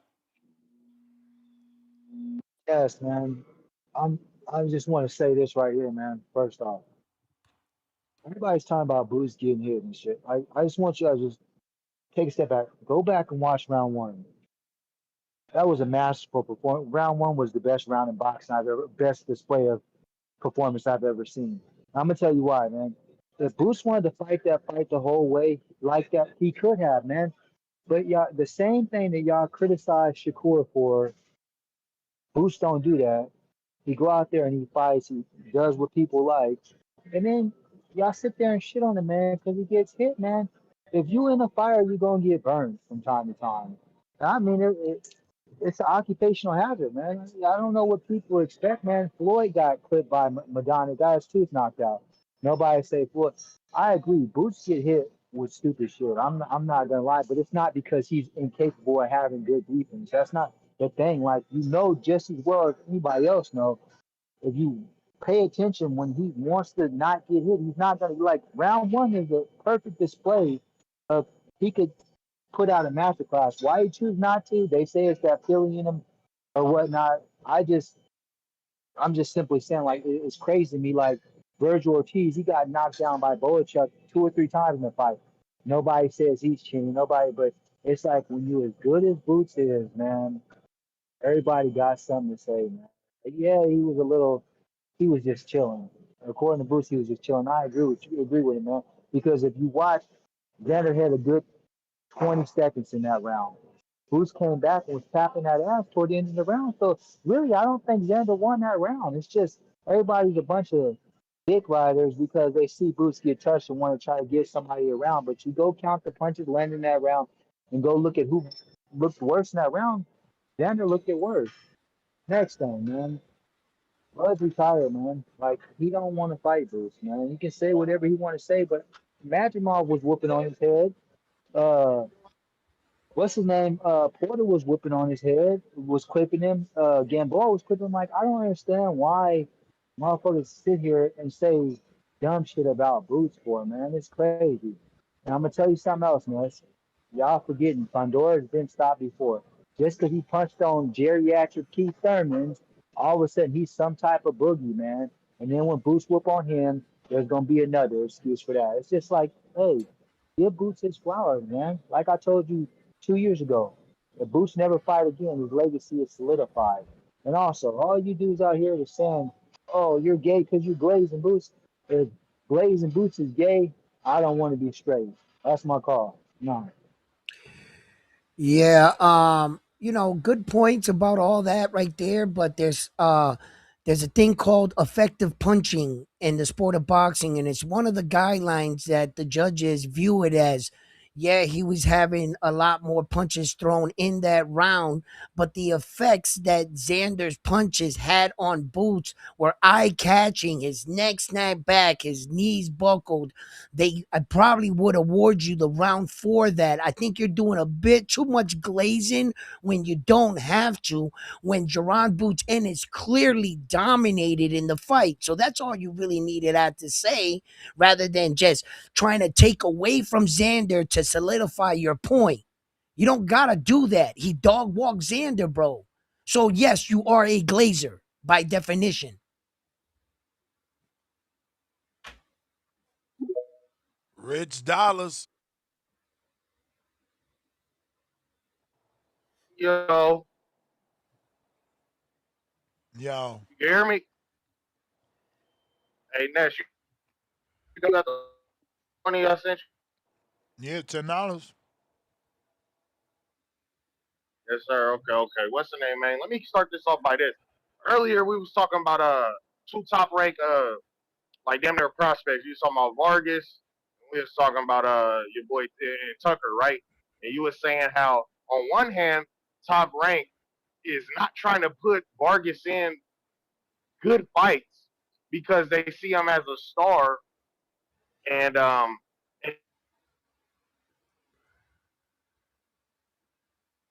I guess he lost service. And I think Tucker's a star and they keep trying to throw fucking missiles at him. you was Yeah. We You're losing you, breaking up, champ. caller. You're breaking up.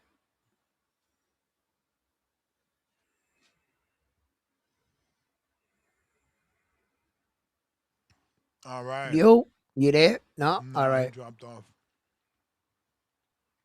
Timboski. Counter. Timboski. What's up?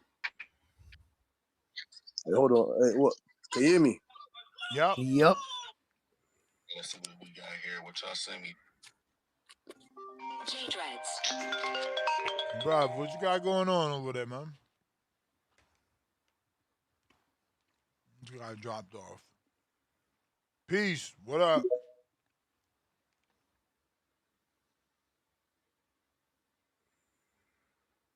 Peace to God. Gotta Peace unmute. to Peace. God. Yo, Yeah. Yo, what yo, up, We hear brother? you. We hear you. yo, what's good? What's popping, man? What's good with the community? What's up, Ness? What's up, round one? Yeah, man, it Salute. was a salute, man. It was a wonderful night of boxing, man. I was there that night live at the Barclays, and it's sad I didn't get to see you around one. I wish I would have saw you. I was on the second floor. I seen some of the other community members, but I didn't see you. However, though, it was an amazing night, man, and I just feel bad because I gotta say that I'm not calling Xander a quitter. He is not a quitter. No, not by a long shot. I respect that guy. But what happened that night, it was the same thing like Cotto. The only thing is that Cotto took a knee and he quit at the hands of illegal hand wraps. He was getting beat bad, worse than that. But the same thing, I saw Xander took a knee and he nodded. He quit it. In my estimation, what I saw live that night, I'm not saying that that what he did was wrong. No, what he did was right because he got to live to fight another day. And on top of that, he gave us a great fight. So my hats off to Xander. I love that kid. But at the same time, I got to be honest. I cannot close my eyes to reality or use semantics to soften up the fact. Like I think you said yesterday, Ness, I forgot what word you used, but he traditionally quit or something like that. Like he didn't quit, but somehow, some way in there you have to put in the word quit. He did quit. He didn't mean to probably. He did the best that he could, but that's what happened. He took that knee and he nodded yes, and I could understand why because he was taking a beating. To me, who didn't quit. Like if you look at history, if you take a if you take a Diego Corrales when he fought Mayweather, his corner stopped the fight. And if you see the reaction of Diego Corrales, the way he cried and the way he was like, no, no, no, no, no, and he didn't want to me, that's not quitting. But when you say, yeah, all right, I'm defeated, you quit. You've been defeated. So I feel that he quit. And don't get me wrong, I don't blame him for that. God bless him. I hope to see him again, and I think it's gonna be he got a bright future. Now, again, talking in favor of Xander, he gave this guy a wonderful third round, man. I think that woke up Boots, even though he won the fight. I think at some point, Boots moving forward now after that fight is going to be more responsible, especially if you fight somebody like Fundora or Virgil Ortiz or whatever, knowing that now he can get hurt after that last fight. I think he's going to be more responsible. He's going to fight more wise, get hit less. And on top of that, I think his corner now is going to start to implement a better plan because it seems to be like I was watching the Sean Porter podcast yesterday, and he's touching something very important. It seems to be that the corner just lets him go out there and freestyle because he's that good. But I think moving forward, they're gonna have to change that. They're gonna have to really implement the plan, per opponent. And Boots are gonna have to stop relying so much on his antics and his skills, and really, do the set things, basic things that needs to be done to win a fight. But aside from that, I thought it was a great victory. I thought Xander did a great job. God bless that kid, and that's pretty much it. That's all. That's my call. But I gotta be honest, as a Boricua, I love him, and shit. Round one, I Caller, thought about caller, you when he. caller. My brother. You just hopped on the show. Yeah, I know you didn't catch the first half of this show, and perhaps, brother, you were probably. I was sitting down on the flats at the fight. I was in section 17 on the flats. So I don't know. Maybe you were sitting up too tall, but we already broke down the fact that Xander never quit. His corner was the one that called the fight, and when he gave the nod, he was acknowledging to his corner. He understood him calling the You're fight. not you're not So we comprehending him, bro. This is what we yeah, talk I about. understand what he's saying. I understand what he's saying, Ness. How I, you I get what he. understand it and you telling him that he didn't hear what you broke down already. He's telling you clearly, I get what you're saying, but to him, watching Xander shake his head no, communicating with his corner, that is a sign of quitting to him. It don't matter Thank where you. you was at. It don't matter what you saw. It don't Yeah, matter about the corner. He's saying to him, y'all gotta fucking learn how to right. comprehend. Now I'm Yes, saying thank to you. him. I'm saying to him that the referee had went over there and threatened to stop the fight, and that I do respect the fact that Xander's corner was the one that called the fight. They said we're gonna live to fight another day. He's a young fighter. We don't have to no me lo dañe. He was obviously outclassed. So when the corner stepped up and the referee turned around and looked at him, and he saw the corner waving the fight. Xander was just standing on the knee, taking the standing 8 count like he did previously in the fight. He was looking at it, he was going to take full use of the standing 8 count, and he was going to get up, but his corner saw enough. They saw enough. They threw in the towel, and it was not like Xander. Okay, he didn't contest yes, it. though. He said You know, yes, and that's yes, why he did. made. That's why this man gave you history and said, Yep. not like Diego who cried no. Like, why? Let the shovel Right, go. Let right, people right. have their opinion. Right, Let right, them right, have their right, right. opinion. Right. So You keep saying right, but you want that to could talk. be It bothers you that they don't see it how you see it. You gotta let that go, champ. You let this shit up. You know, it looks bad. You can't let Champ. shit go when it's your favorite fighter. That shit looks horrible. You're But 50 champ, something. You're 50 but champ, something. Have composure. getting him. Okay, so Oh what my you're God. If arguing I with me see a gi, about fuck is it. the Fuck fact it, that bro. okay, but wait a minute. What you're arguing with me about is that he didn't do antics, throw his hands, flare up, hit the ropes. That's what you're saying? That you needed him to do that? All right, then, cool. You guys win then.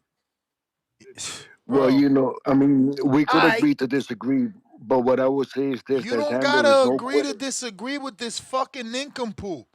It's your opinion. You broke it down perfectly. You elaborated. Thank you. You gave fucking historical facts just to make a point, and this motherfucker still got the shovel. He need to hit himself on the head with it. You be looking stupid as hell.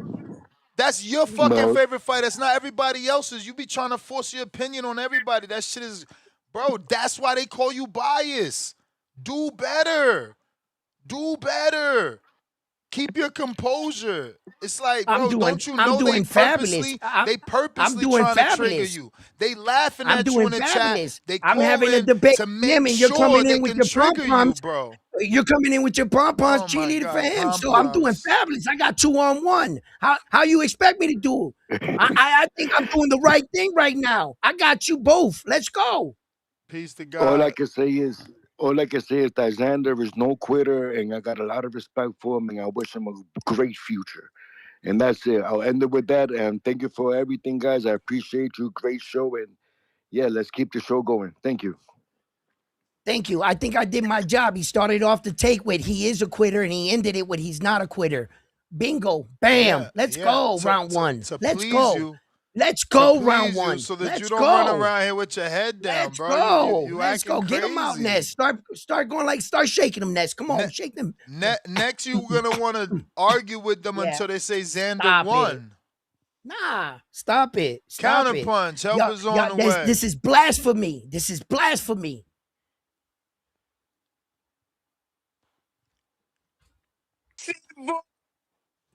Nice. What up? What's good with it? What's good with it? Round one, man. Hey, it's all good, bro. We took our crow. It's all good. You already know what to do, bro. Bet on black next time. But I got some shit to talk about today, man. I wasn't even gonna call in until I heard somebody say Terrence Bud Crawford. So we're gonna talk about it right quick. I'm gonna give y'all a name a lot of athletes. Michael Jordan, Magic Johnson, Floyd Mayweather, Manny Pacquiao, Muhammad Ali, Deion Sanders, Sugar Ray Leonard, George Foreman, Joe Louis, Deion Sanders, I said it already. Okay, Tom Brady. And that's just a list. And what all them athletes got in common next in round one? Retired. They're all great too, right? I don't know them all. All right, but guess what though? They retired, but guess what, Ness? What? They all retired more than once. You know what I'm talking about? All of them retired more than once. Every Well, single he last just one of them said. came for you. Well, he just I see said where you on the going. Porterway podcast he ain't fighting. He said it's the Boots era. Understand? Hey, bro, people say shit every day. He said My it's the point Boots is, era, man. He said oh, it's yeah, the I heard that. Boots Boots era. ain't trying to take his Until Boots is letting him it is the shine. Boost era. I respect it. It's Boost era until we step back in the motherfucking game. And like I said, all the ones I just named to y'all, that was all greats from all different fields, from all different sports. I named way more boxers than anything else for y'all too. and all them athletes retired. Some of them actually went to retire more than once, more than twice. You know what I'm talking about? So let's pump our brakes on this retirement sense that we can't mention Crawford because he retired. Ah la la la la. Your favorite athletes, historical athletes, that retired more than once. So let's cut that right there. And let's talk about the fight of the night. Everybody said it was the Zayas and the Boots fight. That wasn't the fight of the night. The fight of the night was the second fight on the main card, and that was that Jahi Tucker fight. That was the best fight of the night. Keep it 100 with you. That was the best fight, back and forth, straight, back and forth for 10 straight rounds. Let's keep it 100. I need that for sure. Round one, I gotta admit to you, Xander did not quit. Like Ness said multiple times, I said it yesterday. Every time he got knocked down, he used every second he could before he stood back up. The ref and the quarter both called that shit off, so I won't say he quit. And he took a knee, but shit, who didn't take a knee? I seen Tank Davis just take a fucking knee. So the best of the best take a knee, black, white, I don't give a fuck who you is. They gonna take the knee. My nigga Terrence Bud Crawford never took a knee, but they forced it on us. Oh well, fuck it. We don't care. Shakur Stevenson. Why all of a sudden you want to fight stiff ass Sean Porter, aka Gary fucking Russell? All of a sudden, Shakur, where the fuck he come from? Where the fuck Gary Russell come from, Nah, Shakur? he said that because Rayo called him out. He said he'd rather fight him than Rayo. Okay, Because yeah, but a obviously lot of people been Gary. calling him out. Yeah, A because lot of people been obviously. calling Shakur out. Yeah, but think about it. Gary got more accolades. He's more of a dangerous fight. He beat Rayo. Oh You man, forgot. You forgot he beat Rayo. yeah, but I don't understand why he still. I Yeah. feel you with that, but I still don't understand why he called out Gary Russell out of every He fucking ain't body called though. out Gary Russell. He He sent said I'd rather and fight and I him. don't even defend this motherfucker, but I just defend the truth. He telling you. Rayo calling him out. And somebody say, yo, Rayo call you out. He's like, man, I'd rather fight Gary Russell. He gonna bring more out of me. Yeah, you know why? Because you seen that nigga Ryo knock a nigga out. And he way more fluent in boxing. He a way better boxer than Gary Russell. Man, he'll be like a punching bag for Vince Shakur, bro. That'll be like when Devin Haney just fought fucking Brian Norman, bro. Gary Russell ain't like that. He too stiff, bro. Trust me. He see easy fucking pickings over there. I ain't stupid. I'm not stupid, bro. You see easy pickings with that. Why would you call him out of everybody? This nigga just had a magnificent knockout. What And you then, mean? He man, got a belt. It's a unification. You be sounding I don't crazy care. sometimes, No, bro. bro. He ain't been caught. No, I He feel said, you, but he why been would you had a call him belt. out? Man, Gary he's a Russell, he been had unification a and he's belt. considered the toughest fighter in the division. No. But feel me, he been had the belt though. He just start calling Lancey. He trying to clean this shit up because fucking David Haney. Now he's trying to say I want to fight Gary Russell. No, fuck that shit, Kurt. You need to go fight fucking Devin Haney, nigga. The fuck? He trying to get that. He You trying to get his way out of that hilarious. shit. Man, you can see he ain't. I have never seen him say nothing about Gary Russell, bro. Ever, ever. Now all of a sudden he Gary Russell. Shakur, we don't believe you. You need more people. Shout out to the boxing boys. I got one more thing to touch on. Where that nigga Two-Tone at? I heard somebody looking for Two-Tone. You know what I'm saying? They said he be in his room making all these video games, but he don't never come outside. You know what I'm saying? Shout out to Red Spikes. Y'all know what the fuck going on. Shout out to TD motherfucking Terrence Boy fucking Crawford. Shout out to the Porter Way. I love that interview. They call on there. Terrence Boy Crawford. We see a lot of hoes. He get fucked up fucking with us. Shout out to the Boost though. Hey, it's your game. Hey, I tell you this, you ain't the face of boxing, but I will tell you this, Boots. You the most entertaining motherfucker in boxing right now. Yes, sir. He the most entertaining. He more entertaining than David Benavidez any day, every day. You know what I'm talking about? I take that any day. It's way more polished. It look way better. It just look way sharper. Shout out to the boxing with round one. Everything gonna Yo, be okay, dog. Hey, we back hell, on top round one. You know not to bet against black round one. You know what the fuck going on. Shout out to Bruce stop fucking it. Ennis did his Yeah, motherfucking thing. yeah. You know what I'm saying? You hold it down for your people. Keep holding it down because you know people gonna hold it. I got a bet on Hey, mine. you deserve it. Win, You lose, or deserve it. Hey, draw. for sure you do. it is what it is, though. Zayas did his fucking thing. He get mad respect for me because he kept going. He was done when it was over, bro. He was done, and Boots was getting better. He would have got damaged even more, and they saved him because hey, he can fight another day. Shout out to the fucking boxing boy. Shout out to round one and Nesta Gibbs. Keep doing your motherfucking thing. Hey, y'all keep calling the fuck in. Let's get this shit going. And I told y'all. Remember what I told y'all? Help is on the way. And another thing. All the greats done retired. And some of them retired more than once or twice. Go look it up for yourself. Mm-hmm. Mm-hmm. All righty then. Phone lines all packed. Let me make sure I ain't got no counterpoint. Oh, we do got Tim Boski sent the king, I believe. Rocky with the $5. Yo, Actually, I Shotty. remember. Oh, my bad. Go ahead. Oh no, I was just touching on something that happened coming out of the fight. When we were coming, everybody was leaving, rushing to get to their cars or the subway or whatever. I had my Puerto Rican flag wrapped around my neck like a cape. It Damn, was you was real long. covering. You was Yeah, covering a fight and you went with a flag? yeah, of course. They took our flags at the door, What the fuck and do then you mean, of course, bro? Jesus Christ. okay, so when we got in, they didn't want Bro. Your audience knowing you bias is one thing. My audience knowing you bias is one thing.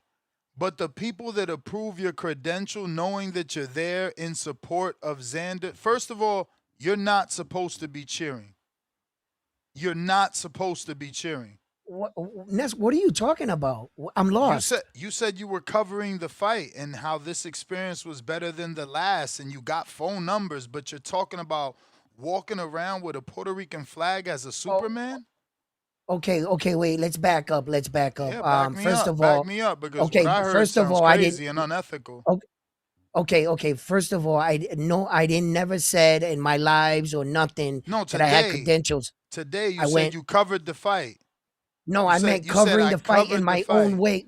Yeah, in my own way. Just because I'm on the Okay, so fact that no, everybody cool. knows You my went as a journey. fan. It's all good. You went Yes, as a fan. But when you use the right. term I covered the Where are you fight, going? you're not Okay. listening. You're not listening. You're already mad of what I said, and you're not listening that I clearly misheard you, so I made the mistake. Relax. Okay. Listen, comprehend. You used the term earlier today. I covered the fight. I did better than the last time. I got numbers this time. I was more social. So Nestor Gibbs assumed cover the fight means what cover the fight means. You know how you call me, you say, Ness, can I cover the fight? So that's where the confusion came in. Cool. You went I as a relax. You went as a fan. If you're going as a fan and you don't have a credential, you have every right to wear a flag and be whoever you want to be. But again, you said cover the fight. I was okay. under the So impression that you went as a correspondent covering the fight as a media representative with a flag around your neck. You see how that looks? okay, all But right. I And misunderstood, so that's okay. so when I also said that I did say cover the fight, I also explained in that same sentence that I learned about what it took. I saw the media guys and the Yeah. equipment they brought so that I could be better I remember that. prepared for the next time and stuff like that. So I was observing them, and watching how they You did, and seen anybody now with a I'm flag learning. around their neck by any chance? No, not one of them. Okay. Not one of the guys in the media Just make coverage. So sure I you came leave in. your flag when you cover the fight, okay? Yeah, so I came in. Nicely said, Nestle. Nicely. I'm gonna get to that right now. So I walk in and they take our flags away and give us a number and stuff like that. Then I sat down and I felt a little some way about it. My brother Googled the fact why they're taking flags, and it said only if the flag has a stick in it. So we went back and we argued our point, and we were like, yo, your rules say only if it has a stick. I think you should return our flags. And they did. They gave me back my flag. They gave my brother back his flag. So, and then I went, I put it around my neck, right? And we watched the fight. I ran into Broadway Joel there and a couple other guys. And, we started talking and everything. And so when I was leaving, I said all of that to say this. When I was leaving, a brother yelled out, "Yo!" I still had the flag wrapped around my neck, walking as a cape. He said, "You might as well take that off." And I turned around and I said, "That would be like me telling you to take off your blackness. I can't take this off. It's a part of me." And then the other dude said, "That's right." And then I was like, "What? Like, take my flag off for what? This is not something you take off." So, and then it was like, but it was just an interesting moment, an experience. And it's just pride. I'm not biased. On my channel, I told everybody, look, this is why I was picking the fight, just showing support. When the brothers pick for their brother and they show support for their brother, there's nothing wrong with that. But when I do it, I'm a Puerto Rican biased dude. And I'm blatantly saying I'm representing, going with my country, and I'm shooting it, win, lose, or draw. But somehow in that translation, it gets lost that I'm biased. But it's no, not. I'm It's not merely translating. showing They're taking your support. word for it. No, they're taking your word for it. My word that I don't. That I'm talking about having faith. It's not translating, bro. They're taking your word for it. You For are what? What's my word? Fanatic of Inoue and a fanatic of most Puerto Rican fighters. That is who you are, and that's okay. Okay, so I can't show support to Puerto Rican fighters, is what you're saying? Yes, but that is what makes you biased. That is what So makes if, you biased. You so- see, hold on. Just again, you have a hard time listening. We got too many callers. I don't even want to hear any what you could say. I gotta get to the other calls. You see what makes me different than you? I didn't pick Cedeno because he's Dominican, and guess what? He lost. Why? Because I picked with my eyes. I didn't pick Xander because my children are half Puerto Rican and my wife is Puerto Rican. I was You're transparent talking with again. that. I'm done with you. You're out of fucking control. Bobby, what up? You don't like to listen. You just like to question why people treat you a certain way. They're treating you the way why because you you're not treat fucking me, listening. not people. You, because you're not people. listening. You. So I'm the only one that calls you biased? No, because of you. Okay. Oh, because of you. Of me. Because of you. So yes. they don't know that you're biased from no, all that the never Inoue started content until you do. started that. So you yes, I you're never not, heard anything about that. You because didn't come here on my and say show, these words. Say wait, just so you can shut up and we can move on. You didn't say out your mouth, I'm known as the Inoue channel. I get more views to do Inoue content than any other fighter. You didn't say that? So yes, shut that's up. not Shut Xander. Up. How'd you just move the goalpost there with another fighter's name? Wow, Ness, thank you. Bobby, talk to me. He used another fighter to No. prove his point. I clearly told you you're biased for Puerto Rican fighters. And you use a Japanese fighter to prove your point about Puerto Ricans. And Inoue.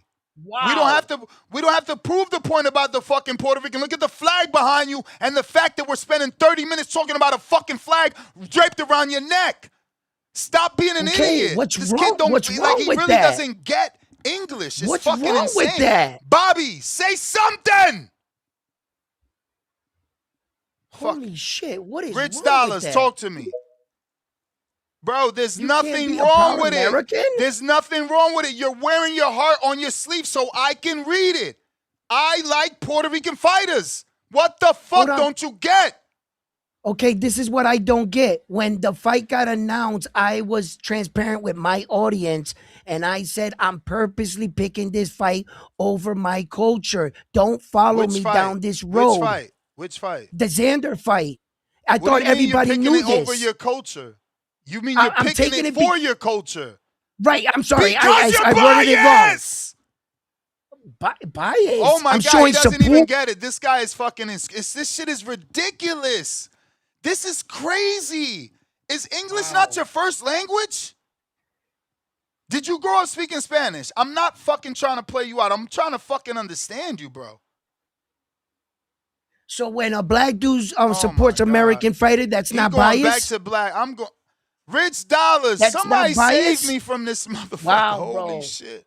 Holy shit balls. All right, Ness. Yo, Counterpunch, right. Timboski, King Counter. I don't get it. only one or two Spanish we can dudes. tell. We can tell you don't get it. Shit is insane.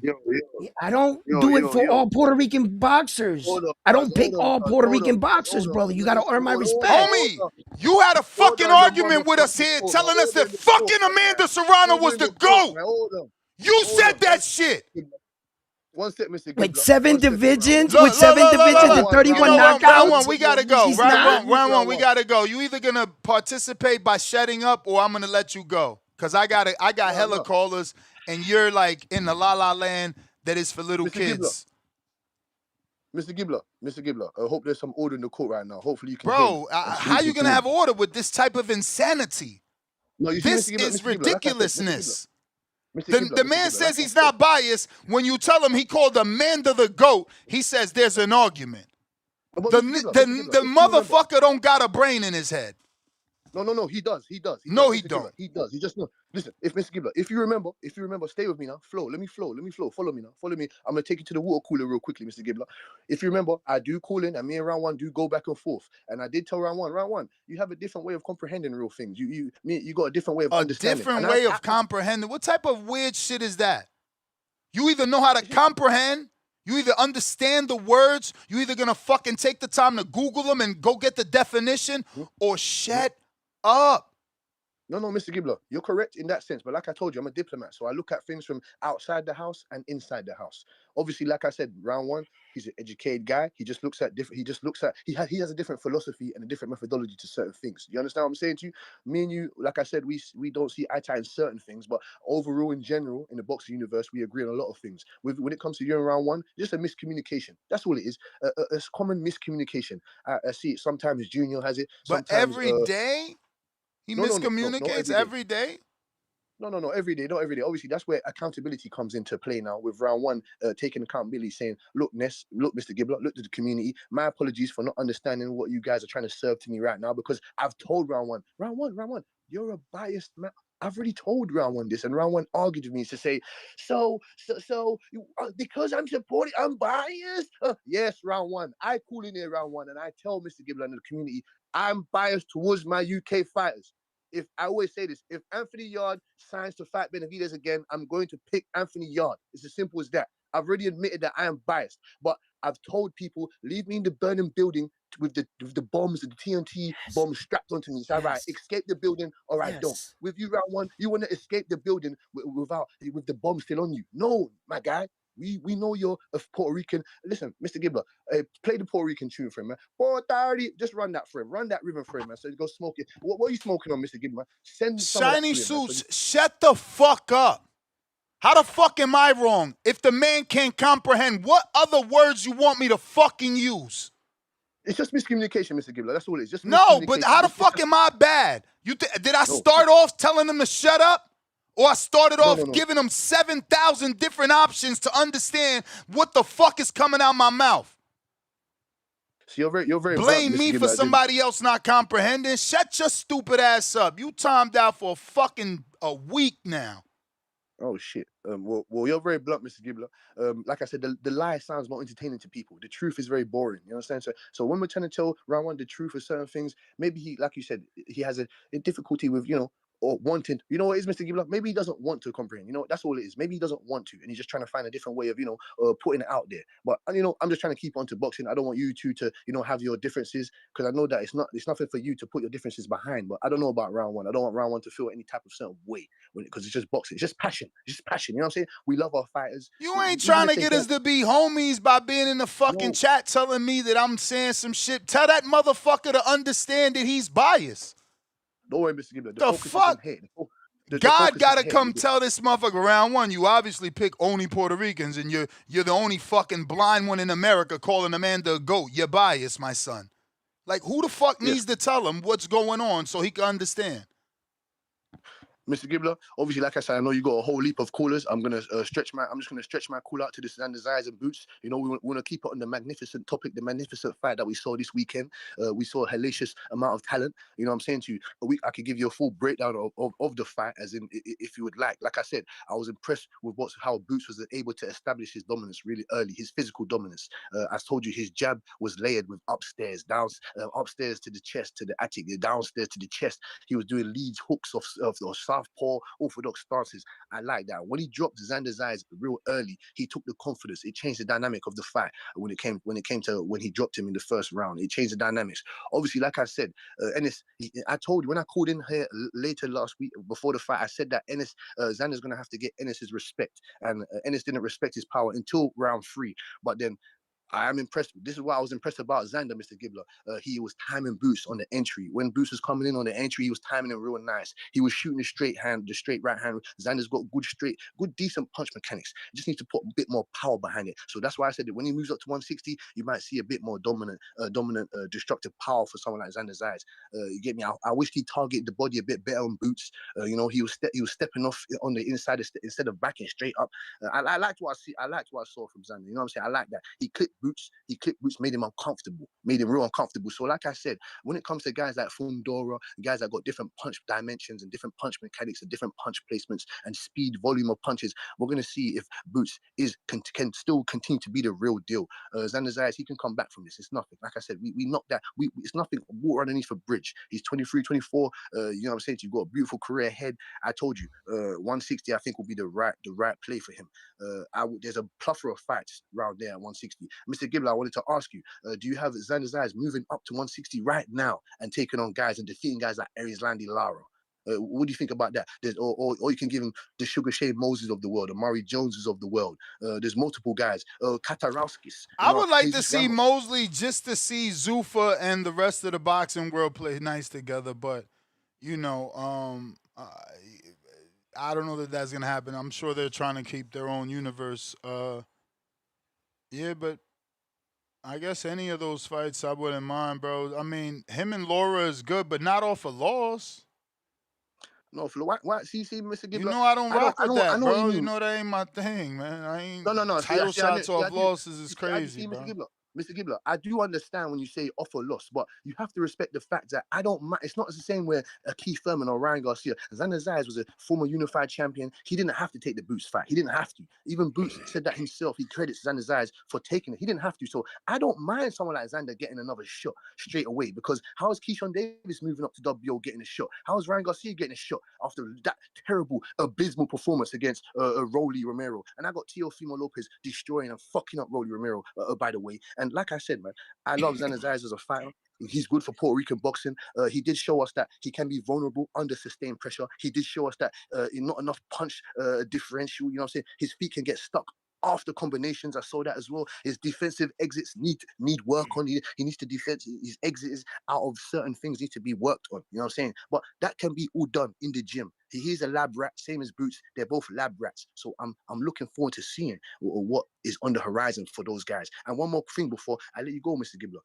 Actually, two more things, because I don't know when my counter punch is going to finish. Boots Ennis said that he wasn't really You impressed saying with $10, Fundora. but we I got hella appreciate that. people, you know? We didn't put no I know. bell on. I know. No, listen, Mr. Gibbler, I do appreciate that. I'm always going to tell you that I appreciate you for giving me a time that you don't need to give me. You get me? People want to say glazing this. No. I give people credit where the credit is due. So, Mr. Gibbler, I wanted to ask you about Keith Thurman and Boots. Boots didn't really give Fundora the credit that he deserved when he dismantled and destroyed Keith Thurman, because he said that Keith Thurman was like 47 years old and whatnot. But these times you span around, you and your brother was telling the man to sign the contract. You wanted to fight him. So I didn't really understand that point there when Abba, I think it's pre-Abba, was asking the questions about that. And as for my boy Ben Whittaker, you know, I want to see him against David Benavidez. Obviously, right now, the next fight, no. Obviously, people are going to lean towards David. Of course, that's what I'm saying. I am biased. I got Ben Whittaker schooling David Benavidez. You saw what we did to Popeye? If you're too slow in there, your foot too slow, you don't really, your defensive antennae are not up properly, we're going to crush you. We're going to crush you up. Because we're dominating the light heavyweight division once those two, Russian warriors leave it. And if your boy wants to come back down to light heavyweight division, he can do so. We won't work. We're 30 years old. We're not here to play games anymore. You understand? And thank you, Mr. Gibbon, man. I know you got loads of callers, man. Hey, salute to the community. I hope everyone's enjoying this show. I hope everyone's enjoying the fucking breakdowns and the real boxing 101 was happening right here. Mr. Gibbler, just bear with round one. Bear with him, man. Bear with him. You know what I'm saying? It's just miscommunications. It's just a line of contact. That's all it is. A line of contact that you just need to, hit on the head. It's nothing, man. It's nothing. Just take it easy, Mr. Gibbler, man. Keep going on your health journey. Make sure your family's well and healthy as well, man. And salute to my boy Cam Dog and YB. Yeah. Absolutely, caller. Hey, listen, let me just clear one thing up here, man. Look, I guess showing support and being biased is walking on a thin line, and you could push it either way. But I know when an American fighter is fighting a guy from another country, you go, look, I'm just going to support the American fighter. I don't know much about this fighter. That's called support. What I was doing was supporting my guy and supporting the flag. I got very few Puerto Rican fighters in the game at the top of the game. So you could push that on the line of being biased. And if showing my support in that way is biased, then I'm biased, right? But I've only shown, like, for the top fighters that I think that earn my respect, that I could get behind, and I was there for support. Yes, I was. And I was picking Xander in the fight. And, I didn't back down from that, but I didn't shy away from it. I don't know where it got lost, that I didn't express 100%. Look, guys, I'm picking this one on this because of this fight right here. And I was really clear with it. Real clear. I said, for this one right here, I'm going this way. Then after this is back to boxing. I will break down and give what I feel about no matter what. I don't care if the next guy's Puerto Rican, but it was just Xander. It was him. It wasn't the Puerto Rican, other fighters. It wasn't nothing else. It was him and what he represented. Getting old, bro. You're so, worse. You're only 50, but he's worse than my 70-something-year-old dad. This man now is making up an entire story and wants y'all to believe that he only picked because it was Xander. Not because he was Puerto Rican. That's not a story. That's a fact. I got receipts. Yeah. Whatever. You're a fucking liar. Not because it was Puerto Rican. It was because it's Xander. Meanwhile, he's got a Puerto Rican flag wrapped around his fucking body. Bro, I am Puerto Rican, right? No, you're delusional. I am Puerto Rican. No, you're fucking delusional. And you don't understand the English language, and you just talk because you can't fucking comprehend According to Ness, I can't be Puerto Rican and I can't wear a flag. Whatever, bro. No. I can't wear a flag because I'm Puerto Rican. According to you didn't pick Xander because he's Puerto Rican. You just showed up with a Puerto Rican flag because you're Puerto Rican. No, I picked him because he was. Shut the fuck up, please, because bro. He is. This guy and what he sounds represents. Silly. Bro, Tony's gonna have you all on the show because you're fucking. I picked him. Like fucking. What are you talking about? Crazy, that is exactly why I picked him. All right, but no one believes you. No one believes you. Because I'm telling you. No one believes. What is going on? No one believes that you're picking Xander because of Xander. This is a joke, right? Yes, it's a joke. This is a joke. It's absolutely a joke. Just like you, we're laughing at you.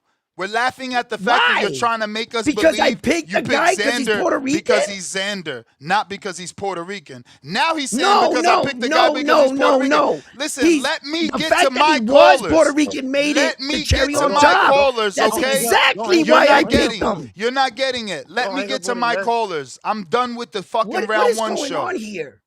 Go ahead, bro. What the fuck is going on? That we're done with the round one show.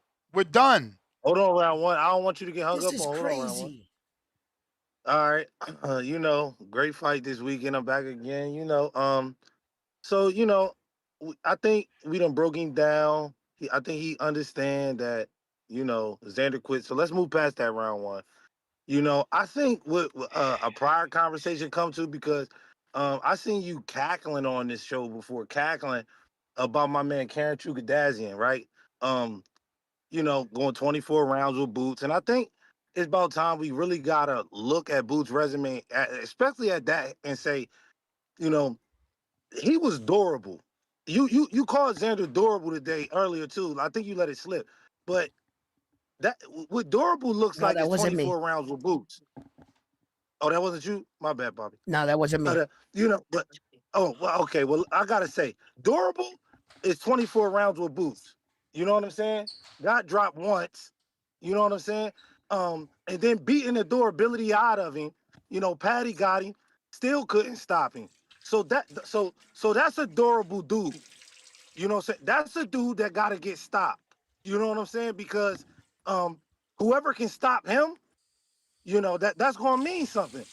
But so you get the difference of what happened to Xander. You know that he's Yeah, not durable, and he got you know, I'm outclassed. just saying, and this is, and I hate to have to talk this way, but this is because, you know, y'all putting all these, you know, you putting all these attributes on y'all, you know, y'all trying to give me participation points, and I want to as well, I really do, but you know, we just gotta establish he quit, you know, because Nah, we admit nah, Boots got hurt, we admit Boot got hurt, we admit it, but you just can't yeah, admit that he quit. nah, And see, nah. We don't want when no you be participation trophy. hold on. He When you lost. be We don't honest, want no when you be participation honest, trophy. He lost. you said you want He to be lost. honest. So when you be honest about the situation, we can look at Boots' resume and say, damn, Karen Chukadazian really is a adorable dude. He really do got whiskers. Well, that's Can what you we can be say honest about with the Karen. situation? Don't laugh at it. Can We can't laugh at him. He's not okay? he's Can you not be just an honest? a dude with whiskers. He's more adorable. He's more tougher than Xander Zayas. Who, Because Karen? people be asking us, is it not obvious?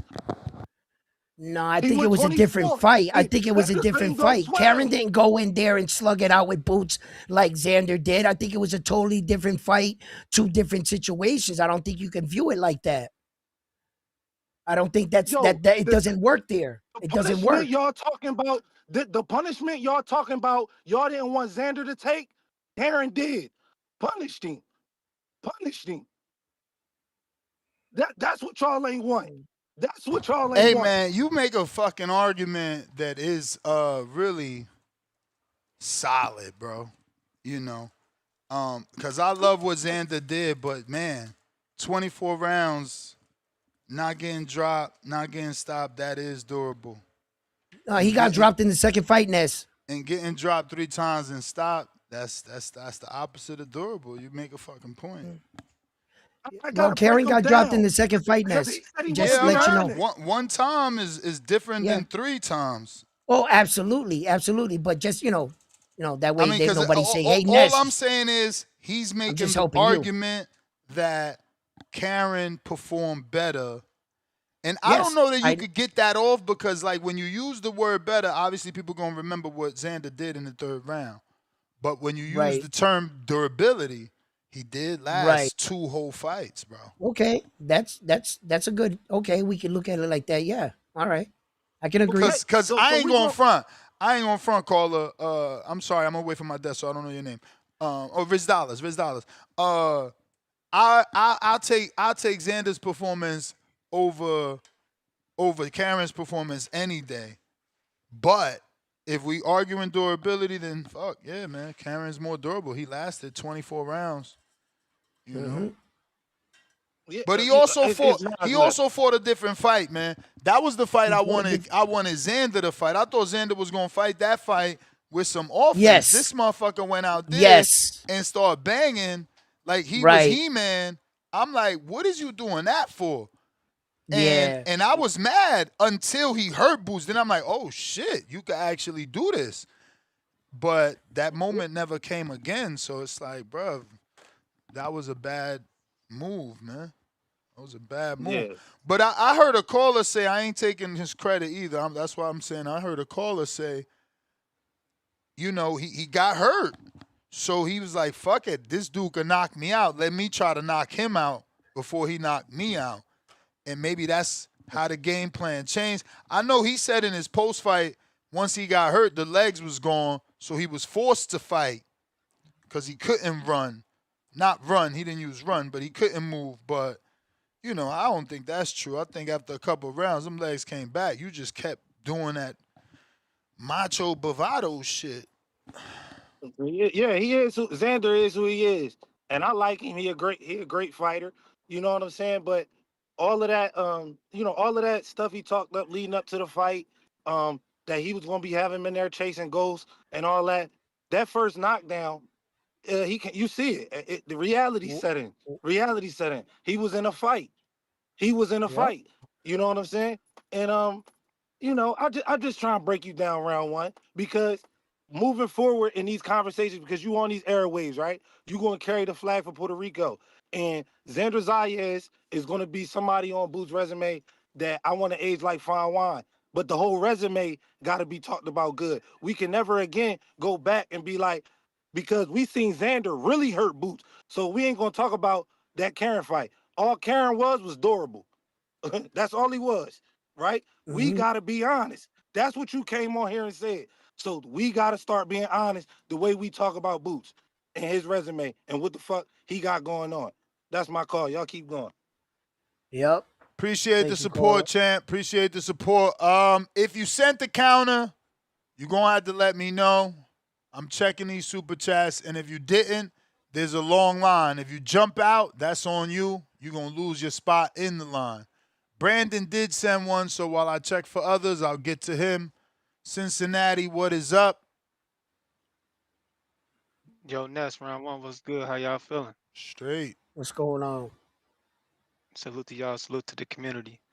While I cook on this topic, I want to give a shout out to my jit, man. My son turned 16 today. The baby shark is a young man. I'm getting old, man. I got a 16-year-old and a 13-year-old. But yeah, I'm on the peps, so man, I'm a young 35, Feeling good, man. So shout out to Sun, man. Love you, boy. My daughter's Um, 35. oh yeah, you a OG, man. You a triple OG in this Yeah. shit. I'm young, you triple OG, so you got some age on me and wisdom on me, old head. But Mm. I'm getting up there too.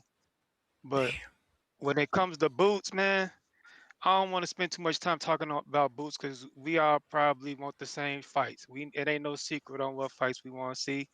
We want to see the unifications with Fundora. We want to see the unifications with Josh Kelly.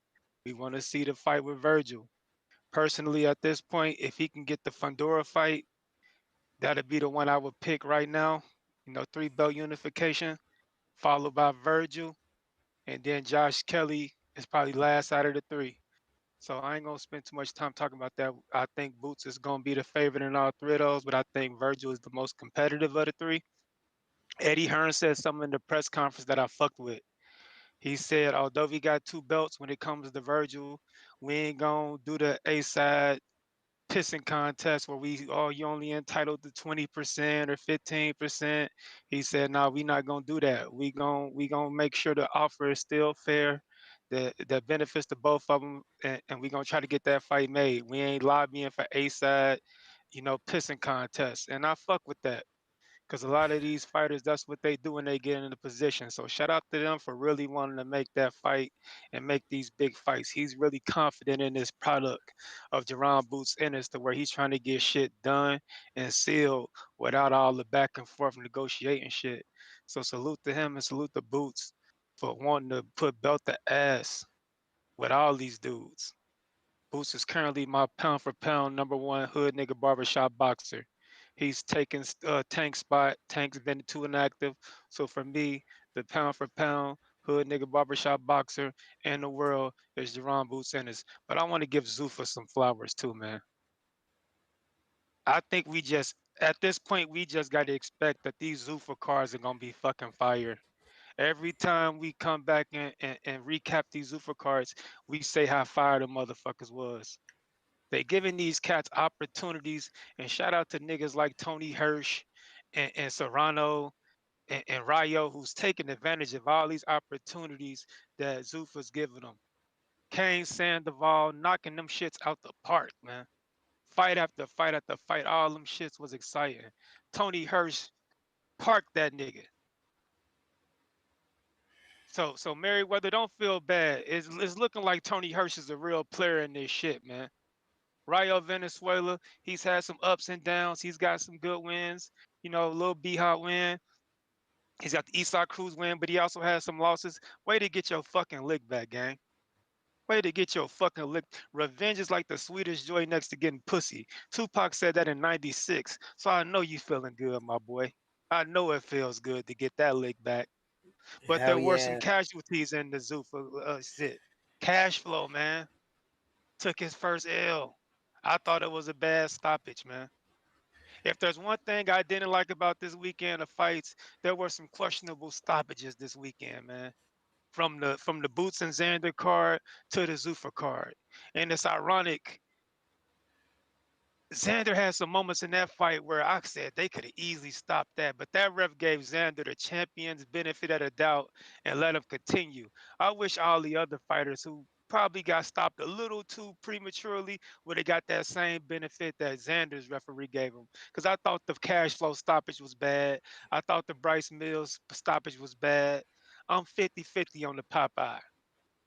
I'm 50-50 on the Popeye, you know? So if there's one thing I didn't like about this weekend of excellent fights, it was that I thought the stoppages in those fights were a little premature. Let these guys get one more go at it before you throw in the towel. So salute to Zuffa, man. What have I been telling people on this show? I want 50-50 fades. And in the press conference, Dana White was asked what makes these cards so compelling and how does he keep continuing to put on these type of events. He simply said the matchmaking. It's not that hard in boxing. Match these fighters competitively in 50-50 fucking squabbles, and you're going to get events like this. And that goes for every promoter. So we had a great weekend of boxing. Boots is the obvious star of the show, though. Like I said, I want to see him in the unifications. I want to see him in the Virgil fight. I'll probably well, I ain't probably. I'm going to favor him to win in all those fights. He's a bad motherfucker, man. Exciting, speed, power, athleticism, reflexes. He's proven that he has a chin. He's proven after this weekend that he's got heart and resiliency. He showed that, he got buzz. He gathered himself and went right back to commencing to put an ass whooping on a young kid. And shout out to Xander. If he didn't show anything in the ring, he showed that he had heart. And it's not over for him yet. He can move up to 160, like you said, Vito Mililecki, Jahi Tucker. Those are all fights that he can make. 2 fights like that, get a couple wins against guys like that, right in the driver position to get a title at 160, and he can get one of those belts at 160, and he's right back to being the Puerto Rican Prince. Hats off to him. But Boots, we talking pound for pound, top 5 now, especially with Usyk about to retire. You take him off the pound for pound list, Boots is sliding in that top 5. That motherfucker special. Ain't no reason to hate on him. He's giving you the fights you want to see, and he's doing it in spectacular fashion, and he's putting boots to ass, no pun intended. And this is his era, man. This is his era. He's the new lemon pepper wing and Don Julio fight party boxer for me. Let's get behind him. All my niggas, let's get behind him and let's represent. So that's my call on that, man. Salute the Boots. Salute all the guys who won, Emiliano Vargas, Ben Whittaker, all the guys on Zuffa, all that shit. Boxing is in good hands as long as these guys keep on putting together competitive fights. But that's my call, Ness. I'll let you get to some other callers, man. Protect your mental health at all times. I'm out. All right. White Mike, $10.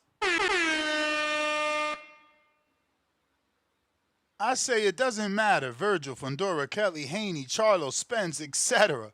I want to see Boots run the gauntlet. 2 boxing glove emojis. People use Xander to hate on Boots. Now they're using Virgil to watch Boots run the gauntlet. Rocky Rodriguez, Boots, PBK, 3 belts. Xander, Vito, tune-up. Fundora, Ortiz, earn the title at 2 belts. So basically, he wants Boots versus PBK for the 3-belt unification. Xander to get the tune-up with Vito Malecki, and Fundora versus Virgil Ortiz to earn the shot at the winner for the 3 belts. Work hard and chill, $5. Verge couldn't stop Boacek or Madrimov, but he has a power and got dropped 3 times. He has power and got dropped 3 times. Jaleel West, $10.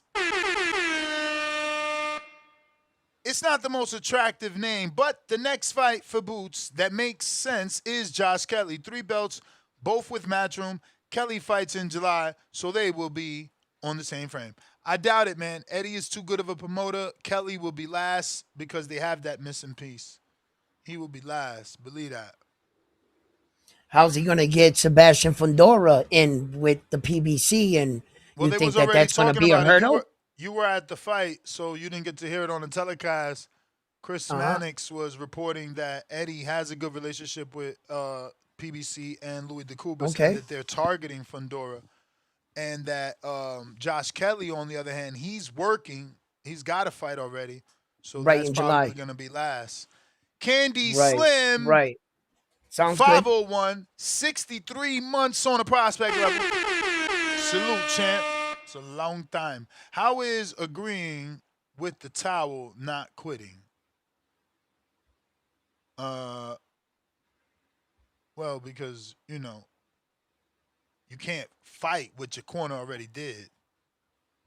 You know what I'm saying? Yeah. Yeah. White Mike, $5, pound for pound, number one in the chat. Drop a bomb for the status. Ness, I sent you the video of the final round. It's clear that he told the ref, "I'm done." Y'all are fucking delusional. Round one. I want me to send it to you. Oh, round one. You want me to send it to you? Where'd you Yeah. send You it, could. White You could. Mike? I don't know, but the referee looked at Xander's corner and Xander's corner waved the fight. You know what I'm saying? And then Xander agreed with his corner. Like he didn't get mad at his corner for stopping the fight. He didn't contest it. So in a way, he was a beaten fighter. Xander, he was like, okay, but Xander respects the decision that his coach made. If his coach called the fight, he didn't yell at his coach. He didn't disrespect his coach. He was like, okay, coach, that's what you decided. All right. He was warned just before that fight, and Ness explained it. That fight could have been stopped the round before, and the ref gave him an opportunity. Xander was really hurt. So if they called the fight then, I wouldn't have been mad. But Xander went down. The ref started counting. The ref turned around, looked at the corner, and the corner waved it off. And then Xander said, okay. He just respectfully agreed with his corner, and probably it's due to the fact that Boost was whipping his ass. You know what I'm saying? So like Xander was like, okay, he felt like his corner called it and he agreed. In that sense, yes, that's exactly what happened. Take it for what you feel. Do you feel that he should have got up and said, no, coach, and argued with him? Okay, whatever you feel. But what took place was the referee looked back and the corner waved it off. That's exactly what happened. Whatever way All you want to take it from there, good. righty then. We're gonna catch up on these supers. We got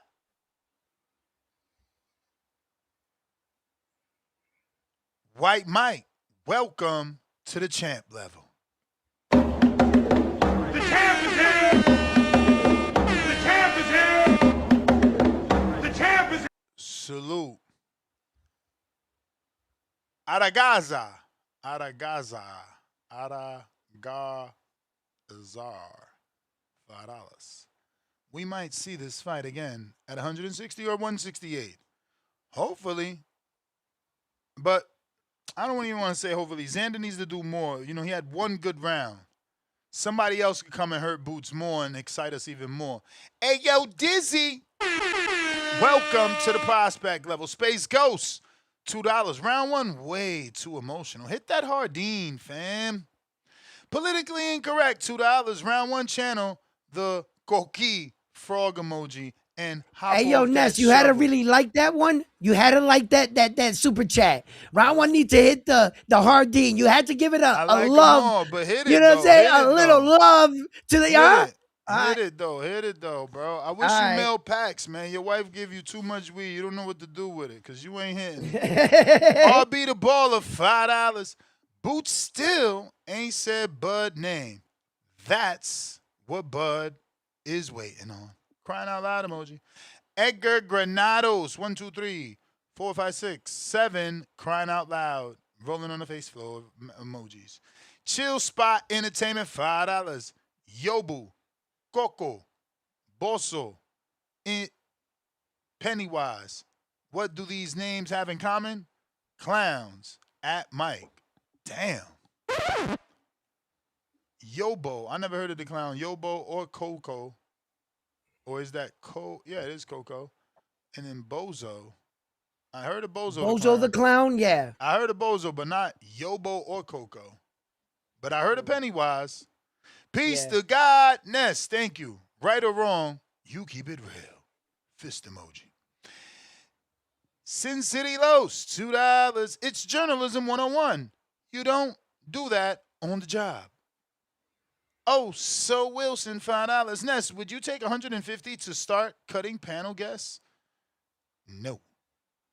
Brandon, skip the line counter. Got to it. It's Tito La Voz, $10.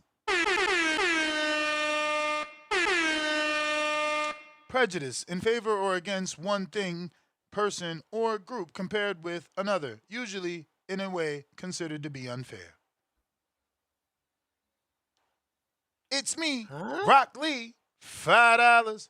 Round one saying he not biased while giving you an explanation of what being biased is. Exactly. Laughing out loud, you're hilarious. That's what I'm getting, that he really doesn't get it. Like, he doesn't get it. He's literally telling us he's biased by saying, I'm picking for my And then culture. I'm offended while you're saying you're I'm offended because you're not biased. comprehending it, No. bro. You know what my offense comes in? Where? Because I'm blatantly telling you that I am, and you're giving me shit for saying that I am. No, we're giving you shit for not understanding, but by telling us you're picking him for the culture, you're explaining Obviously. that you're biased, but you don't like the Yes. word bias. Yes. No, you yes, don't like Ness. the word bias. It offends Okay. you. I don't know what I'm doing wrong. But okay, let's just move on, please.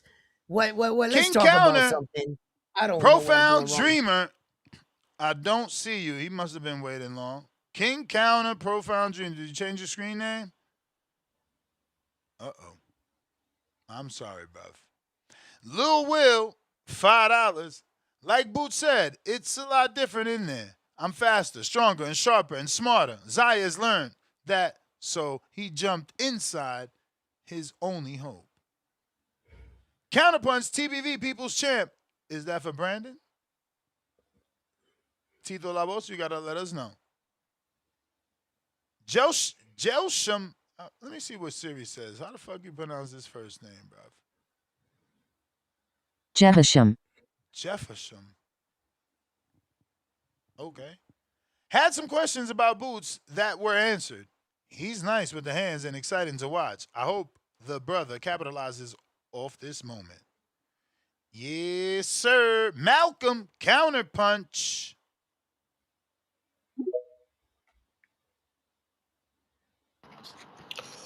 Mr. Gibbs, good afternoon.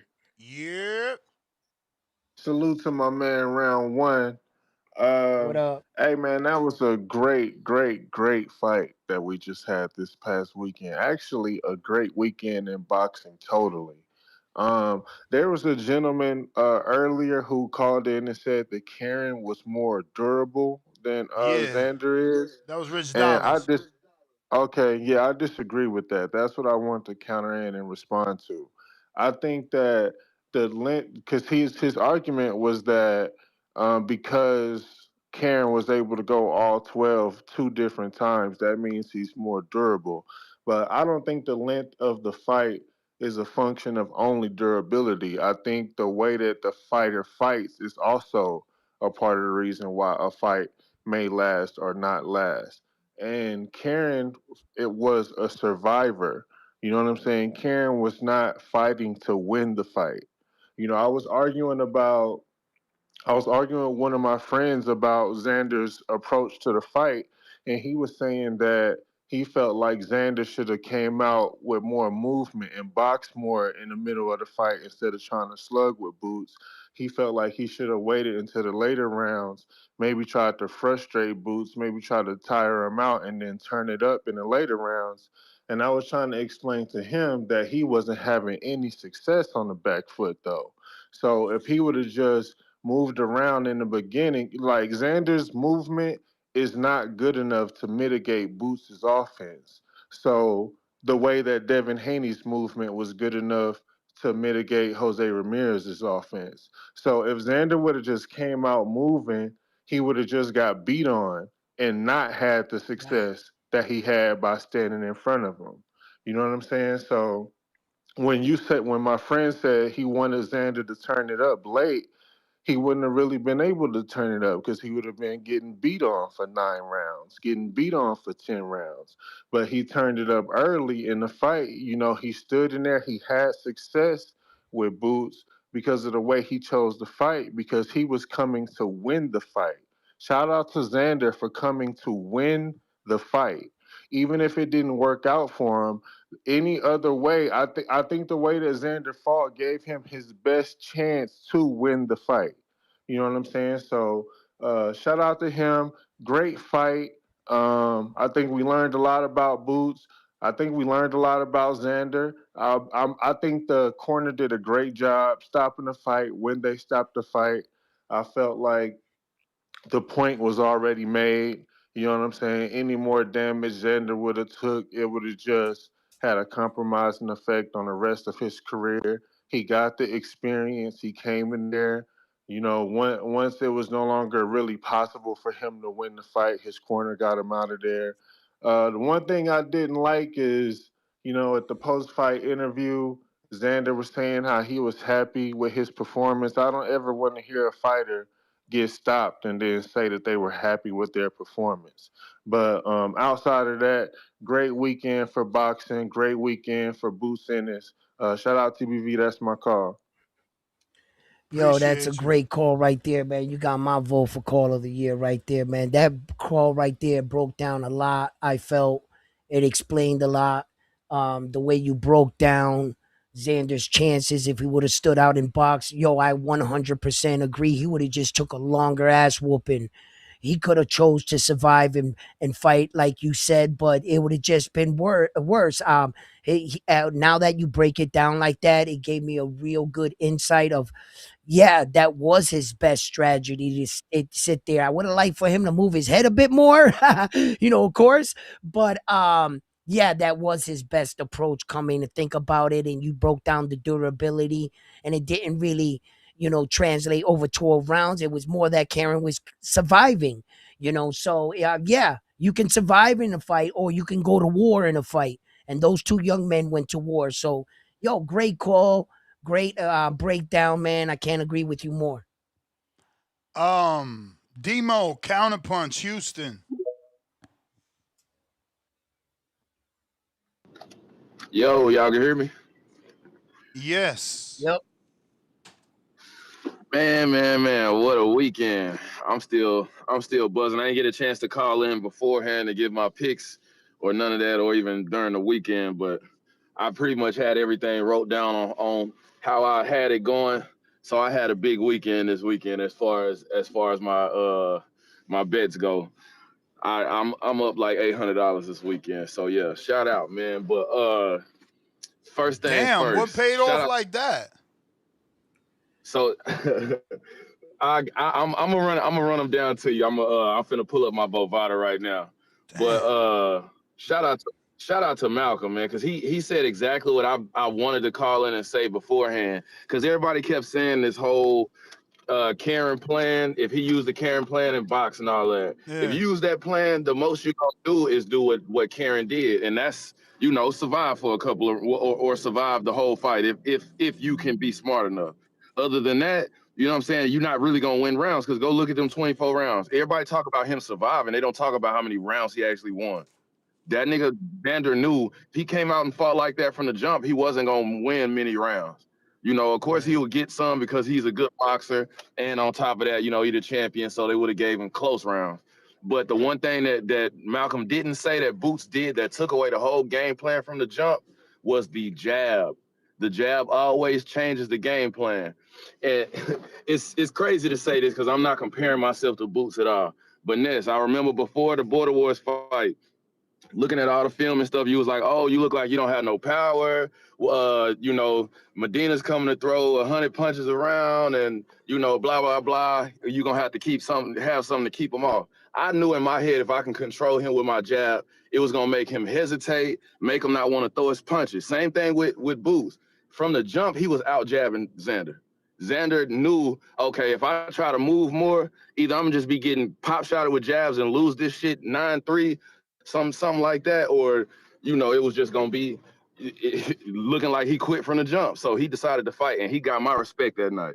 The reason I say he didn't quit, like everybody else, we seen him agree with the towel, so that's a form of quitting, even though your corner threw it in. But the reason I say he didn't quit is because the ref should have stopped it a round or two before then. So technically, he wouldn't even had to get to that point if the ref would have did his part. You feel me? So I don't think he quit. He definitely was fighting, you know, fighting till the end, even when he got hit with that uppercut. And the one thing I want to say about that uppercut, bro, he's literally, I don't care what nobody say, he's the younger version of Terrence Crawford. That same shot that he got, that Xander got hit with, go look at Benavidez. He caught Benavidez with that same combination. Yes, he Literally did. that same uppercut inside and dropped him with it and tried to follow up with the hook. Same thing Boots did. They got the same kind of mindset. Now, the shit that Xander was clipping him with, of course, if Crawford would have clipped him with that, we can say he would have got him out of there. We can say if Fundora clips him with that shit like that, he gonna get him out of there. I think his toughest fight is gonna be Fundora because even in that round where Boots got hurt, right before he got hurt, you seen he made Xander miss a punch. And I remember Greg Hack and them saying, oh, he made dude miss a punch and kissed it. He pretty much did that shit with Xander. He made Xander miss and then he did the little move his head to the side. I know y'all remember that. He's not gonna be able to do that type of shit against Fundora because you're gonna misjudge that range and you're gonna get clipped and get knocked out. So I think he can get clipped bad by Yeah, Fundora, but and you that'll don't do be that. You don't do that till you find your range. facts. Yeah, That's why meaning he's that's gonna why fight when people Fundora say he get different. Yeah, hit, yeah, for sure. When people say he get hit too much, that's why I like what's the big Boost fan? He called in and said the first round showed you. If he don't want to get hit much, he not gonna get hit much. But once he start finding his range and getting lazy, then that's the type of shit that happen. So he get comfortable in there with Fundora for 1 second. Oh yeah, it's trouble. That's it's trouble with that one. And then I don't what know. was the other the Emiliano I'm fight? I knew picking that was knocked Boots. I'm picking Boots. I don't, you know, Fundora hasn't shown me to out. be as dangerous as Boots at all. You know, his most dangerous fight is the Tim Zoo fight, who, you know, we question now. So I don't know. Me too. And I ain't gonna lie, I take Boots too, but that'll be the most dangerous fight, I think. You know, so yeah, if anybody can give him more of a run, I think that'll be the fight for him. Cause he gonna I do agree. what's the other champion name? He gonna do Kelly bad. He Josh gonna do Kelly Josh bad. Kelly. I ain't gonna lie. Yeah, yeah. Now I But got Boots against all the Ben Whittaker. champions, but yeah, Yeah, Yeah, I same mean, I way. But don't I know. mean I don't know Ben Whittaker, who I would like if maybe if Charlo came back and that's beat. the only guy I was And thinking. I mean, I don't even know who he would have to beat, right? Like in order for me to believe in him Charlo gonna again. box and move. Yeah, Charlo but gonna what? box and But I move, but need we to seen see from the him Harrison win. fight when he get I pushed need back. to. Yeah, but I need to see him Yeah. actually beat somebody active that's good to believe in him again, especially over a younger Boots who we was already picking Crawford to beat Charlo. And now, you know, Boots is just a younger version of Crawford is what it's looking like. I got Boots beating the best version of Charlo because going back to the Harrison fight, he's gonna box and Bro, move, you but from he's not gonna Houston, win many bro. They rounds. ain't gonna let you in the club now. Hey, man, I'm gonna keep it 100, and y'all already know. I done said it 100 times. A lot of niggas from Houston don't fuck with the Charlo. Keep it real, because yeah, first off, they not really from Houston, and then Where they second off, really they from? they like to down the city. They from Louisiana, Oh. but they like to down the city. You know, once they got on, they start down in the city. So a lot of niggas don't even fuck with them. This keep it real. But I sent a counter. You know I might be going a little long, but I'm gonna get to the rest of it. Ben Whittaker, everybody was calling in talking about Popeye. I went and watched him, Yeah. and I knew from the jump. I felt like he was gonna get clipped with an overhand right and get knocked out. But when he got clipped with that hook, I had put my bet. That was But one that come was on, on my man. parlay ticket. Nobody knew that speed was gonna be that much of a difference. That's really what fucked it up, bro. He was super duper Bro, fast. And Popeye was Ever just since that fight confused. that ever since that fight that Ben Whittaker threw himself over the ropes when dude was grabbing him, I've been watching him, and of course he's flashy, but he's always been that fast. Just like Terrence said, he just Yeah, kind of but played that's with the his food because thing. he's That's dancing. the thing, bro. You looking fast against fucking domestics, so nobody paying attention to that speed. Now you was in there with a world class fighter, not a world class, because As Popeye far ain't as world class, but Popeye's been on the world level, and we got to see your speed gauged. But you know, when you fighting the that's all I'm about to Camerons say. of the As far world as and the U.S. Brian talent, Suarez's of the world, we don't really know who you are or what you are. after after watching his film, I didn't feel like Popeye was that far off from the Cameron dude's level. And I seen, hey, he liked to keep his left Nah, hand man. What down, so I film knew you he was watch? going What to. film you watch? You ain't watched the Badu Jack fight saying that shit. The fuck? Nah, no, not it. All Definitely right wasn't then. Badu Jack. All right, It and definitely that's wasn't Badu. I But and want to say that's it what was one we of the going last but on. fights. what We about going the on. We going 15-month on. inactivity? We going off the Badu Jack fight, being able to perform on that high Okay, level. so let me put it to you like this then, because I've watched a lot of Badu Jack fights. If you put Badu Jack in there with Ben Whittaker, I got Ben Whittaker flushing him Yeah, too. but Badu I'm gonna Jack say that. 44 years old right now, bro. Who No, ain't gonna yeah, pick Ben Whittaker I'm not over saying. Badu I'm Jack? not saying right That's now. what you No. supposed I'm to not saying do. right now. You supposed to pick I'm Badu saying Jack to if lose the best when the version, young version of the Whittaker best is version of coming. Badu Jack. No, I'm saying best version of Badu Best Jack. version, If you you put out of him in there with this, control. You out of control now. You out of control now. All his right, best. let's Hey man, let I was never that big of a fan. I watched a lot of Badu Jack fights, but I never felt like he was that great. He was good. He was never like great. I feel like Ben Whittaker got a chance to be great. Not saying he is, but he got the intangibles to be great. Let me put it that right. way. And then How about this? you got Vargas. Go ahead. I Go was ahead. gonna say, back to your original question. Who could the Charlo twin fight to get to garnish the respect to Hmm. fight Jaron Boots Ennis? And I'm I throwing got out a name. Charlo and I'm saying, I'm saying, how about Brandon Adams? Yeah, that's a I mean good that's a good fight. fight. That's a good fight, but What do you really, think? honestly, like people expect Charlo to beat him, but it is 3 years off, so maybe the Yeah, Brandon Adams fight is a tough enough fight. But right now, I'd watch. Charlo being who he is, we would expect him to win that fight. But you don't Yeah, think that would garnish but I and mean, yeah, prepare that him would be for Jaron Boots Ennis? Like, if he could Um, beat a name like that totally coming different back, and Yeah, that's style. my yes and question. no. Yes and no. That's I'm Totally Definitely, asking. different style. definitely a different style. But when boots go on the inside, that you know, Brandon Norman is a good fight. Like Brandon Norman can't do what Boots can do all over the ring. He don't got all the tools, but he could compare with Boots on the inside. Like that's what he does. That's what he does do well. Brandon Adams is fight on the Boo's Yeah, best and inside. then Boo's best attribute that they're not gonna be able to replicate is his Well, again, reflexes. Like we not trying to say that Adams could be a replica of Boots. Like that's why I'm being clear. The only thing that Adams even favors yeah, Boots in is on the inside. That's I'm trying to be clear on that. yeah. I yeah, don't want that to and get lost in It'll be a good and fight translation. the though. and the question was like the question was asked, I should say, what active fighter can the Charlo twin come back and fight that can garnish him the Boots fight, and what would like prepare him, in what way? So that's why I threw out Adams, because like Ness said, what active fighter? Because you want to, Charlo got too much inactivity going straight into a Boots fight. No, we want to see Yeah. him against what kind of quality of an opponent. And then if he starches that guy or beats him, whichever way, we can say, yeah, he's ready for Boots, that the fight would actually be competitive. So what fighter in Them the still division fights. active, Them, like Ness said, what one would give you, yeah, if he can beat this guy, we want to see the Boots fight. What fighter?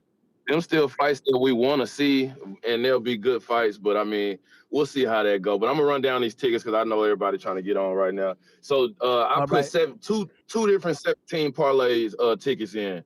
So both of them, they all had Dennis Thompson on there, just by money line, Jahi Tucker by money line, Vargas by money line, Hurst Jr. by money line, and Cain Sandoval by money line. One of them had Ben Whittaker by knockout. The other one had Boots by knockout.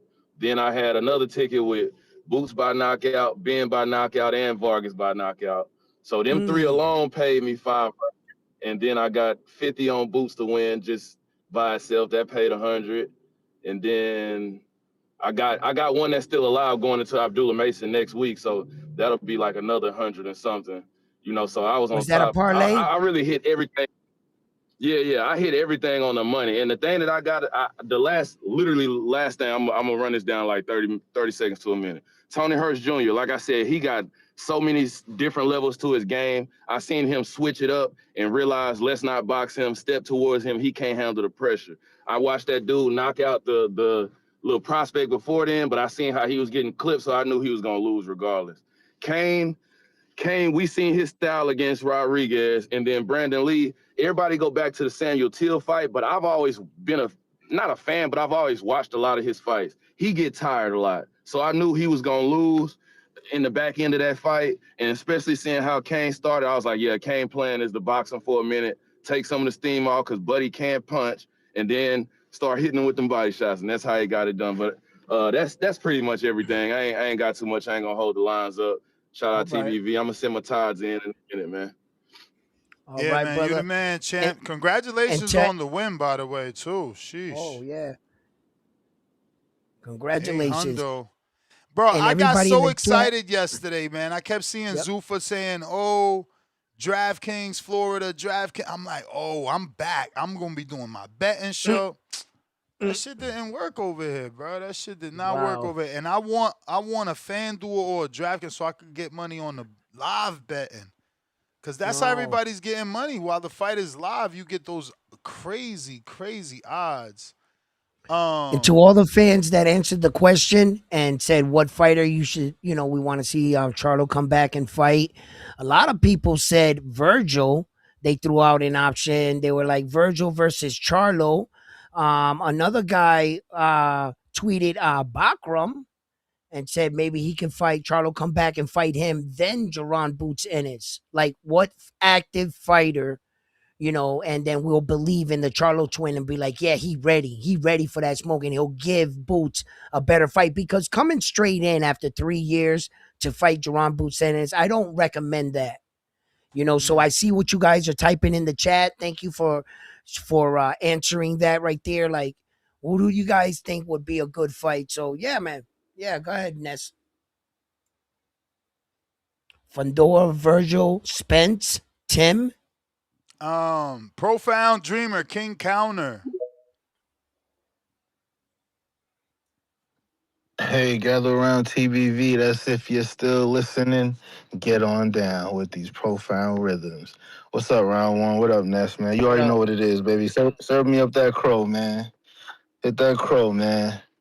You know, shout out to Boots. He did his thing on Saturday. My boy Xander. Hey, man. Xander, hey, I tell you what though, Xander is an A side we could trust, man. We know Xander is gonna make the big fights happen, so big respect to him for that. I love when we get an A side guy who willing to take risks and make big fights happen. So shout out to Xander, real A side shit. But yeah, man, I didn't think that Boots would do what it took to like establish his jab in the fight. Going on 2 fights with Karen, which I predicted correctly in the second fight. I figured Karen would go the distance because Boots showed against Karen that he wasn't even concerned about establishing the jab. He was just so concerned with athleticism and landing power shots, which is why Karen went 12 rounds with him twice. So I'm just thinking Boots is not going to establish his jab, but the first round, the first 3 punches Boots threw was jabs. So that went out the window. And then Xander is a fighter who always boxes early and fights late. But somehow, he chooses the biggest stage of his career to stand toe to toe from round 1. And I was just like, what happened to the movement, bro? What happened to the boxing? But hey, shout out to him for on the biggest stage, not trying to back foot bitch it and trying to fight and make the fight exciting. But it was a huge mistake, and he suffered the biggest consequence for it, which is a loss.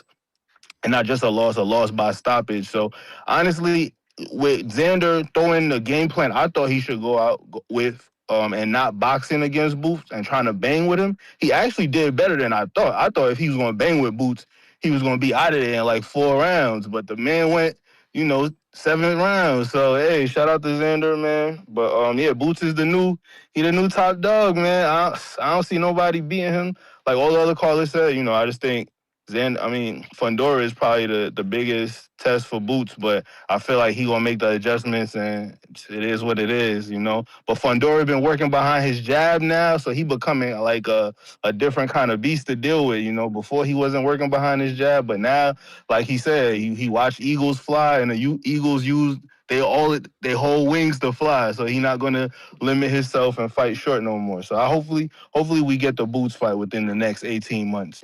So. But yeah, that's my call, man. I just wanted to eat my crow, man. Shout out to y'all.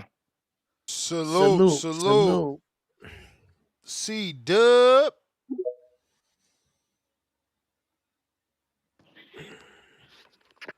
Yo, how the audio? Straight. Yo, how the audio? Straight. Uh-oh, he ain't connecting. You good? You can hear us? Caller. Nah. Timboski counter. Timboski.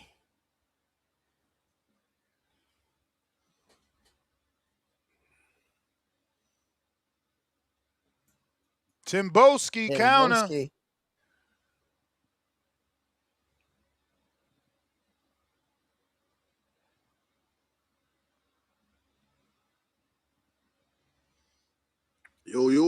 Yo.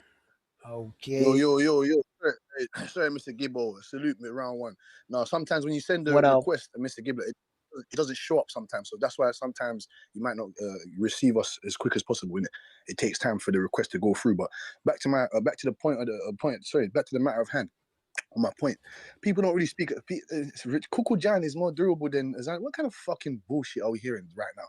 Didn't you see what happened to him against Paddy Donovan? I don't hear that nonsense, man. He didn't get knocked out or whatnot. No, but he got dropped multiple times, and with a lesser man, a less powerful guy.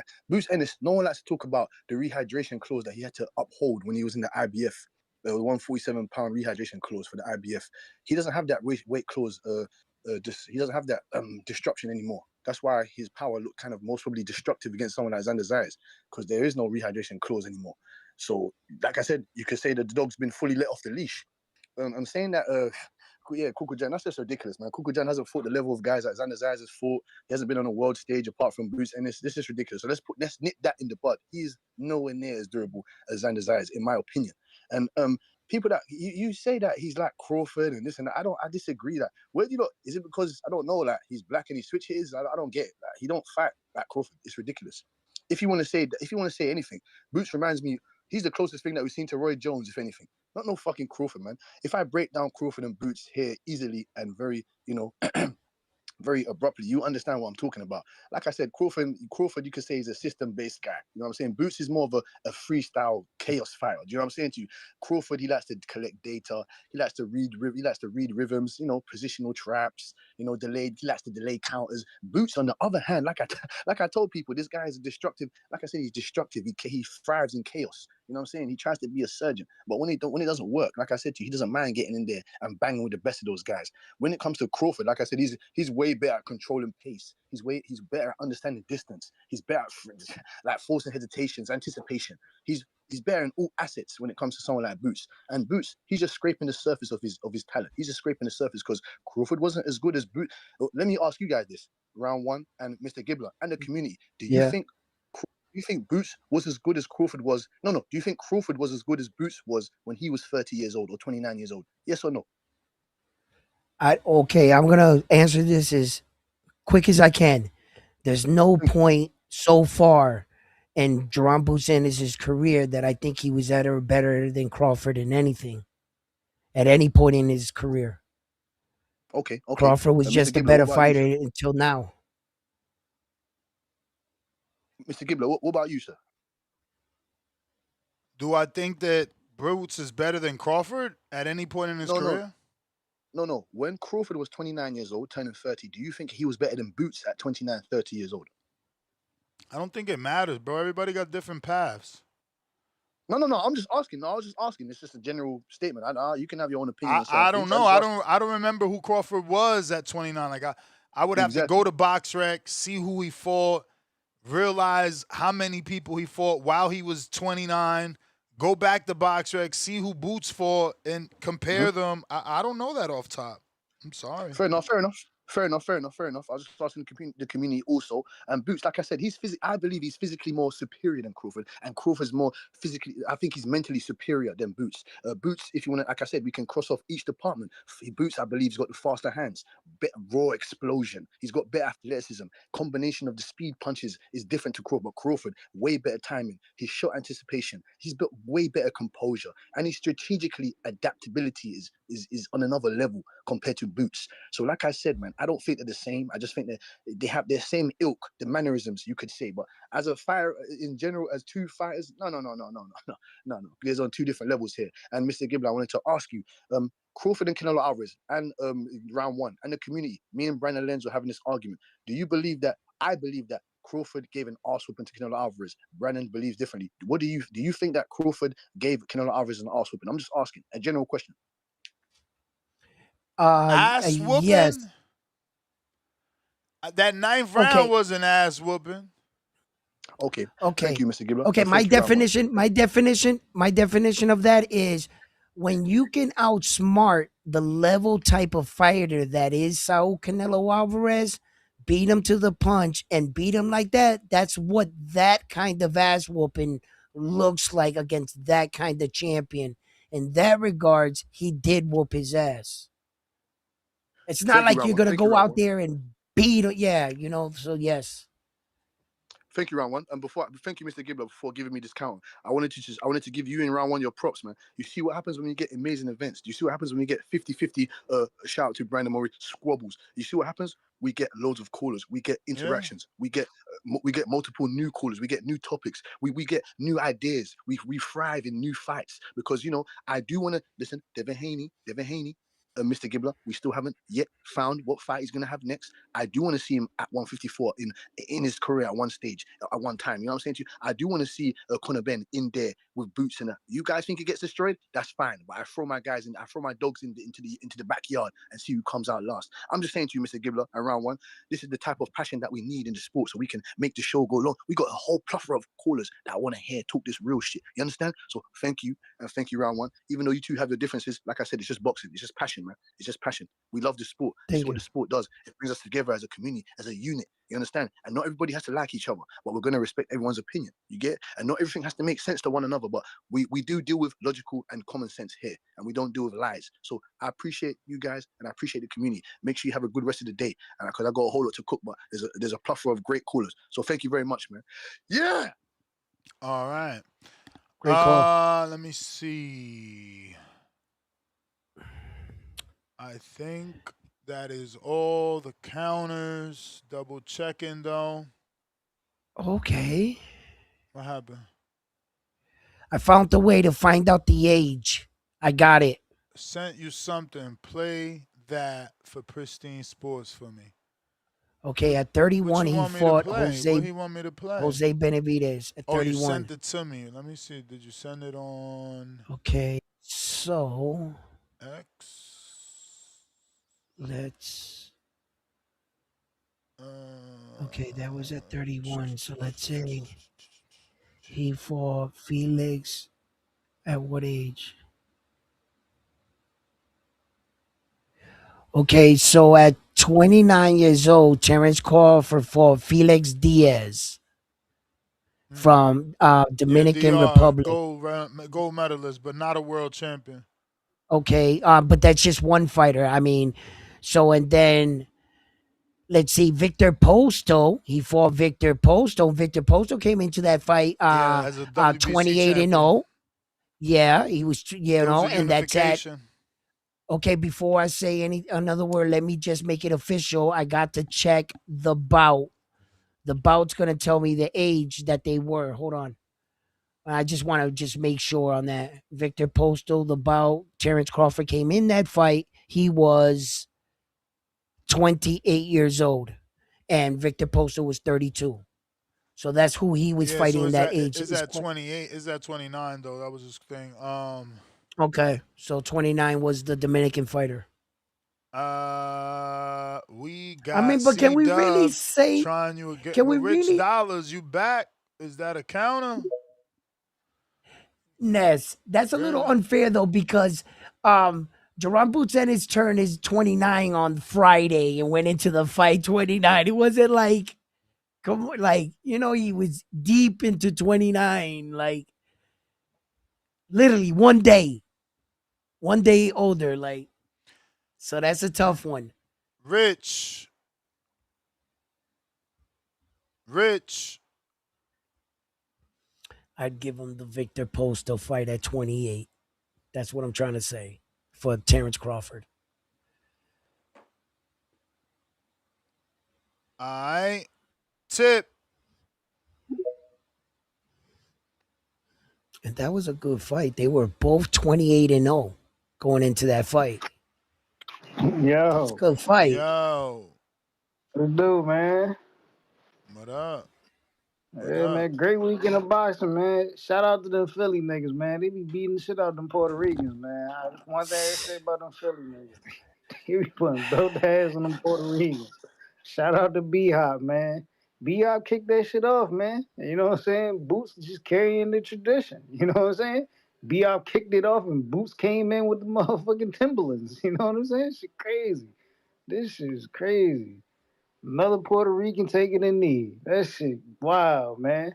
I ain't gonna hold you, Ness.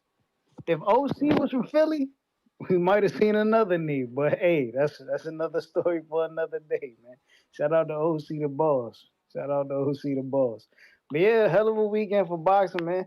That Zuffa card, yeah, some crazy upsets. I did not expect cash flow. Well, no. You know what? Dude was a puncher, and he done fought some okay opposition in his weight class. So I could see the only way for him to win was knocking out Floyd Cashflow Diaz with one punch because he was getting outboxed every round. That one punch was his only chance of beating Cashflow. Um, Damn, Omar Trinidad had a good bout. You know what I'm saying? Leveled up last night for sure. Brandon Lee, man, that gas tank just ain't there, bro. Disappointed me. He fucked the money up last night. Definitely fucked the money up. I was pissed off, man. I was pissed off with Brandon Lee. That wasn't it.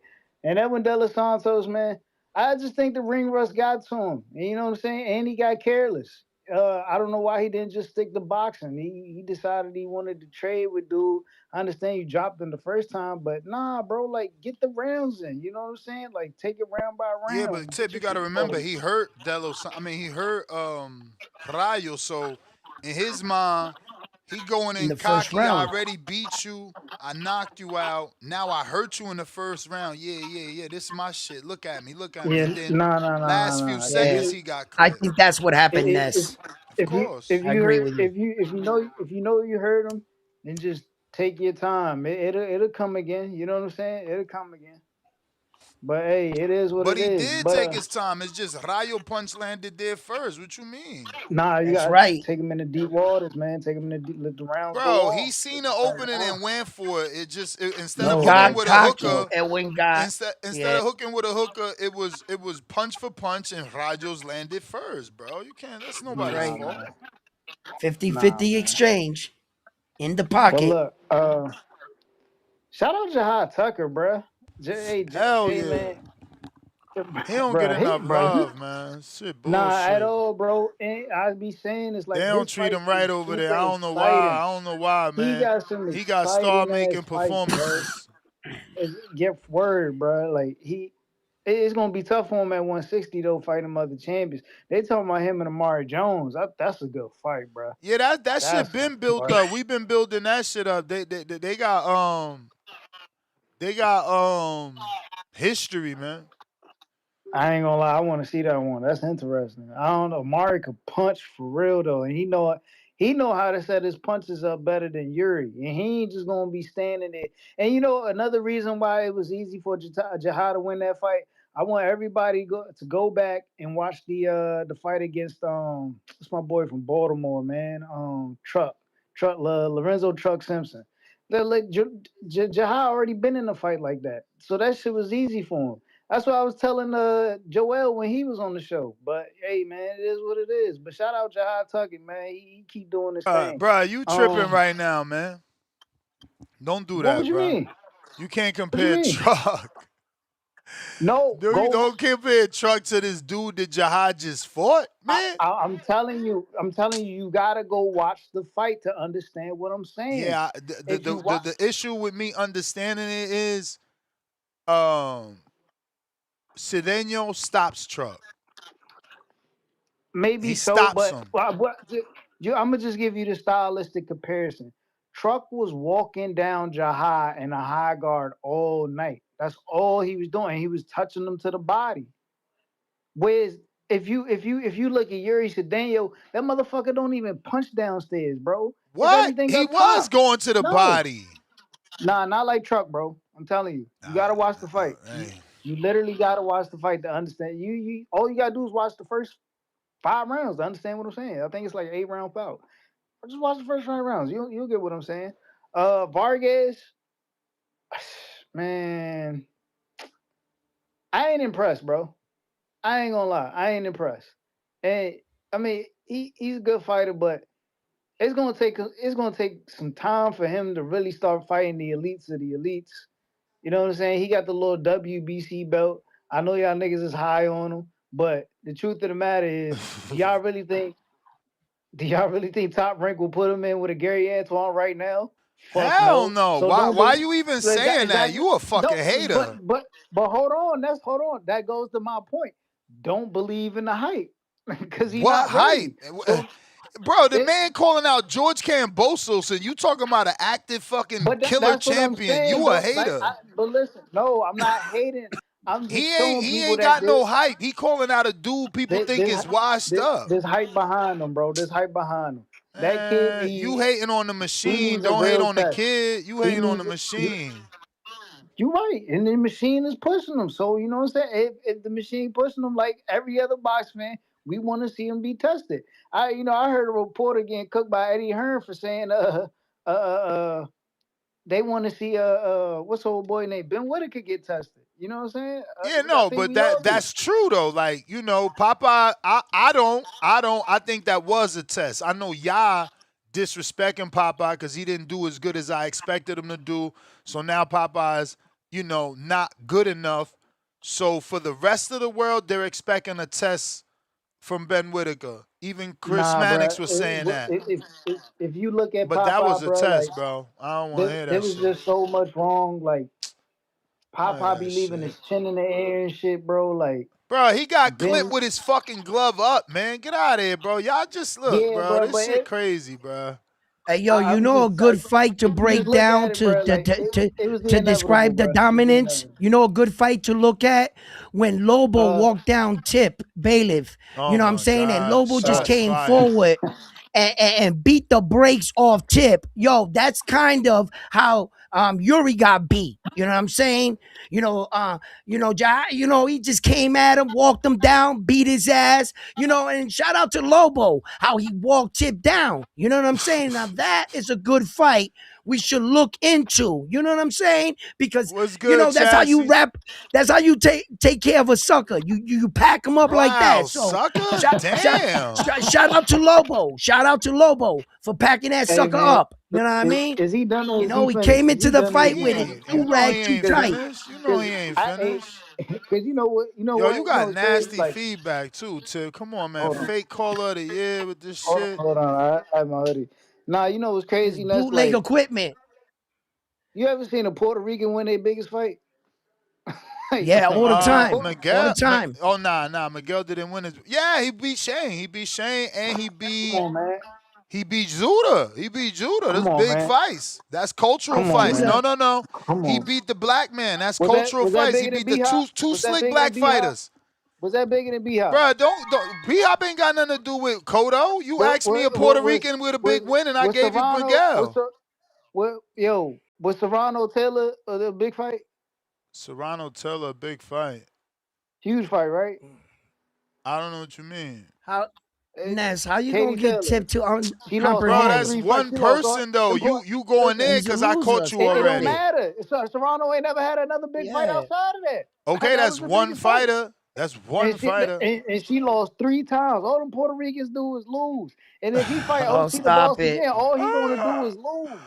You You a Hey, gonna lose yo, to hater. all OC? You a tip, hater. all Oh, tip do is listen, lose. OC can fight Lose. this dude right now in a Lose. boot, Hey, and yo, he's still gave gonna you the win. advice, There ain't Puerto nothing Rican, round how one to can win do. your fight. There ain't enough You baking listened to soda in me. the You world. took There my ain't enough advice. baking soda in You the drank the world Yeah, I to make drink. can't. round Come one on, look don't Stop it. talk OC. over him, man. Let him get his call. Yeah, like I was saying, there ain't enough baking soda in the world for round one to be OC, man. At the end of the day, He's ain't enough. stupid. Hey, But yo, yo, did you drink it? listen, man. Yup. I'm trying to get Did to it this. give you I'm legs? trying to get to this Yup. main event. Did you ask me You know, for hey, advice? listen. Yup. Did I Damn, he give it asked to you for you? Yup. advice? Yup. Who And asked did you who go for and win? advice? Yup. So a Puerto Rican Yo, did all that for you to turn around and then shit. You know what I'm saying? We know what kind of character you he are. want people to believe in While this we were there, placebo we were effect, man. cool. I helped you. Placebo When we effect. get back, you shit on. Come on, bro. I see. Come on, man. I see what kind of person you are. They have names for you. Culebra. And Culebra. then, well, before round one, before I get back to you, I got to get on this UK dude. This UK dude is Bruh, we gotta delusional. get going. You've been on for like Hold it's on. Let hella me finish. callers. I Like gotta get on honestly, because it's this more UK callers than caller. normal. But yeah. But let me get to this. This UK caller so damn stupid. The nigga Patty Donovan got a gifted down. If the motherfucker ain't get a gifted knockdown, he would have lost the fight to Karen Chukajan. Nobody believes in Karen Chukajan. I mean, no, excuse me, Patty Donovan. You know what I'm saying? Lewis Crocker arguably lost a close fight in his last fight, which just shows he's better than Nah, Patty Crocker Donovan. got Like, bro, robbed. you gotta Crocker chill. got robbed. That shit was Listen, Karen man, that's Chukajan got robbed fucked and he up. beats Patty Donovan in a rematch. That's Just messed like, up. hey, But I ain't I see heard, I that one. heard, I saw the Crocker one, and that's crazy. yeah, Karen got robbed, man. It's matchroom promoted fight, bro. Come on, bro. What we doing? We gotta be serious. And then another thing, I heard whatchamacallit, my boy who fought motherfucking Josh Kelly by the fight, whatchamacallit, your boy. Who? Josh. Oh, Uh, Bachram. uh Yeah, he fighting Adams. yeah, yeah, hell of a Yeah, fight, bro. Adams is a Hell of a fight. dog, man. My boy. As a And, matter of and then fact, another let me hit thing, up his peoples, man. before I leave, Virgil Ortiz is a sucker. A straight up sucker. Virgil Ortiz is the biggest sucker out there. And Golden Boy need to stop bullshit. Make that fucking Charlo fight, man. I want Virgil versus Charlo. Make that fight. Virgil got to fight somebody. He just sideline wolfing, ain't fought a single soul, talking about, yeah, we know what I do to Boots. Nigga, we Nah, saw he what ain't even say Boachuk you did know to what I you. do. He said I'm sleeping boots. Just But like we that. saw what Boachuk did to him. Boots more technically sound and hit harder than Boachuk. That nigga Virgil going to sleep, bro. And the resume gonna speak volumes as to why Virgil gonna go to sleep. Respectfully. And then another thing, we don't care about retired niggas from Omaha, Nebraska, telling us what they would have did, this, that, and the third. Nigga, you had all the chance and opportunity to do such, and you avoided making the fight happen. We don't give a fuck. You know what I'm saying? Respectfully. You know what I'm saying? Message. Shout out to Mike, man. But Let me keep it anyway, moving. Let me keep it Philly, moving, bro. You acting yeah, greedy. What Philly up, runs Cuerno Puerto de Rico. Chivo? Yo, What up, Marcos? What what's up? good? What up? What We What up? had a up? decent showing. What up? We had a decent showing in New York. We got the I'm Hamza. sorry, draw. Marco. I'm sorry. I'm sorry, bro. Don't My worry about it, man. bad. Don't worry about it. My bad. Don't worry about it. My bad. What What's up, good Hamza? with No, Marco? I just forgot to introduce him. He jumped on the panel, then I went straight to you after the callers. Cause Tip took so goddamn long, I lost my train of It's thought. all good. It's all good. What up, Hamza? What's good, baby? I just came back from New York. Oh, you were Last here? night. But I didn't see you. Yeah, we was in Melville. Out there by the in Melville by Hicksville. We had a Oh, fight in at the Strong Island. Paramount. All right. Yeah, we had a fight at the Paramount Theater in Huntington, New York. We got the draws, a little bit of hometown cooking, I could say. Just a little bit of hometown cooking. The guy wasn't throwing that many punches. But in hindsight, we got to put more pressure on guys like that. I mean, Aaron could have stopped him. He was kind of wild, you know what I mean? He makes the fights kind of ugly, but Aaron could have stopped him with more pressure. He was tired in the 10-round fight. He was kind of tired in the 8th, 9th, and 10th. You know what I mean? He started getting on his bike, moving around. So that means we got to go back to the lab and we got to work on cutting off. Well, he was cutting off the ring, but cutting off the ring and staying in range with the jab while cutting off the ring. You know what I mean? No excuses. We've been off for a year. You know, it's kind of hard to find fights. So, you know, we're going to come up with a plan to start at least going to Mexico, getting 6-rounders, 8-rounders, and, you know, any type of round fights in to keep the fighter busy so he can be more comfortable in the ring. That's very important. But nonetheless, when you get a draw in somebody's hometown, that's really a win. One of the scorecards was absolutely trash. You know what I mean? But the judges overruled. The 2 other judges overruled it with a majority draw. So, you know, we came out still clean. As far as the boot scrap, you know, I really wasn't impressed with Boots.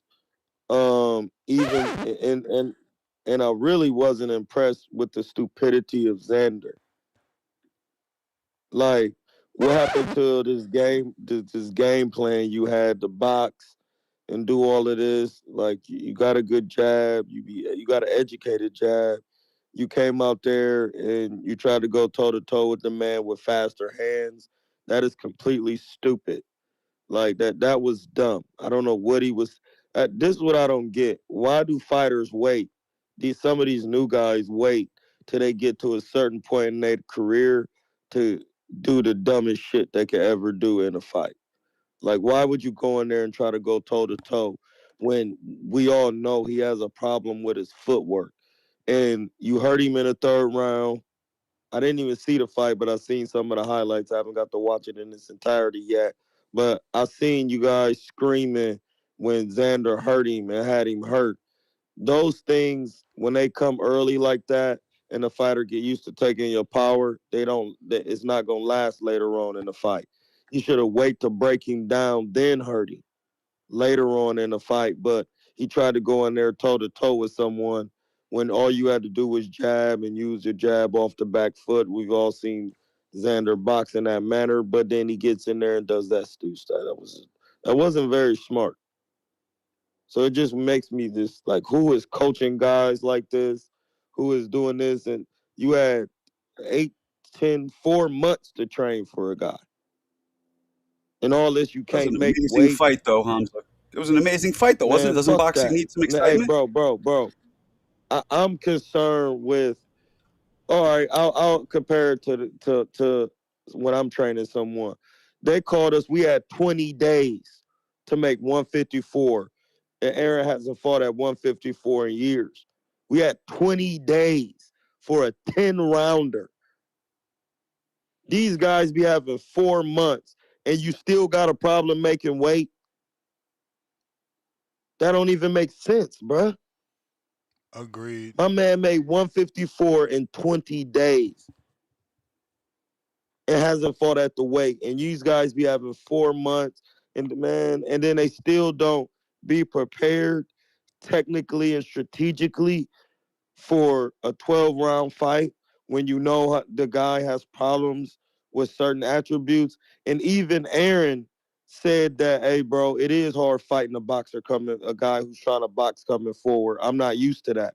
I'm used to being a boxer, man. That shit hard. Dude was moving around. He was kind of cagey. I had to try to cut him off. And that's what I be trying to explain to guys. Like, and we don't sugarcoat. Like, if we having a problem with something after the fight, we talk about it and say, hey, yeah. And I'm like, yeah, bro, I know this shit hard. It's harder for certain types of fighters who used to guys coming to them. Why would you sit there as Xander and be a sitting duck for somebody who doesn't move Well, he their said he feet well got with he punch? got hurt. He wasn't able to move. That's what he said. Once No, he from got the first. hurt, Hey, I'm at. his legs Okay, was gone. I got one question. From the first round, from the first second, He got what did he caught. come out and do? Fuck Who? nothing. He had his hands up and Boots split that guard right away. Yeah, it was jabbing the shit out Why of him. was he even in that range from the first round? Boots From was the fast first enough to round, get he to should him. have been moving off the back foot, jabbing, going backwards. That's my point. I think I saw him what you trying did- that. Boots was I think neutralizing you that shit and coming at him. Yeah, I think what you just described though for Boots is shutting down Xander's game. Xander was trying to implement, and this is where the Mhm. skill gap is shown. Mhm. When And I watch there's the fight, levels I'm to gonna tell if this. he didn't do that, I'm coming back and I'm on your ass because Wait, so there- you there's- ain't watched the fight? Lord. I didn't even get to watch it. I was at a fight. What? It was the main event. What the fuck? Did you watch it I What are can't we since? watch the talking Boots about fight here? while I'm coaching the fight. I You don't have can't 4 you eyes. I can't only you got one. can't you can't complain or You criticize a got fight one. without watching it. What the fuck, champ? What are Hey, we bro, doing? I'm telling Bro, you let me get to from some what I've callers, bro. seen We on got the hella callers, highlights. man. They watch Hey, the do your Marcus, fight. thing. I'm gonna watch the What up, fight Papa? and get back with Watch you it. Get guys. back with us, man. Dom, what up? how you doing, brother?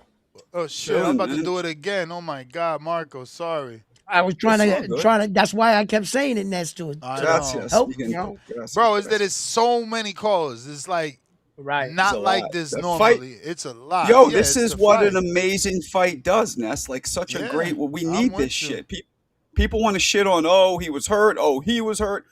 Look what this made. Hagler No, Hearn. It's not Hagler Hearn, but that's why it was good because they both show yeah, vulnerability. Like Xander got hurt and then proved he could be hurt and hurt Boots, which in terms crazy. gave it really did something for Xander because he's the first guy to prove that Boots is not a machine. He's a man. Shout Yeah. out to Rocky. Let me ask you a question though. How much of him getting hurt do you think is because he dropped homeboy? He thought he had him and he kind of I relaxed a little don't bit. care. The fact that they call Xander the Puerto Rican Devin or the 54-pound Devin and he Pillow hurt fisted. Boots, Yeah. You heard him. it's just It was clear as now. day. Now we're gonna be looking. You fight No, Backlund, we're he. gonna be looking. Yeah. You fight No, he hurt him. Virgil, they're gonna be looking. Fondora versus Boots is going to be fucking dynamite. Somebody's getting slept. Somebody. That fight, all the fights, even Jahi Tucker, even though there was not a knockout, that shit was. There was a lot of fucking bobbleheading each other. A lot of shots landed. Great fights, man. So how Great was the fights. event for you? How was the event for you, Marcos? I mean, you were there. It was Well, dope, man. It was dope. yeah. Shout out to everybody in the community. It was dope. It was the energy. You know, you looked, and it looked like about 60% Puerto Ricans when you look, right?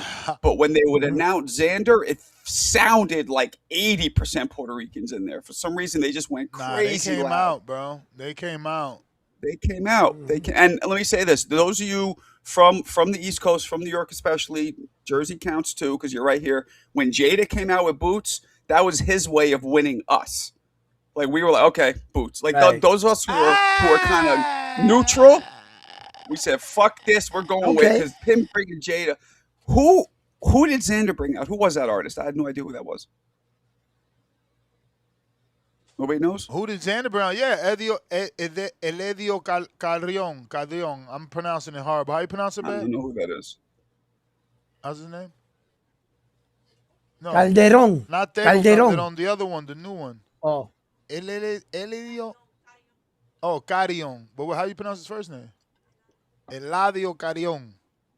Yeah, I don't know who that is, but either way, amazing fight. It was dope. The press stuff was great. You know what I'm saying? Ben Whittaker won a lot of fans with what he did. It was real quick, but he got the job done. Emiliano Vargas looked great. Really, I was impressed by the poise he showed. After he dropped the kid, and then when he finished him, he showed a lot of poise. He didn't, blow his load. He took his time. He took him out. All the fighters, man. All four main events. It was a great fight. I didn't expect it to be that good. I didn't expect the card to be that good. And Xander has a lot of heart. Good for him. At the end, though, maybe you guys could clarify. Did the doctor stop it, or did his corner stop it? what? At the end of the fight, did Did the doctor stop it or did Xander's corner stop it? I'm kind His of confused. corner, his Xander's corner. his corner stopped it. His corner. Because if you listen to the announcement, it says fight is stopped by advice of the ringside physician. That's what the official announcement said at the event. So that's why I was confused. Yeah, that could be. But, yeah, that shit was dope. The But whole let me thing get was back to good. these callers, bro. Yeah, I saw Marcos there. I saw Marcos. We chopped it up over there too. He was Mhm. up there Dom, seeing all the fighters. It was cool. My man. TBV, you My hear me? man. we hear What you. up, We Dom? hear you. What's up, panel? Hey, great weekend of fights. I picked Xander, but the better man won. Shout out to Boots. But the fight, it played out how I You feared pick it would. Xander? Where's Yeah, the I picked crow? Xander I because thought you was a Boots fan. I'm for both. I'm a fan of boxing, but I was at Xander's last fight. He won me over, so I was just going. I had bias towards him, just like on a fan perspective. But yeah, I knew if Xander would lose. I mean, I said so as much that he'd probably get knocked out.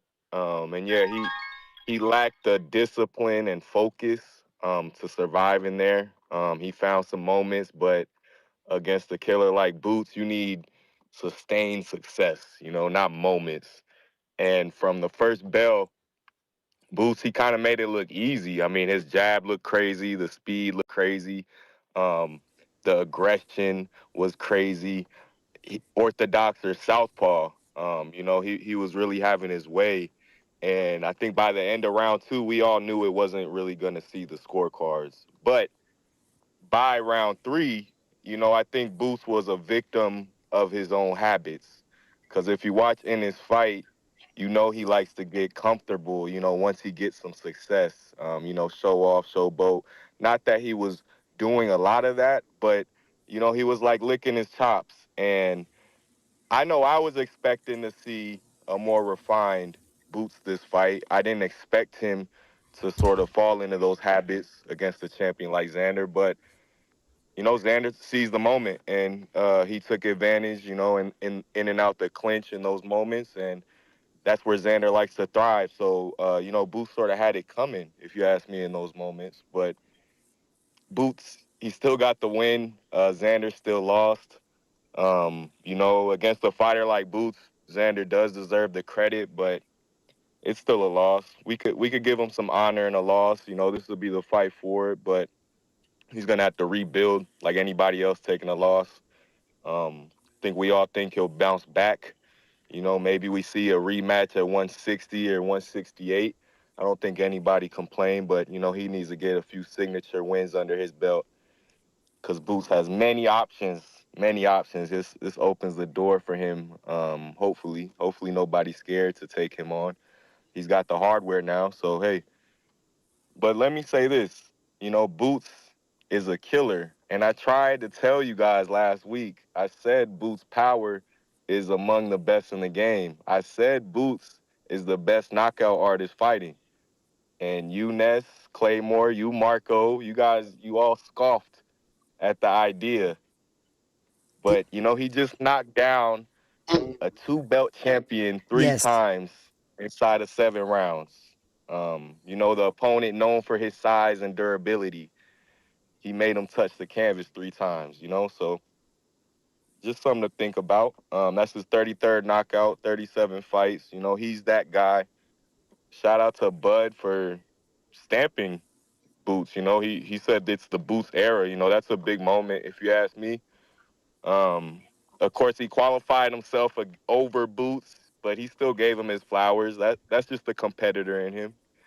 I'm not sure what more people expect from a retired fighter. He reiterated he's happy retired, and he gave his thoughts on who's the best man, and that man is Boots. So as much as I'd love to see them two fight, I don't think that'll ever happen after that Sean Zattel nugget.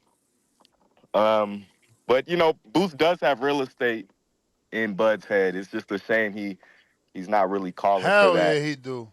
He need Yeah, all man. he got to do is push the right button. He not. You see, they asked him and what he said. We're not worried about no retired fighter. He got to be man. Tell his retired ass come back in here. That he got to Oh, talk yeah, like hell yeah. that. He got to talk like that. That's how you gonna get him Facts. back. Nah, man. There ain't no right button. The right button is stay your ass retired because you're ducking. That's the right button. Ain't no Nah, right man, button, No, nah. nigga. no, Bud, no. Bud, Ain't he's no sitting right on a Bud button. cat. could come back right Bud's now sitting and on whoop a can of boots. gasoline, No, he man. won't. It He'll ain't come nothing back to No, he right light won't. that now off the fire under his couch. ass. No, he won't. He's sitting on a Boots can Yeah, of he 20. will. gasoline. He's telling the He'll Boots world. boot. He's 29 I don't saying years. care what everything Boots but. is. Kidding me? Yeah, I got the He just evidence. knows Boots is Boots is dormant. 29 He years doesn't old. want that You don't smoke. fight young niggas. Stop. All right, What'd you hey, say, but let nigga? me end on this. Let me end on this, and then Two Tone could get to cooking. Welcome to the show, Two Tone. But Boots, he's a mercenary. You know, he's Eddie's hired gun, and Bud is not in the contract. You know, he's a contract killer. Bud's nowhere on the hit list. You know, maybe if he goes undisputes or something, maybe we could get that call out. But I'm not holding my breath. And Bud stamped him, so hey, I'm all on the Boots train, man. That's it. Great night of fights. That Zuffa card was good too. I'm out. Peace. All right. What up, Tone? What up, gang? Yeah, What man. up, Bud Tone? stamped was nasty. Like that's like getting a stamp from fucking Arby's. Like, what does that mean? Come Stamp? on. No. Come Yeah, on, Tone. disgusting stamp. Worst stamp ever. Yo, Like what you is ever up went to with you and your beef with Bud? Like, what you mean? He's on the Mount Rushmore. That's a good stamp. That's like it ain't obviously it's not a Floyd tank, but Wow. So our greats it's can't pay homage? yeah, right. no, Like don't give Like, me don't give me a come on. don't give me a narcissist stamp, nigga. Don't narcissist stamp me, nigga. Give me a Ugh. genuine stamp. This is like Arby's, nigga. Like, how's that shit still in business? That is That's the an level of American. don't That's be an on the Sean American Porter. black fighter No. giving props to Round another one. one. No, don't be on the Sean Porter podcast where all you niggas outside of Sean Tatel is Boots haters.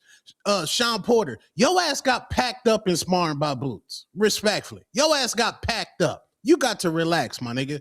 But Bud Boots is where Crawford. he's at because of Sean. No. You're not gonna be in a motherfucking global of hate shit. Then say, yeah, it's the Boots era on some narcissist shit. No, nigga, stop. You just said my one of my biggest victories is overrated. Then you say it's the Boots era? That's disingenuous. Stay retired. Stay doing Kobe Bryant photo shoots and with the white women in Australia.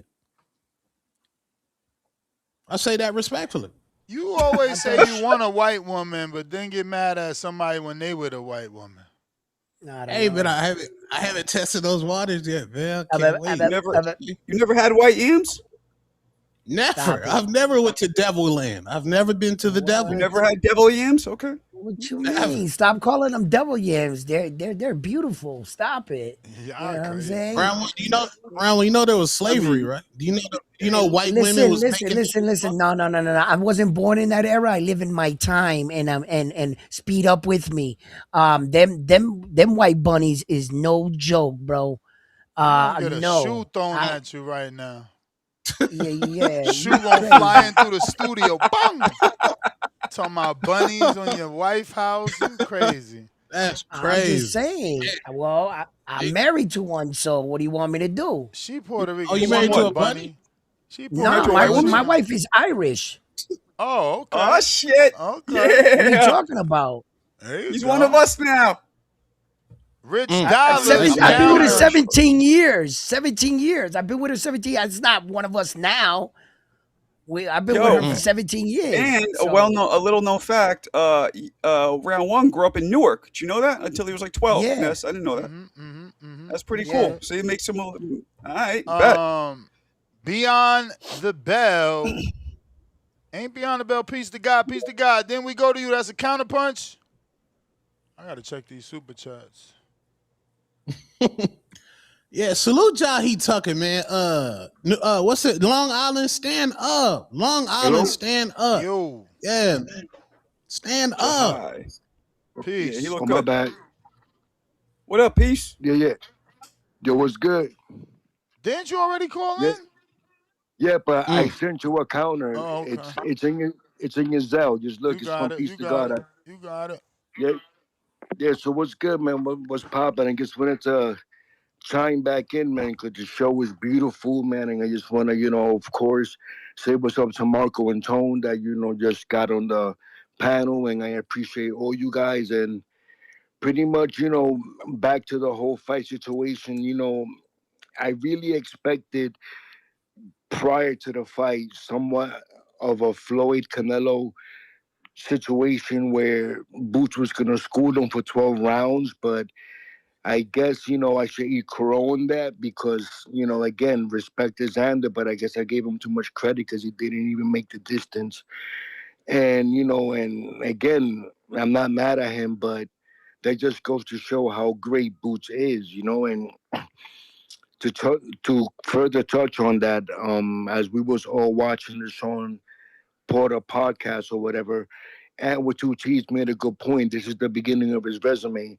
Or I would like to refine that by saying that this fight goes at the Hell no, beginning the of his resume. beginning of his resume is hella disrespectful because Lipinets is on there, Van Heerden is on there, Roma Villa is on there, Stanionis is Decent on there. fighters. Yeah, you gotta give them You that. You got I gotta give decent agree. them that. fighters that's on there. To say this the You beginning, that's a gotta give them casual that. statement. Yeah. And I know Ant personally, I got no problem saying he casual. He probably worked too much No, to, and that's why he says some shit like that because he not I watching. uh, I agree with you, Ness. That's why I was gonna say I would like to refine that statement by saying that this fight can get added to his resume, not the beginning of his Oh, resume. So I Yeah, and totally agree credit to with. you. Credit to you. I did hear you going that route before I interrupted you. It's like, you feel me? I wanted to make sure that I respond to Ant because he wilding. This ain't the Yeah, yeah, beginning of yeah. his fucking resume, man. That's disrespectful. This just makes the rest of the resume better. You can't say he better. ain't Exactly. fight nobody no It more adds to it. because Xander is somebody. Plus, look at all these other Yeah. guys that you want to ignore. That they might not be somebody to you, but they was a world champion. They was a former world champion. You know what I mean? Like as the it's the same thing with Crawford. As he started to get the Porters and the Earls, his shit got better, and it made the postal wins and the Indango wins more valuable. I agree, man. That's exactly my point. Thank you for clearing that up. Once again, I agree with the stoppage of the fight because if you look at the way that Margarito ended when he fought Pacquiao, he didn't quit, but he suffered irreversible damage to his orbital bone. And thank God it was towards the end of his career, but still, no one should suffer like that, especially in a situation, like such. So I was glad that his corner, stopped the fight and it went out that, it happened that way.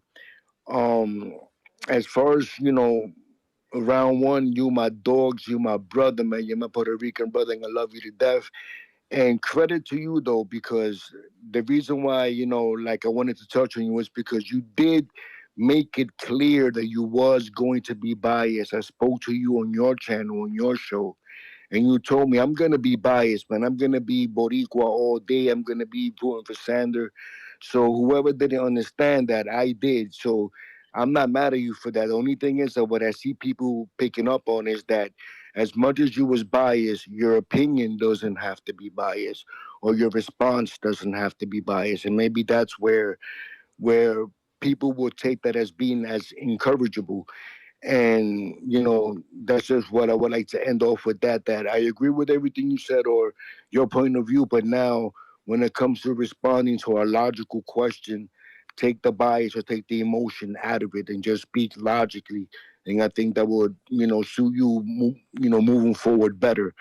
But as far as that, I mean, beyond that, I think that Boots is going to clear out the division. I don't think I see anybody stopping him from this point forward. He's the man, and hopefully, like I said before, he's going to be more responsibly, or he's going to be more responsible as he moves on forward. He's going to be more defensive responsibly, and his corner's going to have a better plan for him. And that's pretty much it. There was a caller earlier on that made a very good point that I like that he said about Xander Zayas, that Xander is a side that we can trust. And I respect that because moving forward, we know now what to expect from Xander Zayas. We always did, but he proved that that kid got heart and he's going to give his all each and every time we go in there. And not only that, I love the way that Xander handled the situation afterwards. His post interview was amazing, and he showed such a plum for a young man like himself. That was amazing. And last but not least, I would like to shout out my Brooklyn representative, Jahi Tucker. He had a good night, he had a good fight. You know, Euri Cedeno is no joke. He's a big kid. He was bigger than him, strong, but he handled it. He boxed him well, and he had a good victory. And that's pretty much it, man. You know, that's pretty much what I wanted to counter punch about. And, you know, let the show continue because we got so many other callers. And thank you guys. Let the show Hey, continue. hey, thank you, man, for calling in and showing, your support and clearing up what you had to clear from our first call. And listen, from truly, I respect you as, respecting Puerto Rican boxing and supporting and everything. And the way you said that I need to focus on and learn more in this, boxing thing. So I'm learning right now, but I He couldn't ain't help but say that. notice He ain't say that. That's your he said problem right there. He ain't say shit he's about you learning or none of that. no, Focusing, no, no, he no, ain't no, say shit. no. He gave an analogy about that, the concept of that, Come on, the man. concept of me, the way I should view the sport and how No, I he should didn't. break No, down. he And didn't. No, he didn't. yes, he did. He said, be you, keep your bias, but when someone asks you a fucking question, remove your bias and your emotion. You just can't fucking listen. This guy's, Okay, god damn it, man. that's Look at him. He's still on the phone saying, yeah. You just don't fucking listen. okay. It's So you fucking broke it down another way, and I broke it Jesus. down one way. So You what? broke it down. There's no one way and no other way. It's only his fucking way. It's his call. It's his fucking way, not All your right. way. Okay. Jesus Christ. He just doesn't get it. Lord have mercy. How you do this Whatever. and over and over and All right. over. So It's crazy. can I interact with the caller? Can I interact with the caller myself? Oh, you gotta Please. stop, Tone. Okay, now check it out, Please right? express yourself. Yes. Okay, now check it out. Did you just call back, right? And say to me and Yeah. say to us right here that you respect the fact that his corner stopped the fight when your original call was he quit. And then I was the one Right. that said, yo, that his corner called the fight. So you really call back and switch what I said with what you said and try to say that now I should pay attention to what's going on in boxing, but I He had to ain't pay say attention to shit that. about paying attention. You said just can't comprehend. that he quit. You Xander can't fucking quit, and you broke down comprehend. So analogies you keep fucking of other making up Puerto Rican words fighters of because you how don't they understand quit. what the fuck he's saying. We don't want to hear that shit. Peace to God. We good, bro. This Thank fucking you. guy's a fucking asshole. Rich, what up?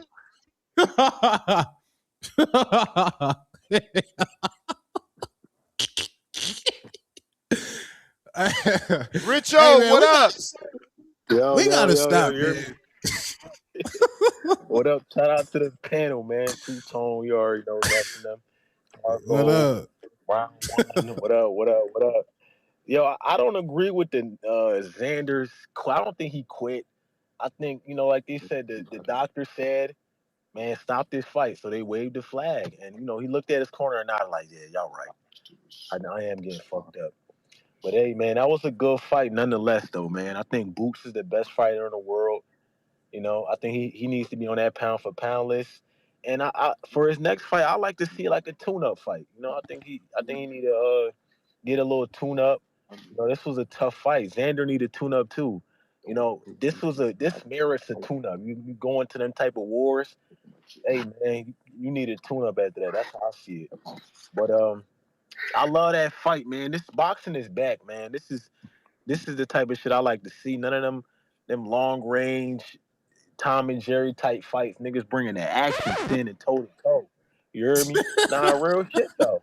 That's what we want to see though. That's you want to see knockouts, bro. All them fights, bro. That was Tone a got hell a of a fight. soundboard and Marco. Fuck you mean, Ness? I'm the Oh no, Haney fan, so it was me. Nah, I thought y'all. Nah, I didn't know he had the pause thing. Like normally, that's your shit. That's your little sound shit right there. So that's what I'm used to. But man, that was it was knockouts across the board. 12-round excitements. Jahi Tucker, he boxed. I feel like he was going back and forth, but the first round, I feel like he established himself, and he set the tone and the pace of that fight. Showed the nigga who was the boss of that fight, and shout out to him for that. And like I said, Vargas, he showed levels. He looked great. I didn't know he was the southpaw like I called before. He looked phenomenal in that southpaw position. I'm like, bro, Yeah. that's how you do it, bro. The knockout, that was good shit right there, man. He looks so good. I really want to see him with a belt next. I want to see him, fight for a world title. But if he could get an ex champion, that's a good fight. I think that'd be good for him. But he still look good enough though, so he can, he could be a world champion. But man, Xander and Boots, they that was a classic right there. That's everything we love in boxing. None of that boxing clinching. It wasn't no clinching. Niggas was banging. It was it wasn't no clinching like that. I mean, they was clinching, in the end of the rounds, but they was banging, bro. Like they was banging, bro. That was an exciting. That was like a Ray Leonard, you feel me? Type Tommy Hearns and them type fight. You hear me? I'm still on. Yeah. Yeah, Yep. you on? All right, I ain't had it. I ain't see the John. I ain't see the John. But that was a classic fight, man. I think Tellez versus Xander should be next, and I think Yo, Ennis? yes, that'd be a good little tune-up for him right there. That ain't a It's bad not far fight, bro. off. Good matchmaking. That ain't a bad fight. Nah, that's not. It's not far off 160? from. They Say it again. definitely could do that too. Tellus is with PBC. That'll Yeah, be Yeah, that's a good little shakeout. It's not too far away from the title fight, but it's a good enough name where you can, show your boxing off and get your confidence back. Like this Xander need to get his confidence back. I don't want to see him in there with no tough ass fight. I don't think he needs that. He established himself. He showed heart, a lot of grit. Let him get a little tune up, and he'll be back in the win column hopefully. But as far as Boots, he could do what he wants, but I do want to tune up, and I think Charlo will be the best sacrificial lamb for him. Jamel Charlo versus Boots, I think that'd be a good ass fight. But that's my call, man. July 4th is going down. Richo versus Owiz. Hey, Ness, when is the weigh-ins? Like when we got weigh-in for July 4th, Border Wars. You heard? Yo. Oh, he went to He went to go get some coffee. Weigh-ins, July. I think y'all niggas got to weigh in like early in the morning, gang. Y'all niggas got to weigh in Oh, in the early. morning. I'm, Oh, all Yeah. right, all right. So it's the same I don't day. It's think not July 3rd. I don't think he needs tune-ups, man. I think people criticize Wait. Boots. That's his biggest critique, that he fights nobody. So I No, think he needs to just. you don't. Nah, I think Jamel Charlo's a good low, former champion, former undisputed. You don't think that's a good fight? I It's mean, not. it's It's not a not tune. dangerous. I wouldn't say it's a tune-up. Yeah, that'd be a good. I think though his biggest critique, right? What's the biggest? He's a 30-year-old prospect. I think he needs to do the No, he don't got the Fondoras and the names. Virgils. The names is Fondora and not in. Virgil. If Here's what I Fedora think, could fight man. Thurman, Boost could I fight think he should fight Charlo. fight a couple of the young guys, beat them, and then maybe cap it off by beating one of the Spences. Let's say he does well, or the Charlos. I think he should do the young guys first. He keeps getting criticized for What fighting young nobody. guys though? Like what name? What do you mean? Virgil or What young Fondora? guys? Virgil Virgil, right? Fondora. I don't know, man. Hell yeah. I One of the don't two know. of those. Him versus fucking Sebastian Fondora will be dynamite. Somebody's getting their Hella yeah, wig crazy. split. Yeah. And that's gonna be Fondora. He going night. I think Yeah. you're probably right. Yo, it looked funny because Thurman is like what 5'6". Boots is 5'10", long wingspan. It's not gonna look the same. So yeah, I think he going night. But yo, the Boots is the best fighter in the world. He better than Haney, better than everybody. He better than Keyshawn. He better than Ryan. All them bum ass dudes. But yo, that's my call, man. I appreciate y'all. You heard me? Appreciate y'all. Salute. Peace. Yeah. Peace. Yeah, man. I think Yo, Tone, you I didn't fly think out for that, man? nah, man. You missed a good one, Nah. Tone. You But missed a good one. Yeah, I heard it was lit out there in Brooklyn, man. Salute New York City. I heard that shit was motherfucking turned out in that motherfucker, man. Hell yeah, man. Uh Hell yeah. Home of the champions. oh yeah, Knicks won the championship. Salute the Knicks, man. I think Fundora is being overrated against elite competition. Like, I'm not sold on you beating a Keith Thurman with a receding hairline. Like, I'm not sold on that shit. Like, I'm not, gang. Like, Fundora, I seen this nigga packed up before. I seen this nigga packed up. And I seen Lubin touching this nigga. What we just witnessed from Jaron Boots Ennis on Saturday night, nigga, like that damn near brought me back to Roy Jones type shit. Like, where you Oh yeah. Roy never got hurt like that. Come on. Watch your mouth. Watch your mouth, Tom. Watch your mouth. I know, I mean, but that's the thing, like, and it's credit to Roy Jones. Well, Roy Jones started getting put to sleep. He did start. We're talking prime Roy. Why you got to go there? Jesus Christ, we're having such a good day. I'll just say that nigga started getting put to sleep. But that's a credit to Boots that this nigga Boots is trying to go in there and run a fade. He trying to go in there and squabble. And he, like, niggas is like, oh, what happened to the game plan? No, that nigga Xander tried to do the game plan, but the beginning of the fight, he was getting jabbed the fuck up. And he was like, oh, I got to switch this shit up. I got to switch. I can't win this shit on the motherfucking back foot. That's what I was saying. I was like, what's up with this? Oh, he's a bigger guy. He has better fundamentals. Boots was about boxing his ass. And that's why they came in the pocket, because the outside shit wasn't working. Yeah. And if you think it's the first Karen fight, the nigga Karen was using a lot of movement. Then the second fight, Karen pressed Boots. So that tells me that Karen was in that first fight was like, nigga, me using this movement don't work against this nigga. Let me try to press him. So in the second Karen fight, yeah, Boots do get hit with a lot of left hooks. He's allergic to left hooks. But Xander had no choice but to run the squabble. Big ass cruiserweight nigga. He had no choice, and he got packed up. He got packed up, gang. And like people want to criticize Boots for getting hurt in that third round, right? But I really believe, because people say, well, if he stands in front of Fundora or somebody else, he's going to sleep.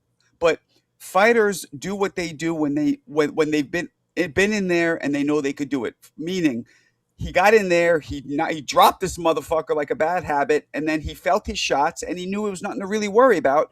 And unfortunately, I think he got lazy, and that's why he got caught. The point is, he's not going to stand in front of somebody who's thumping, like Virgil or like Fundora, like the same way he stands in front of Xander. People try to apply this fight to each fight is individual, and the fighter adjusts accordingly.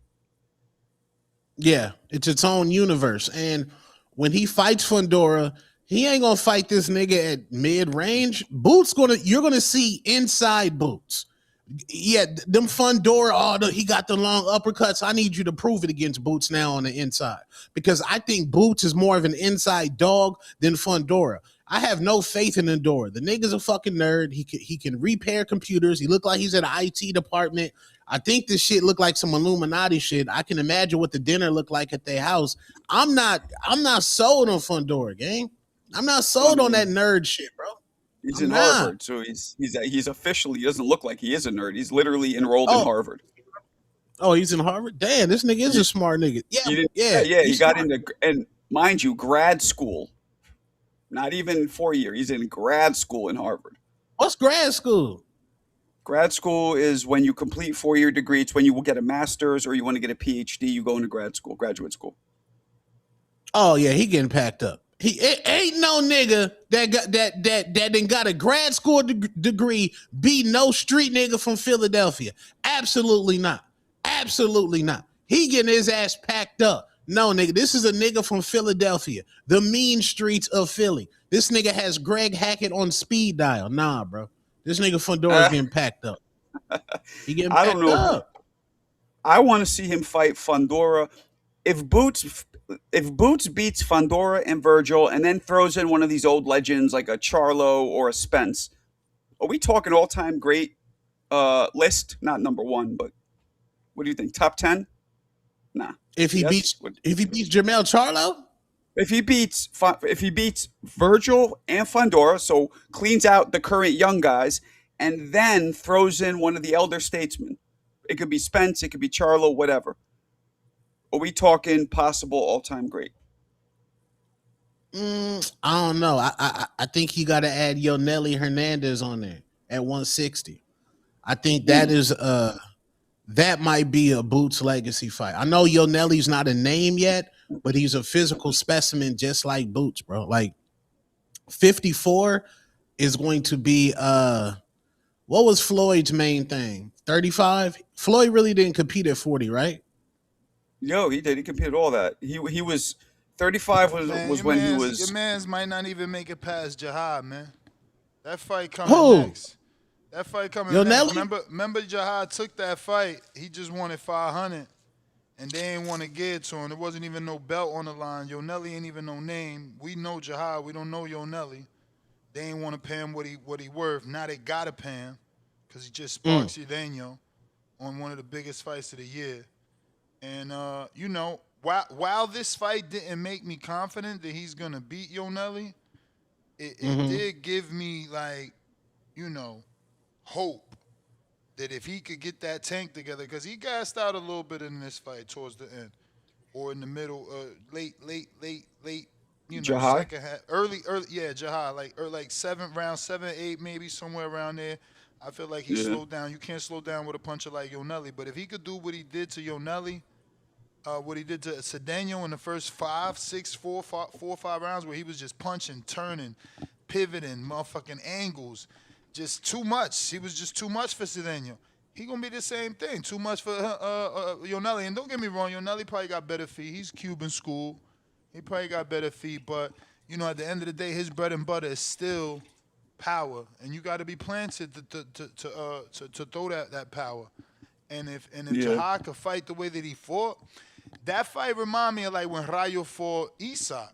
He kept turning Isak, fucking him up, and that's what Jahi was doing. Again, he got a little tired, but he could build off this one, and I could see him getting that Yoneli fight just because it was already offered. Were you going for him because he's Dominican? You didn't give a shit about that. No, I was always going for Jahi, man. We seen Jahi. Like, see, then you ain't been in the ring with the level of opposition of the Jahi. I'm just curious if you were repping the Dominican. That's all.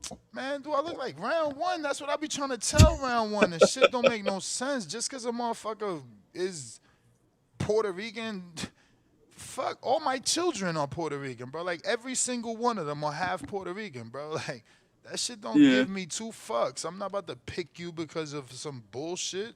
Who's right and who's wrong? Did Dominican win or not? He didn't, right? So that don't show your skill. If you want to show you good at this, you ain't going to pick with your fucking heart or round one. I pick with this one with my culture.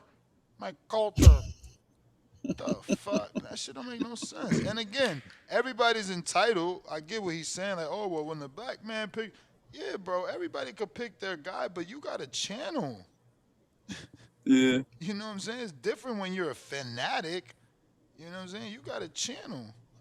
But, yeah, I didn't see it, man. A lot of Puerto Ricans I knew were going for Xander, and like there's one thing, there's a difference between rooting for somebody and then thinking logically who's going to win. Yeah, right. My point exactly. I didn't get it, but you know, I'll say one thing: that kid can't stay at 54, man. Did you see him at the weigh-in? He looked great, like gaunt. I'm not ready to say he can't. He had every opportunity. He can. It's just yeah, not healthy. I agree. I feel like he had every opportunity to say it was the way or to use the way as an excuse. And he never looked bad to me. As much as people tried to say he was looking funny pre-fight, I thought he didn't look drained. I hate that they was comparing him to Devin. I think he was nowhere near as sucked in as Devin for the Linares fight. He looked like I was at both weigh-ins. I was at the face-off in April when he, you know, and then this one, and the difference was stark, man. It was like 40 pounds lighter. He looked a lot smaller, but maybe he was a little chubbier in April. I don't know. Maybe it wasn't. You know what I'm saying? But he looked real thin. Look, he looked like he made the weight. Well, I'm sorry. Go ahead.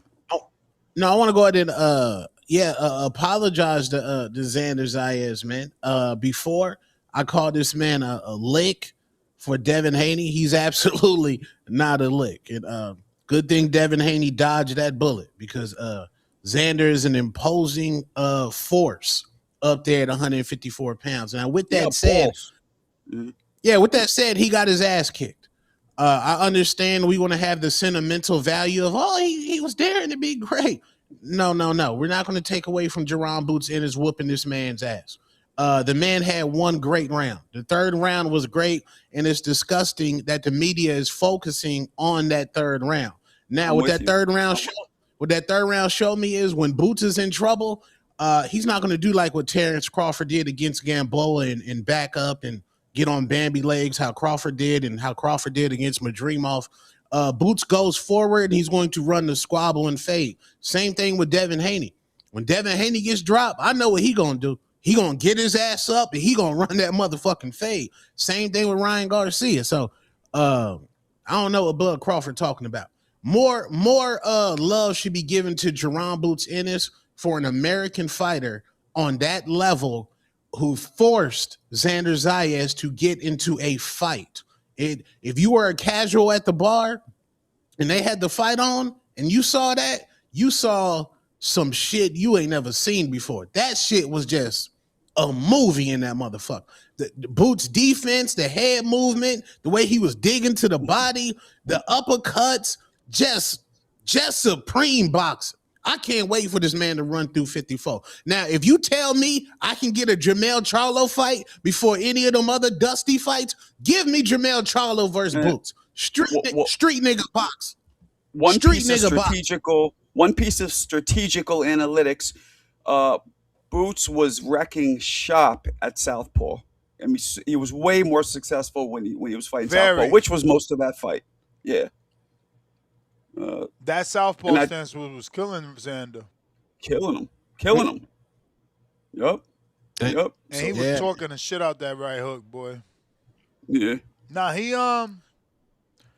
he proved killer status, man. He proved killer status. Entertain, and that's what I'm saying. Like, as far as entertaining boxing, you have David the Mexican Monster Benavidez, Gervonta Tank Davis. Then you have Jaron Boots Ennis, Bam Rodriguez, even though I don't fuck with Bam with them nasty ass glasses, but Bam Rodriguez, those are fucking Arizona. No, absolutely not. And somebody need to stop claiming it. He ain't from Nan Hood out here. Those are entertaining. Shakur Devin, hey man, y'all gotta step y'all entertainment up, bro. Y'all gotta step it up, bro. Yo, I got a Dylan Mason up there too. I know he's a little young, but to me, he's very entertaining. Oh yeah, and then Top Rank trying to get Abdullah Mason beat this weekend against Albert Bell. I can't wait for the young man to go ahead and shine. Albert Bell, lights too bright, stage too big. Treese been gassing you up for 12 years. You got to stand on Treese's word or his career at TBV is officially over. And I say that respectfully. If Albert Bell loses, he should be banned from the Treese should be banned from the community and not allowed on anybody's panel. He been gassing Albert Bell up for 19 years. He should be banned. Niggas been banned for worse. I mean, what if he win? What if he lose like Xander? Xander getting credit in the loss, but I got hella callers. Heartbreak AC. Well, Xander was supposed to lose, right? Yeah, he was a big especially what the odds makers were saying. This could fight. Is Abdullah and Bell considered equal? Who's favored? Abdullah's favored. Yeah, check. Okay. What's up, Cole? Are you there? Yeah, you hear me? Yeah, we got you. Yo. Yeah, man. Shout out to y'all. This good Monday, man. Hopefully y'all stay blessed, bro. This shit popping today. God damn. It took a long time to get on this motherfucker, man. But first off, just 2 quick points before I get into the topic, man. Salute to my man Round One. You got to be a little bit better with disseminating information, bro. Bud Crawford, that man, birthday is in September. He turned 29 in 2016. A couple months before the man turned 29, he beat Rick DePosto. While he was 29, he beat John Molina Jr., he beat Felix Diaz, and he beat Julius Sandango to go undisputed before he turned 30. And all that had, it wasn't just one fight, man. Like 3-4 fights. You gotta be better. Like when you looked it up, probably should have mentioned that because the man had 3 fights and went undisputed fights. Another quick point too. Hey man, Boots already fucking turned down a bus. Why we acting like that shit didn't happen? Turned down the fight. Why do Maybe you it could have been insist on using that shitty ass Bluetooth, bro? Should I stop telling you to stop using it, or should I just start hanging up on you? I mean, that would be mainly the areas, bro. I be in the country, bro, so that's not really Cap, the phone. It's the area. Cap. But Whenever you don't use it, we hear you. The every RF time on I that call, I shit use is it. weak. Not every time I call, I use it, bro. The headphones, these headphones. Yeah, it just be the areas, bro. I be in the, like, bro. Most of my pickups is in the middle of the fucking country, bro. Them shits be in the country. But if I break up, just let me know. But yeah, man, Boots could have had the Abenesian fight. He said no, bro. Like, what do we like? That's probably why Bud be annoyed at the nigga because it's like, bro, you could have had the fight. You could have said no, and you still caught chasing my name. Like, I'm scared of you. But as far as the actual topic go, bro. First off, man, some of the calls been nasty, bro. Talking about that man Xander quit. That's fucked up. That man got his ass beat. He didn't quit. He got beat up. The referee told him he was finna stop the fight. The doctor told him he was finna stop the fight, and his coaches told him he was finna stop the fight. Man got beat up on, bro. Like, what the fuck? Like, somebody made the point earlier that that's why dudes don't be taking big fights because it's like half the people who call him in talking about he quit is niggas who will advocate for their favorite fighters to not take fights and conduct people. You know what I'm saying? Making all kind of excuses. But then when a dude actually does take a fight and try to step up and loses, oh, it's this, he's trash, he that, this, it's crazy, bro. It's crazy. Um, yeah, you got to give niggas credit, bro. Especially if you're saying Boots is just most feared dude. Don't nobody want to fight him. How you gonna shit on the dude who actually had the balls to fight? You know what I'm saying? Especially for people who scared to fight. Like that don't make no sense. As far as what's next, bro, if he can get the fights, bro, honestly, it's a whole lot of options for Boots, man. We know the obvious, unification fights, man. Fundora, Josh Kelly, Virgil Ortiz, that's a cool fight. I personally want to see the Fundora fight. I did hear them talk about they have a good relationship. Hopefully they've already been in negotiation or talks about it slightly. I'm thinking, man, maybe we get Fundora versus Boots on the Mexico versus the World card, man. They said they pushed the Canelo fight back because they trying to make a mega card in October. Hey, Boots versus Fundora, co-main, Rebel Unification. Go ahead, wrap that thing up like that. Not Boots, well, Boots related, but not Boots related since that boy can't find no fights. Hey, Devin Haney, hey, man, if you really want to show that you the man, hey, go take that Boots fight, bro. Like, all these little niggas is clearly scared of you at 147, bro. They don't really want to fight like that. Go and make that fight, bro. That's the best fight that you can make, bro. And that win to give you more credit than any fight that you can take right now. Go and do that. You know what I'm saying? But yeah, man, that's what I'm rooting for, though, man. The Boots and Fundora fight. Let's see if we can get that shit on the turkey card, man, in October. As far as Xander, he probably should get a little tune up at 160. I've been saying for the longest, 160 is sweet right now, bro. Like, Carlos Adames just moved up. Janabek, he's suspended. He already got stripped of one of his belts. Who knows how long it's gonna be before he gets stripped of the other belt? Laura, that man's damn near fucking 50. Jesus Ramos, he's gonna be elevated for the WBC. Like, this shit is wide open. You know what I'm saying? So homie could realistically get a little tune-up fight. You know what I'm saying? Just to kind of knock off, just shake it off. Make sure he all the way there after getting beat up like that, man. And then shit, he could easily win a belt. You know what I'm saying? As far as a rematch, I think that's something that probably would have to be something down the line. It's like realistically, that's how a lot of times rematches are supposed to come into play, man. The dude works himself back into that position.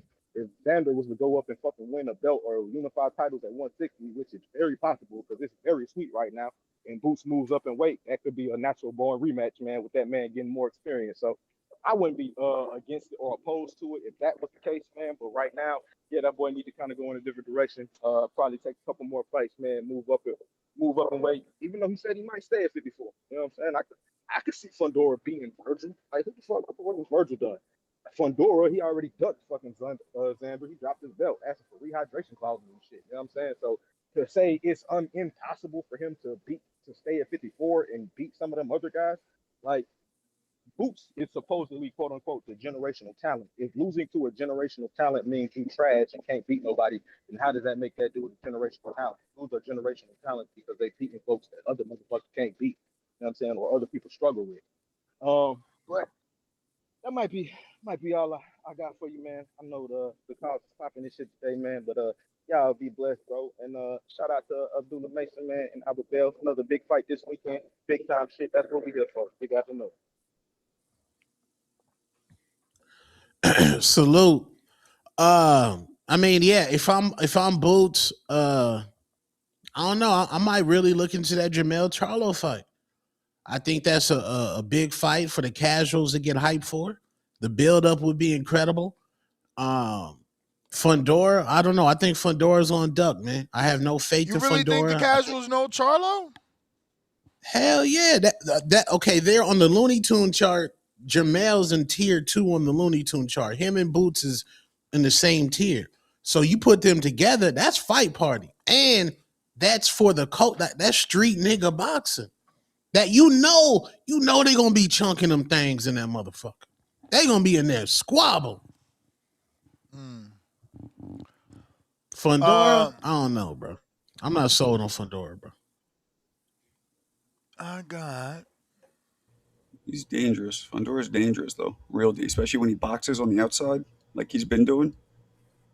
Dangerous. But we can't say he just beat Keith Thurman though. Like, I don't know, man. Keith Thurman's washed, bro. No, yeah, I know you could. Yeah, and he beat Tim Tszyu, and you could argue Tim Tszyu's washed, but he still looked great doing it. So and he's a big like he is an anomaly. He is the Wemby of professional boxing. That big with that kind of fucking athletic talent is one in a million. So, but yeah, he does show vulnerability too, obviously. Yeah, Let Boots. me catch up, y'all. You know what I'm saying? Boots will be Brunson though. Boots will be Brunson.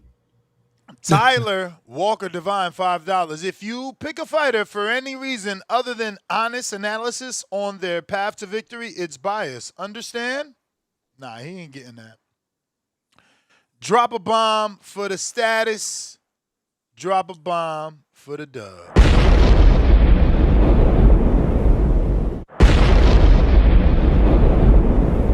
Profound Dreamer with the $20. He says, I sent you something.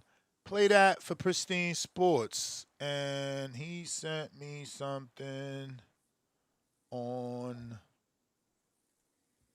YouTube. Rise to the level of competition, and hopefully he rise against Shakur. So to be clear, you don't think Shakur's like that, but you're not picking Tio. Just to be clear, because that sums it up, right? It don't sum it up. It's nuance to it, but yes, absolutely. I'm not gonna lie and sit here and say I'm picking Tio. I'm not picking Tio because he's too inconsistent. Like I said, we've seen the performances where he didn't use a jab, and we know Tio likes to rely on his athleticism, and those athletic guys can always shit the bed because athleticism don't get it. Dominican virus going around. Dominican virus.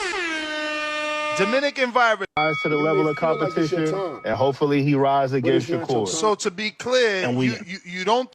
Okay, let's play that for Pristine Sports. I'm gonna send a counterpunch for you to play it. I played it. I ain't correlated though. Anybody get it? Nope. I didn't get it, gang. Tevis, $10 counterpunch for Tim Boski. King Counter, Tim Boski. Tevis Smith, salute. Profound Dreamer member for 40 months on that champ level. Salute. The champ is here. The champ is here. The champ is here. I sent it on the gram. We got to it. Player, Billy Cruz in the 718. $2. How your own round one. I'm riding with you. I guess he meant to say hold your own round one. He's riding with you. He put the Puerto Rican flag, so two biases. Billy Cruz back with two more. Macho Camacho, stop Sugar Ray. Face with Hardin smoke out the nose. He did stop him, but in the prime he wouldn't. But go ahead. Billy Cruz back with $2. Sup with the Rican. Hey, Puerto Rican, come to New York City talking crazy. Puerto Rican flag emoji. Face with Hardin blowing out the nose. Jalil, $2. Rumor is Bakram versus Rashidi is happening. That's what Rashidi needed. Because it's been since what? Roman Vija? Since he been in a fight motherfuckers care about? Raf Taino, $5. Saludones. And all the Boricuas, puñeta. Zayas, Puerto Rican flag emoji. Mr. Savi, member for 18 months on the prospect level. Did that Border Wars fighter win the fight and the belt? If it's Sofia, yes. If you talk about Agua Fria, no. And he ain't a Border Wars fighter. And if you talk about Jerome, I don't know if his fight happened already. Probably though. It was Saturday, I think. Leonard Sterling 5-pounder. Overjay posted Adams pulled out due to security reasons. Have not seen anything official. Bakram team was planning on having the fight in Russia. Yeah, I ain't going over there either. Mozzie, $2. Hamza is really Bomac. Jaleel, $5. We got to stop giving this ninja emoji a pass. He just said he only seen the highlights. Fuck is dude even speaking for? Yeah, Hamza be wilding with that. Leonard Sterling with the 5-pounder. Some going over the top about Boots hurt. Looked which hurt him. Wait, excuse me. I read that wrong. Some going over the top about Boots hurt. Hook, which hurt him, dipped his legs, was an illegal punch. It clearly landed at the back of Boots' head. Jalil, $5.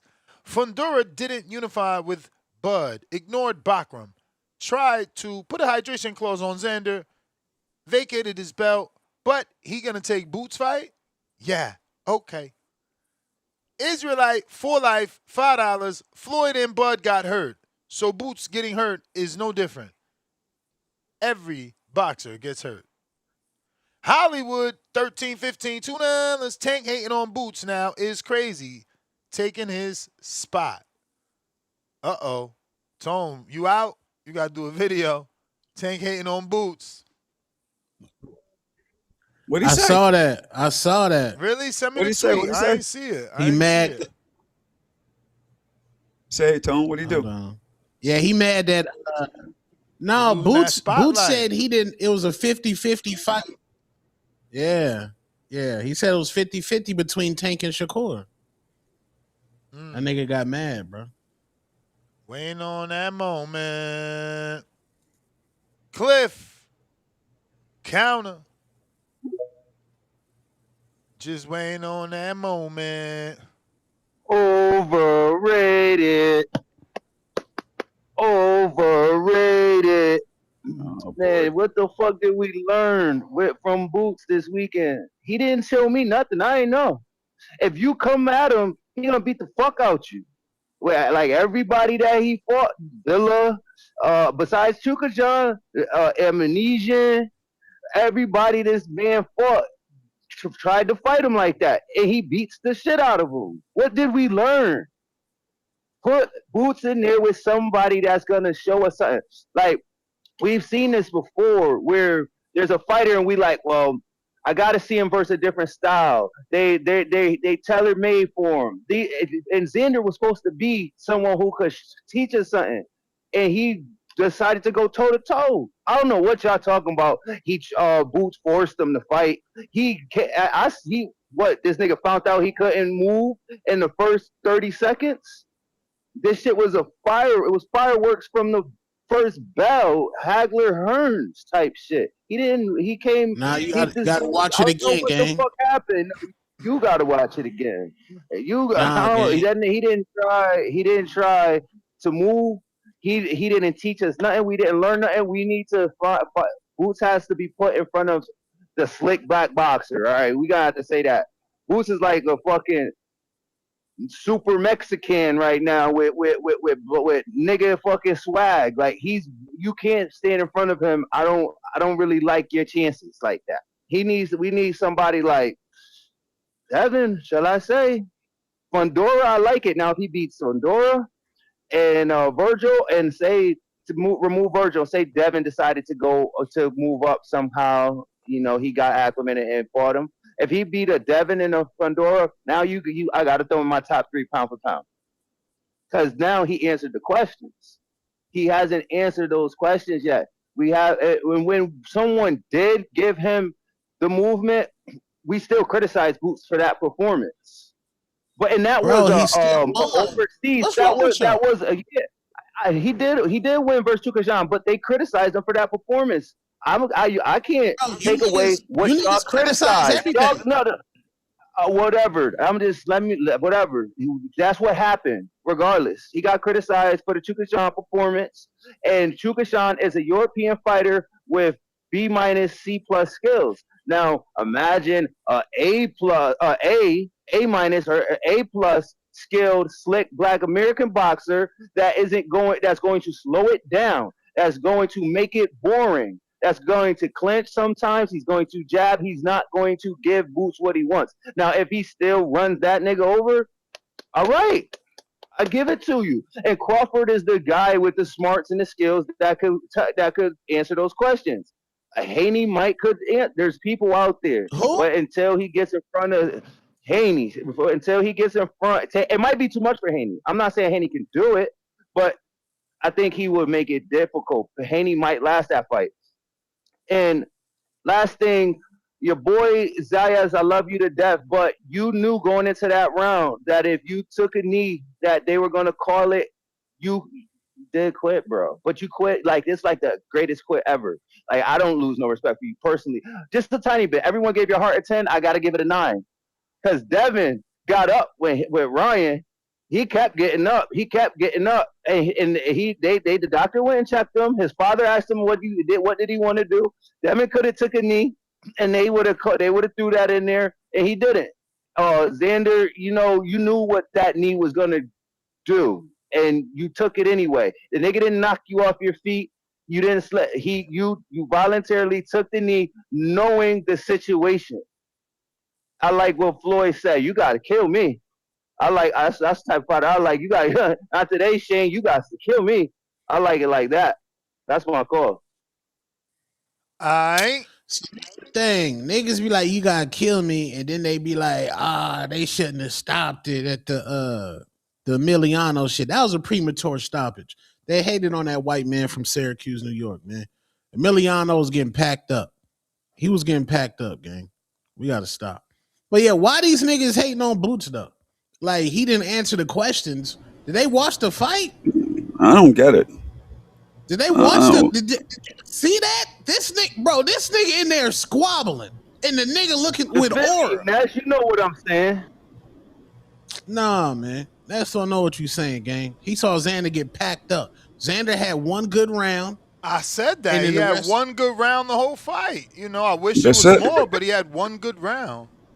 That's And, it. One go round. that's it. But at least he gave us that, and it was a round of the year candidate. Yeah, I don't know why people hate on Boots. I really don't understand. I think the biggest criticism was that he didn't fight any big names, and he's almost 30.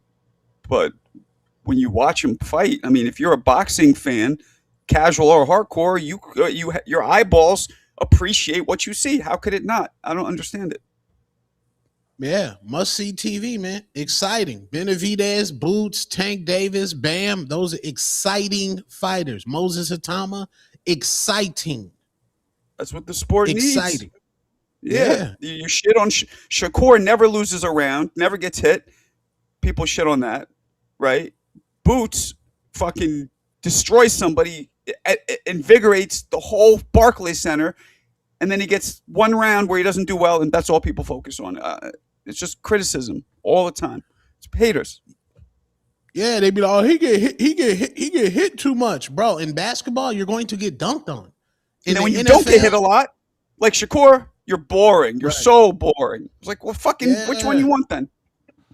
Yeah, Let me get to these callers. I got a counter for Brandon, courtesy of Tito La Voz. Street nigga boxing back. Street nigga boxing is definitely back. I don't know if you heard my call earlier, Tone. The number one pound for pound street nigga barbershop boxing ranking has changed, bro. Because of inactivity and aggravated tenderism, we've had to move off Tank from the throne. Boots is now number one street nigga barbershop boxer. When he fights, there's gonna be a shortage of Don Julio and lemon pepper wings in the city. And also, Major League. I seen Major League in the comment. Y'all like black fighters because it give y'all excuses to throw y'all hood parties. Yes, nigga. Yes, we want to throw our hood street nigga barbershop boxing parties. When Canelo fights and the Mexicans got carne asada on the grill and Coronas and shit, nobody complains. When Vega and his Puerto Rican brothers are eating guacamole and rice con pollo and drinking White Claws at his house, nobody complains. But why is it an issue when the niggas want to get some lemon pepper wings and some Don Julio or Casamigos and we have our parties? Why is that a problem?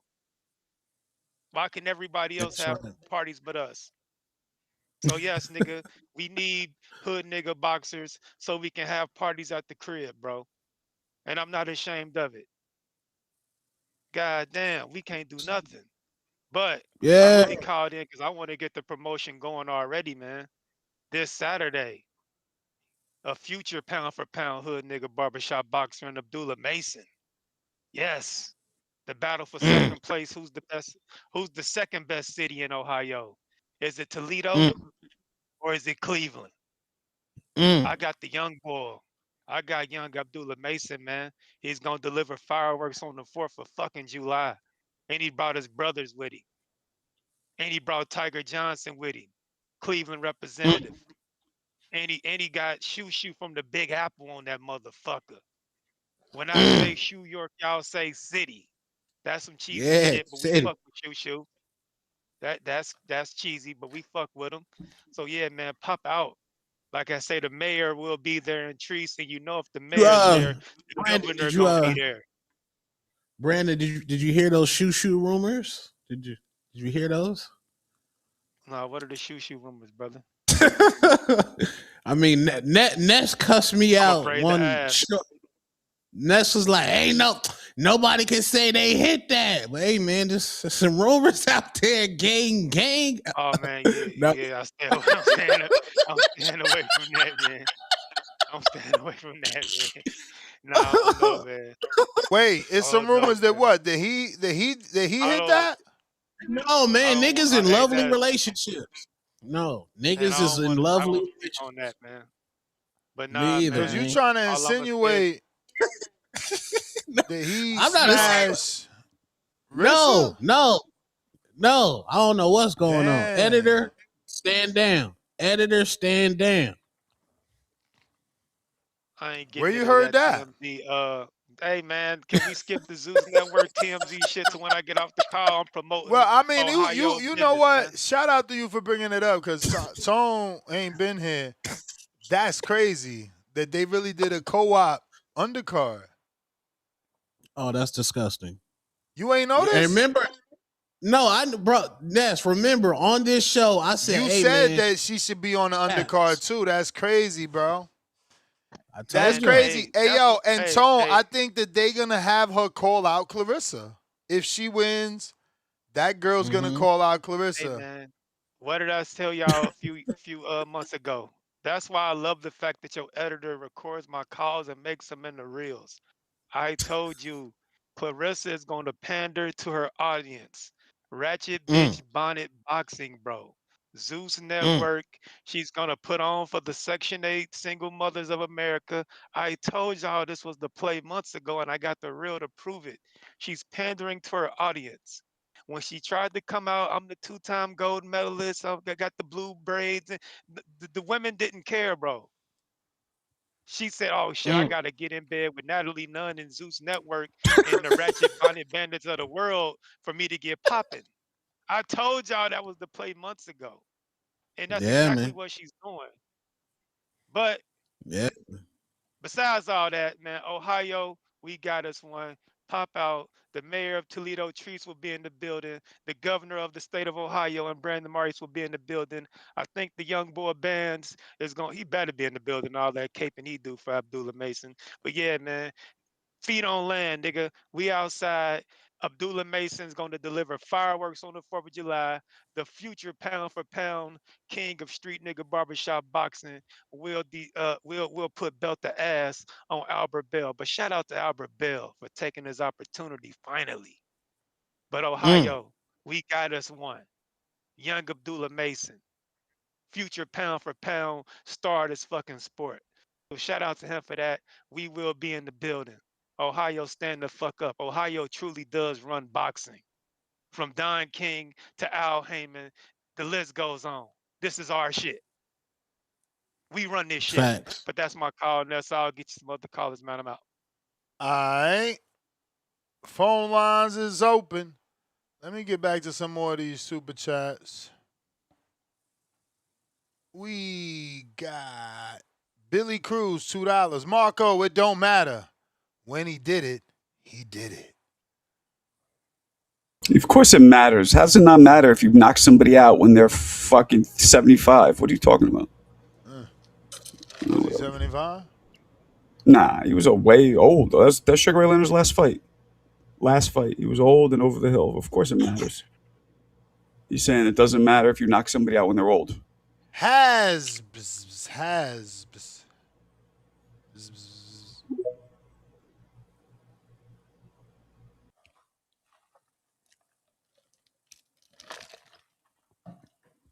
Hello? What up?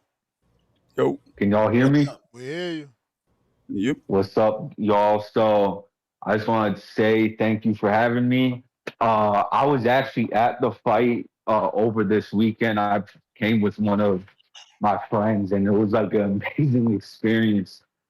Seeing that whole thing You with ain't getting wait. how You ain't getting no hoes at the fight? nah, I mean we were up in the we didn't have the money to be down there. We were just up, just watching, chilling. But Wait, you there know, wasn't no girls up at the nosebleeds? There wasn't no girls yo, on Earth? On let me space? talk. Let me talk. Oh, go ahead, gang. But Go ahead, gang. yeah, it was a just like that was probably the best atmosphere I've been to at a boxing match. It was crazy. I would say it was mainly like 90-10 Puerto Rican fans. So 10% were Nah. about Boots fans. You think there were more? Nah, it was about 60% Puerto Ricans there, but when the cheering took place, yeah, it sounded 90-10. But if you Yeah, looked around, it wasn't that's true. 90% Puerto Rican in the crowd.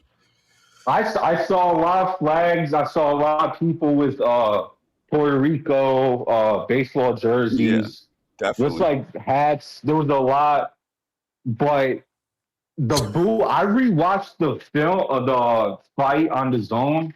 The booing sounded a lot louder in person. I don't think the broadcast did the best. Like it was a really electric atmosphere at the beginning. Seeing What did you Boots say sounded drop louder in person? The the cheering and stuff. boos when they Oh, were doing the The booze. fighter boos. announcements. Yeah. Like it was really loud. Yeah, they So booed the for shit out him of to Boots. basically have this performance in enemy territory, going to New York where all the Zayas fans were loud, I give him a lot of credit putting out a performance where he brings the fight. Uh man, seeing Zayas clip Boots with that stiff right hand that snapped his head back, the whole crowd started going crazy. I lost my voice. It was an amazing experience, and that that uppercut that he landed on Zayas was probably one of the best punches I've seen. I remember someone saying it was similar to the Jose Benavides Jr. Knockdown that Terrence Crawford landed. I agree. And yeah, in terms of him quitting, I don't think it's really a big deal whether you think he quit or didn't, because he took so much damage, and I don't necessarily agree with the fact that someone shouldn't quit to prove something. I think at that point he was getting hit to the body, he was getting hit upstairs. He was just so he was just in there to survive. And by the time if he was able to recover, he would have been down on he would have been down tremendously on the cards, and he would have had to land a desperate shot in order to win the fight. So I don't think it was really a smart decision for him to continue.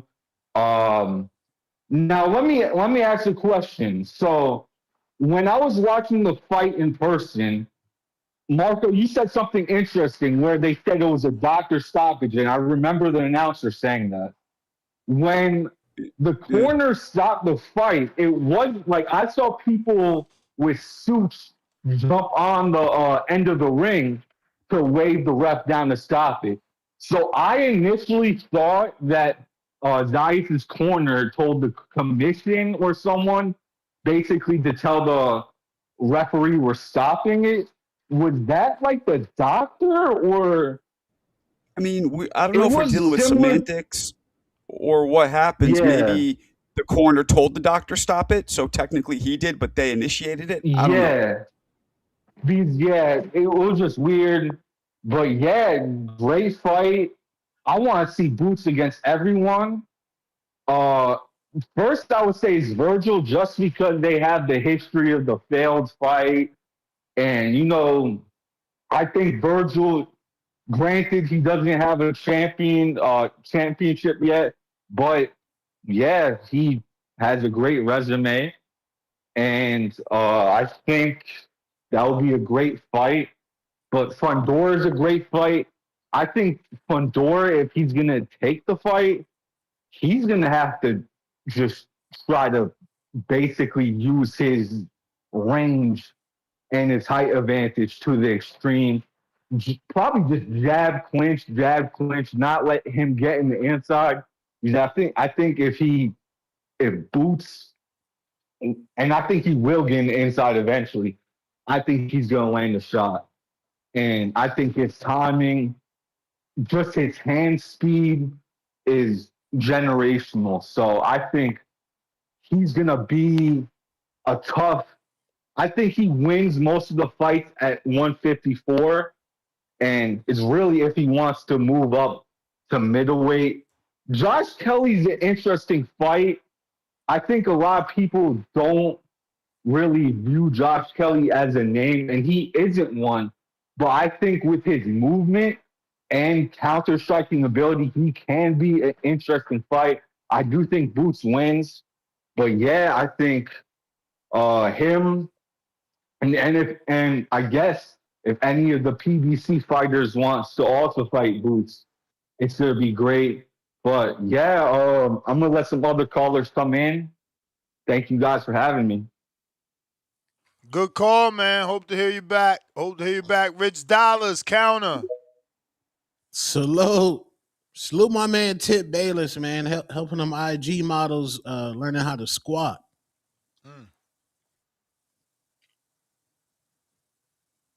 Rich.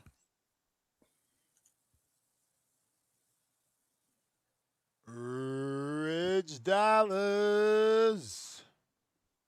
That's crazy. He said no yams was in the nosebleeds. That's crazy. Bobby Cuts.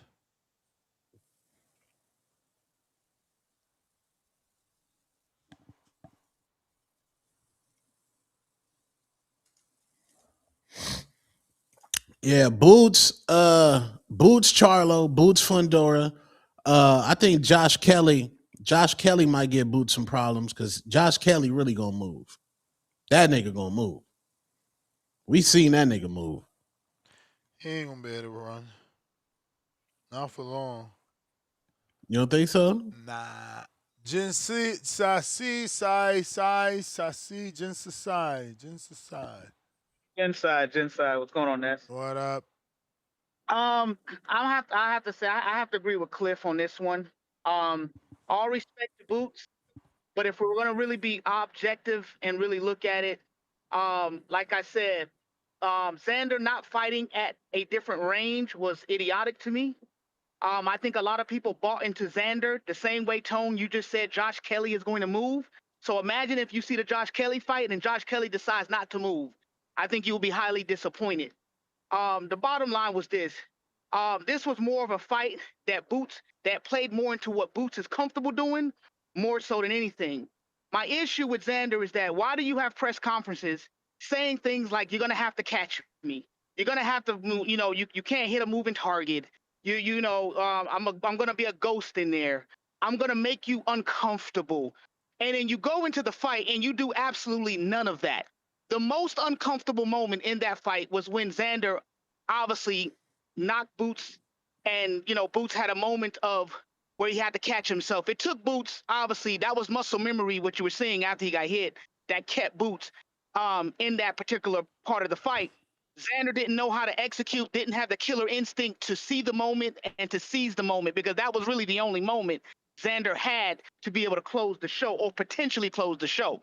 And if you looked at the fight, it took Boots even coming into the next round, a few minutes into that round, he still he was still a little bit disoriented, but of course he was able to come back. My issue is this: just because you're big, it doesn't mean that you're skillful, right? So this whole big thing, I don't care about that. Xander being big, okay, that means nothing. The reality is this: the people that chose Xander, they chose Xander because they believed Xander was going to come in with a game plan. They was even comparing Xander to saying he was the Puerto Rican Devin Haney. Why would they say that? Devin Haney comes in with a strategy. What was the biggest issue with the Ryan Garcia fight with Devin Haney? They said that Devin Haney didn't fight his fight.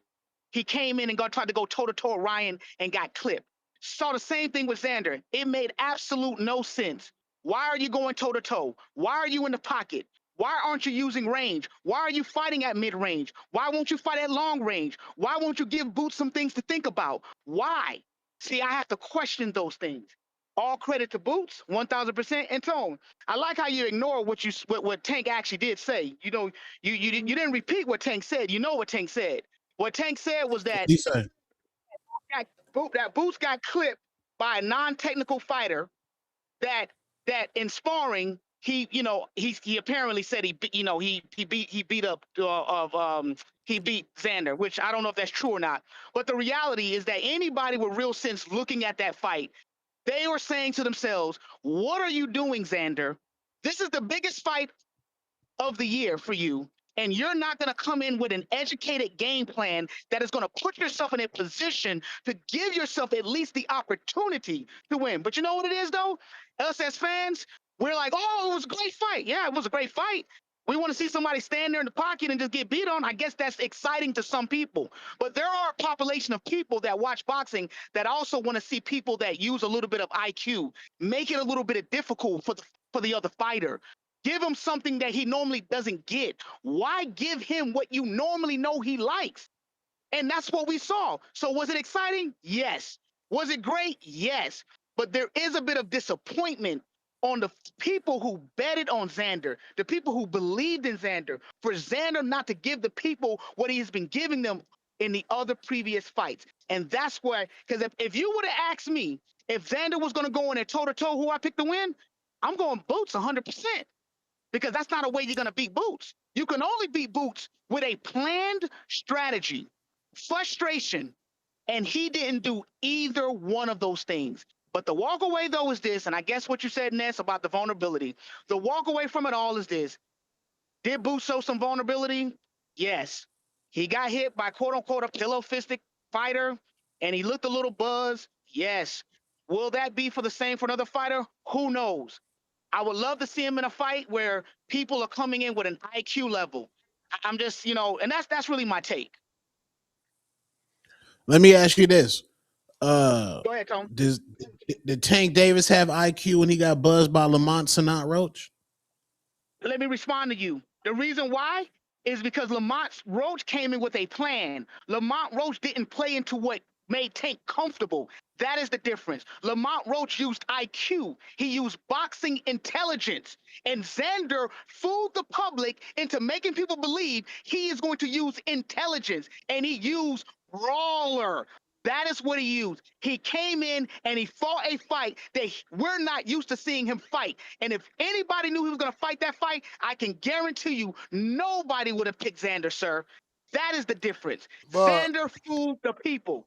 I'm not saying I'm right with this, but Go ahead. what if like someone else said that was Boots that caused Xander to change his game plan. From the opening bell, Boots was already showing that he's faster. He split the guard and was jabbing the shit out of Xander. So remember, Mike Tyson says everybody got a plan until they get punched in the face. He got punched in the face. The whole boxing mentality went out the window. He also said in his post fight, I got hurt and my legs was gone. I couldn't move. I was forced to fight. Understood. So my response to you with that is this. You got 4 months to train for a fighter like Boots. You're watching tapes of Boots.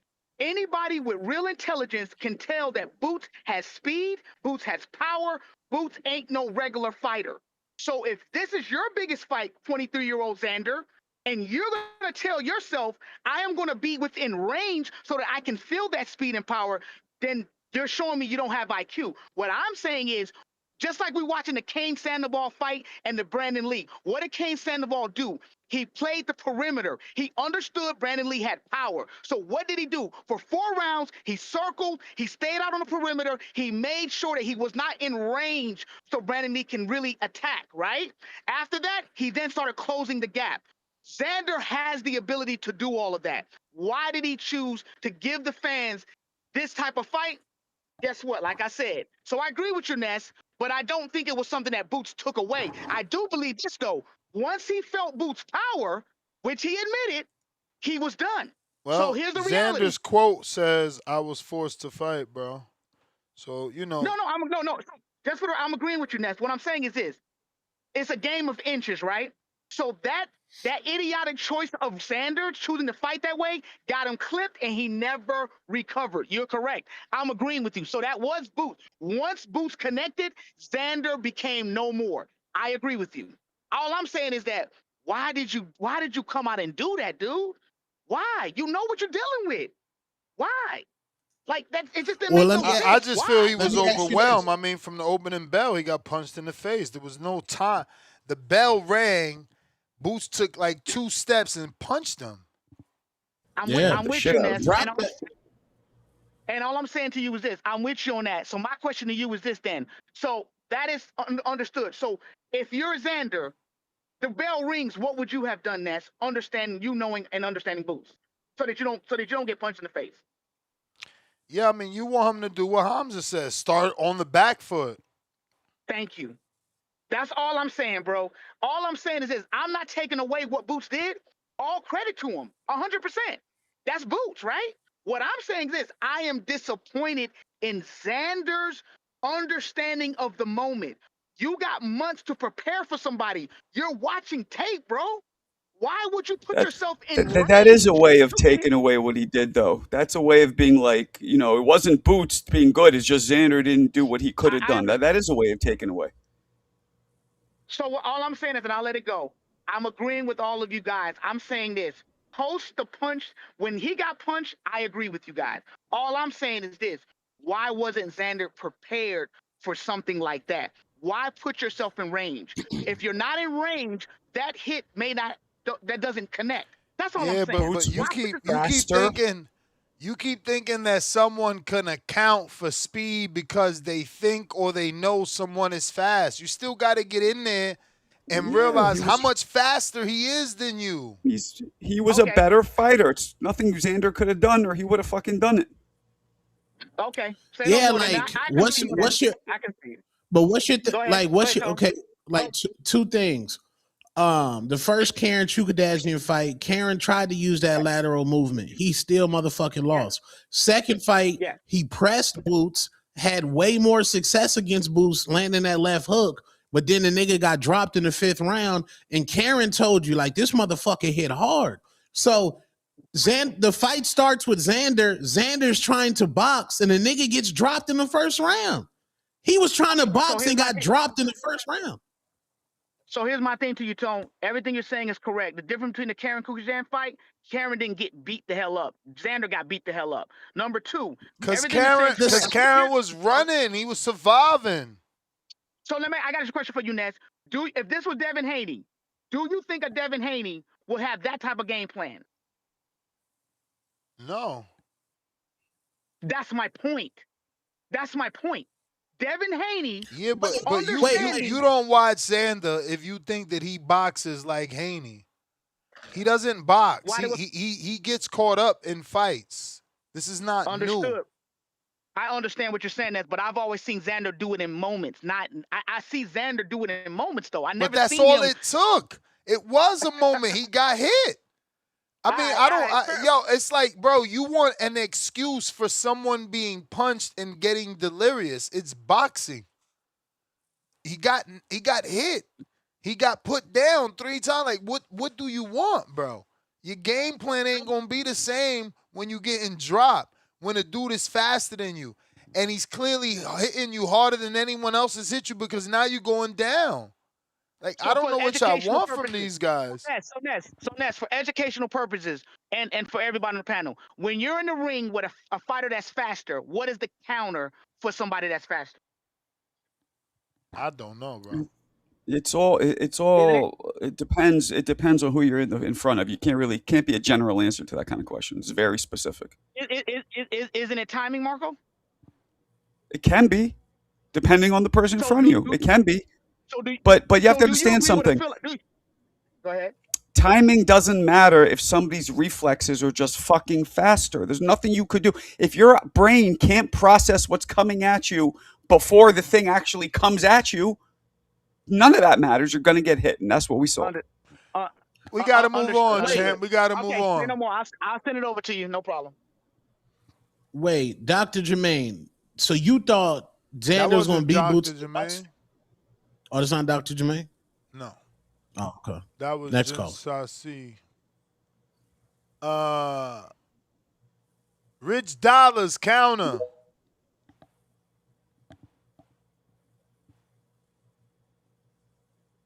Rich Dollars. Yo.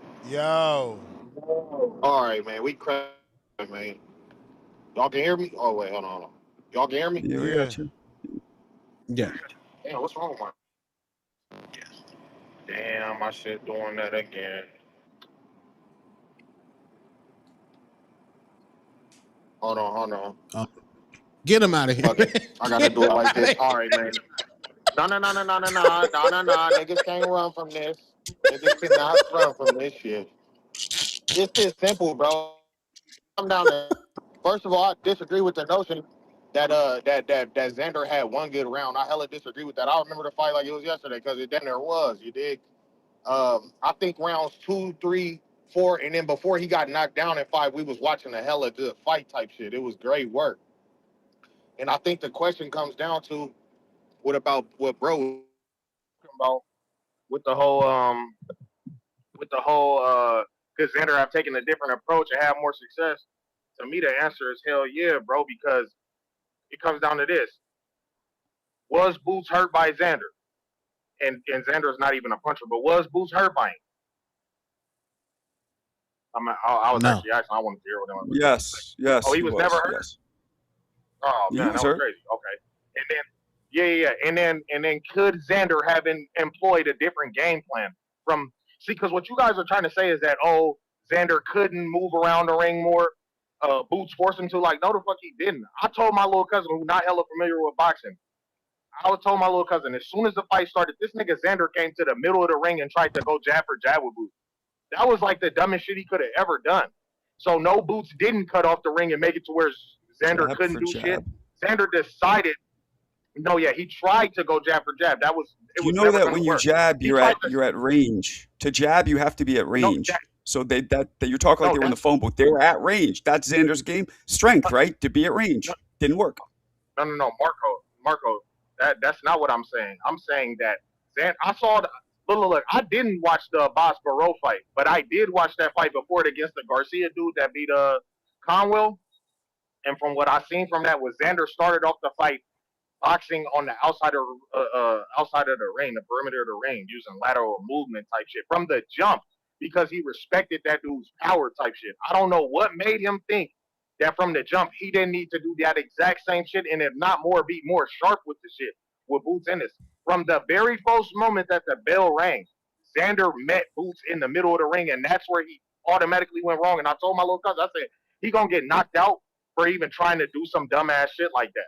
I never thought, though, in the midst of that Xander, a nigga who I never would call a puncher, would hurt Boots. You feel me? So I think that if Xander would have implored, I don't want to hear none of that because before this fight, niggas was saying, "Oh, Xander has he has a magical corner. The corner, oh my god, just top notch. It's a way better corner than Bozy Ennis. No, with Bozy Ennis yelling at the motherfucking football, John Madden instructions, pack Xander ass up. I don't want to hear shit.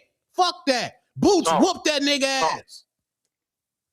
You ain't hear me say nothing different, but Tone, you ain't hear me. You ain't never also hear me say nothing about this nigga Xander corner or nothing like that. I don't know what you bringing up niggas for.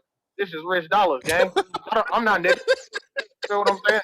So, with that being said, bro, from the jump, if you probably can't do it for the copywriting reasons, but if Ness was able to pull that shit up, I would be able to prove to you what I'm saying. From the jump street, from 21 Jump Street, this nigga Xander Zayas tried to meet Boots in the middle of the ring and go jab for jab, and that was never what he was supposed to do. But even though he did that shit, he had way more success than I would have ever thought he would have doing that shit. So I'm hearing motherfuckers on here say that Boots is the best fighter in the world, and I'm like, wait, how? Hey, Ness, I know you remember when Devin was when it was talks of Devin fighting Zayas, niggas was saying Dev was cherry picking. I know niggas remember that. Am I lying? Yeah, so with that being said, what is Boots beating that nigga make that nigga the best fighter in the world? I don't want to hear it, bro. He went in there and he got hurt by Xander, and I never would have foreshadowed that. I'm not saying that it's crazy because I mean we boxing with 10-ounce gloves on type shit, and Xander's not a bum. I wouldn't even take that from him type shit. I wouldn't put that on his top. He's not a bum at all. He's a for sure formidable foe, but for niggas to be on this bitch lying, Boots look like that, like he really didn't. Honest to God, bro. The fact that Xander was standing right in front of him, I kind of would have been expecting a little. Like I expected him to look flawless. And if niggas want to say he looked flawless, I'm gonna say you're capping because he didn't look flawless. Bro, rounds 2 through 5 until he got dropped. Did David? Hold on. Did David Morrell hurt Benavidez? Did David Morrell hurt David Benavidez? Yes, but is David Morrell not a puncher? What are we talking about? I don't think he hurt him, but he hit him. No, he did. David said himself he hurt him. He even buckled him backwards. Yeah, he hurt him. Oh, that one. It don't He matter. hurt him for sure. Yeah, it doesn't matter though. But David Don't matter because we Morrell is a stepping puncher. on shit. Yo, Boots David dropped Morrell him is a 3 puncher, times, beat him into fucking submission, yet people want to focus. It's insane to me. Marco, I'm only bringing up this context because when Devin was finna fight the nigga, the world was saying Devin was cherry picking. And I'm like, all right, well, if Tone it's a cherry came pick on for Devin, and took it back. He just said, like, yeah, I was saying he was a lick.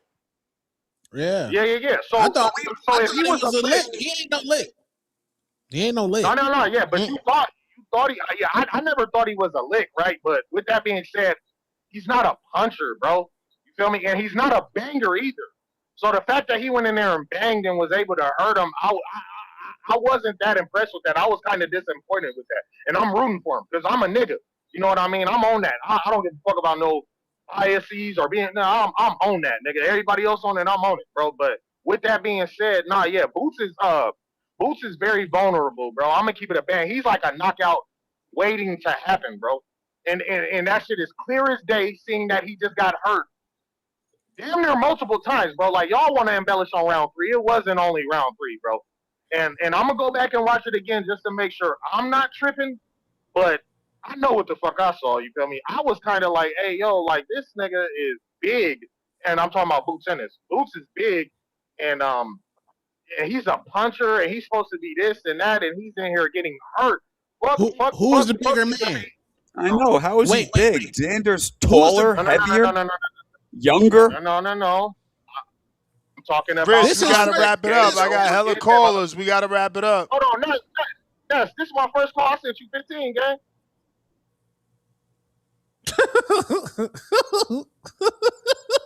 You sure this your first call? Because I went to Rich Dollars like 3 times already. No, Ness, you let me on, but my shit wasn't working. Y'all All know, right, you well, know, this is the I'm first time gonna use the bell. I'm gonna just use the bell because there's so many people. It's already 3:30. I gotta get to the gym. I got shit to do, so we gotta get on this Rich, bell. Rich. Also, Rich, this I'm gonna boots start it first over. fight. I'm starting it over. This is the first call. And then you got Tone and shit. They interrupted me on some bullshit, talking about some David Morrell. Like that. All right, that's why we starting over. All right, This is it's good first money, fight. good money. So look. Rich, Oh, look, it's this just is simple. first You fight got niggas at 54. See, Ness, this what I'm saying. This what I'm saying, Ness. You telling me I can go, but then you got Tone interrupting me talking about this is his first fight. No, the fuck it's not. He just fought Lima. Yes. Who had already lost to McKenna. I don't want to hear that No shit. real So look here, man. Let on, this Tone. man go. We got like 20 something callers on here, man. And it's Tone, you 4 being o'clock disingenuous, almost. bro. See, you got niggas on here saying Boost the best, but he needs a tune-up. Like, bro, the nigga just came off a tune-up. He's 35-0. Hey, I don't think he got 5 champs on his resume. I'm done watching tune-ups with that nigga. He needs to get in the fire, bro. Period, bro. But at the end of the day, that's all I gotta say. It was a great win. That nigga Boots is his punch selection is nasty. He's too overconfident though when he's in there trying to slip punches, and that's what's gonna get him knocked out, bro. He be fighting with his hands down. He's gonna end up getting knocked out. I do. Indeed, niggas talking about, oh, Devin needs to, if Devin wanted, like, yeah, Devin should move up and beat that dude. Probably not before we get done with this unfinished business at 47, but I'm picking Devin to go up there and school that dude. Just based off the fact that he's like a little, I don't even know if, I don't know if I want to call it overconfidence. I don't know if I want to call it, lazy. I don't think I want to call it lazy. I think it'd be like an overconfidence thing type shit or a lapse in judgment type shit. But Boots a hell of a fighter though. He came in there and he got the dub type shit and all that, bro. And damn, it was one more thing I wanted to say, man. Damn, it wasn't. It was about the Boots Zayas shit, but it wasn't at the same time. Damn, fuck. I guess I gotta concede. You let this nigga Tone interrupt me talking about some David Morrell, man. I can't even believe this shit. I can't even. This nigga fucked my whole shit up. Oh yeah, like you were saying about the Vargas shit earlier, about how Top Rank want to move him a certain way, and how like I think that's some bullshit. Seeing how they moving Tucker, and how they moving Abdullah. Him and Abdullah the same age, so I don't see what this whole we need to tread water with him, but we gonna give Abdullah a damn near harder test and Albert Bell. You feel me on the replacement? I don't get that. So if that's the case, it needs to be the same standard for everybody, all in all type shit. Vargas, I don't want to see him beat up Cambosos. Like, what the fuck? What are we even talking about, bro? Great win by Jahi Tucker, by the way. They keep putting him in these type of fights that he shouldn't even be in. I ain't gonna say he shouldn't be in because I'm not mad at a motherfucker fighting good fights. You feel me? But damn, he ain't get a title shot, and y'all keep putting motherfuckers. It's like they want him to lose, and I'm not mad at it because it's a gladiator sport. But come on, blood, keep this shit a bean. Don't have my nigga Tucker doing all this crazy shit, which ain't crazy, and then wanna keep giving Vargas soft touches and shit. I'm tired of that. That's that double standard. That's that old because he's black he can handle it and shit like that. But I'm gonna let niggas cook. You feel me? Feel me? Good win by Boost. Xander, I don't think Xander finished. Oh yeah. Let me say this before I get off here. Xander quit, bro, because Harvey Doc went over there. And he started to count and said, "Are you done?" And Xander shook his head yes. And I pointed to my cousin. I said, "That nigga just quit." It's that simple. It ain't no indictment on him. I'm not gonna say he's a quitter because quitter means a pattern. You feel me? It's a reputation. He's not a reputation quitter, but he's a damn sure quit. You feel me? We know what not quitting look like. Bro brought up the perfect reference with that Chico Corrales. I don't give a fuck what the corner did, nigga. Do you want to fight? Yeah, nah. He didn't want to fight no more, so he quit. And that's okay, you feel me? Because he was going, like I said, he went in there trying to fight Boots in the middle of the ring. Yeah, nigga, you deserve to have to quit, nigga. You did some dumb shit.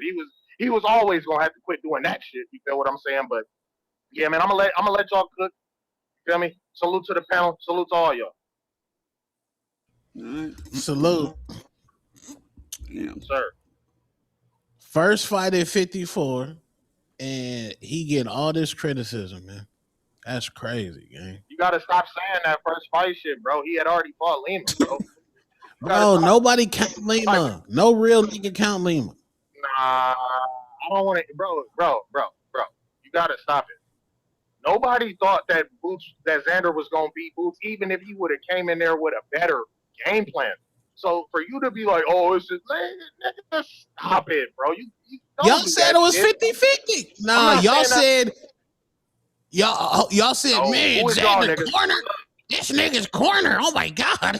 He's got so many minds in the corner. Just so many minds. But that nigga Ennis, yeah, yelling out cover 2, nigga. Cover 2, drop zone blitz, nigga. Let's go, Bozy, nigga. Big Philly.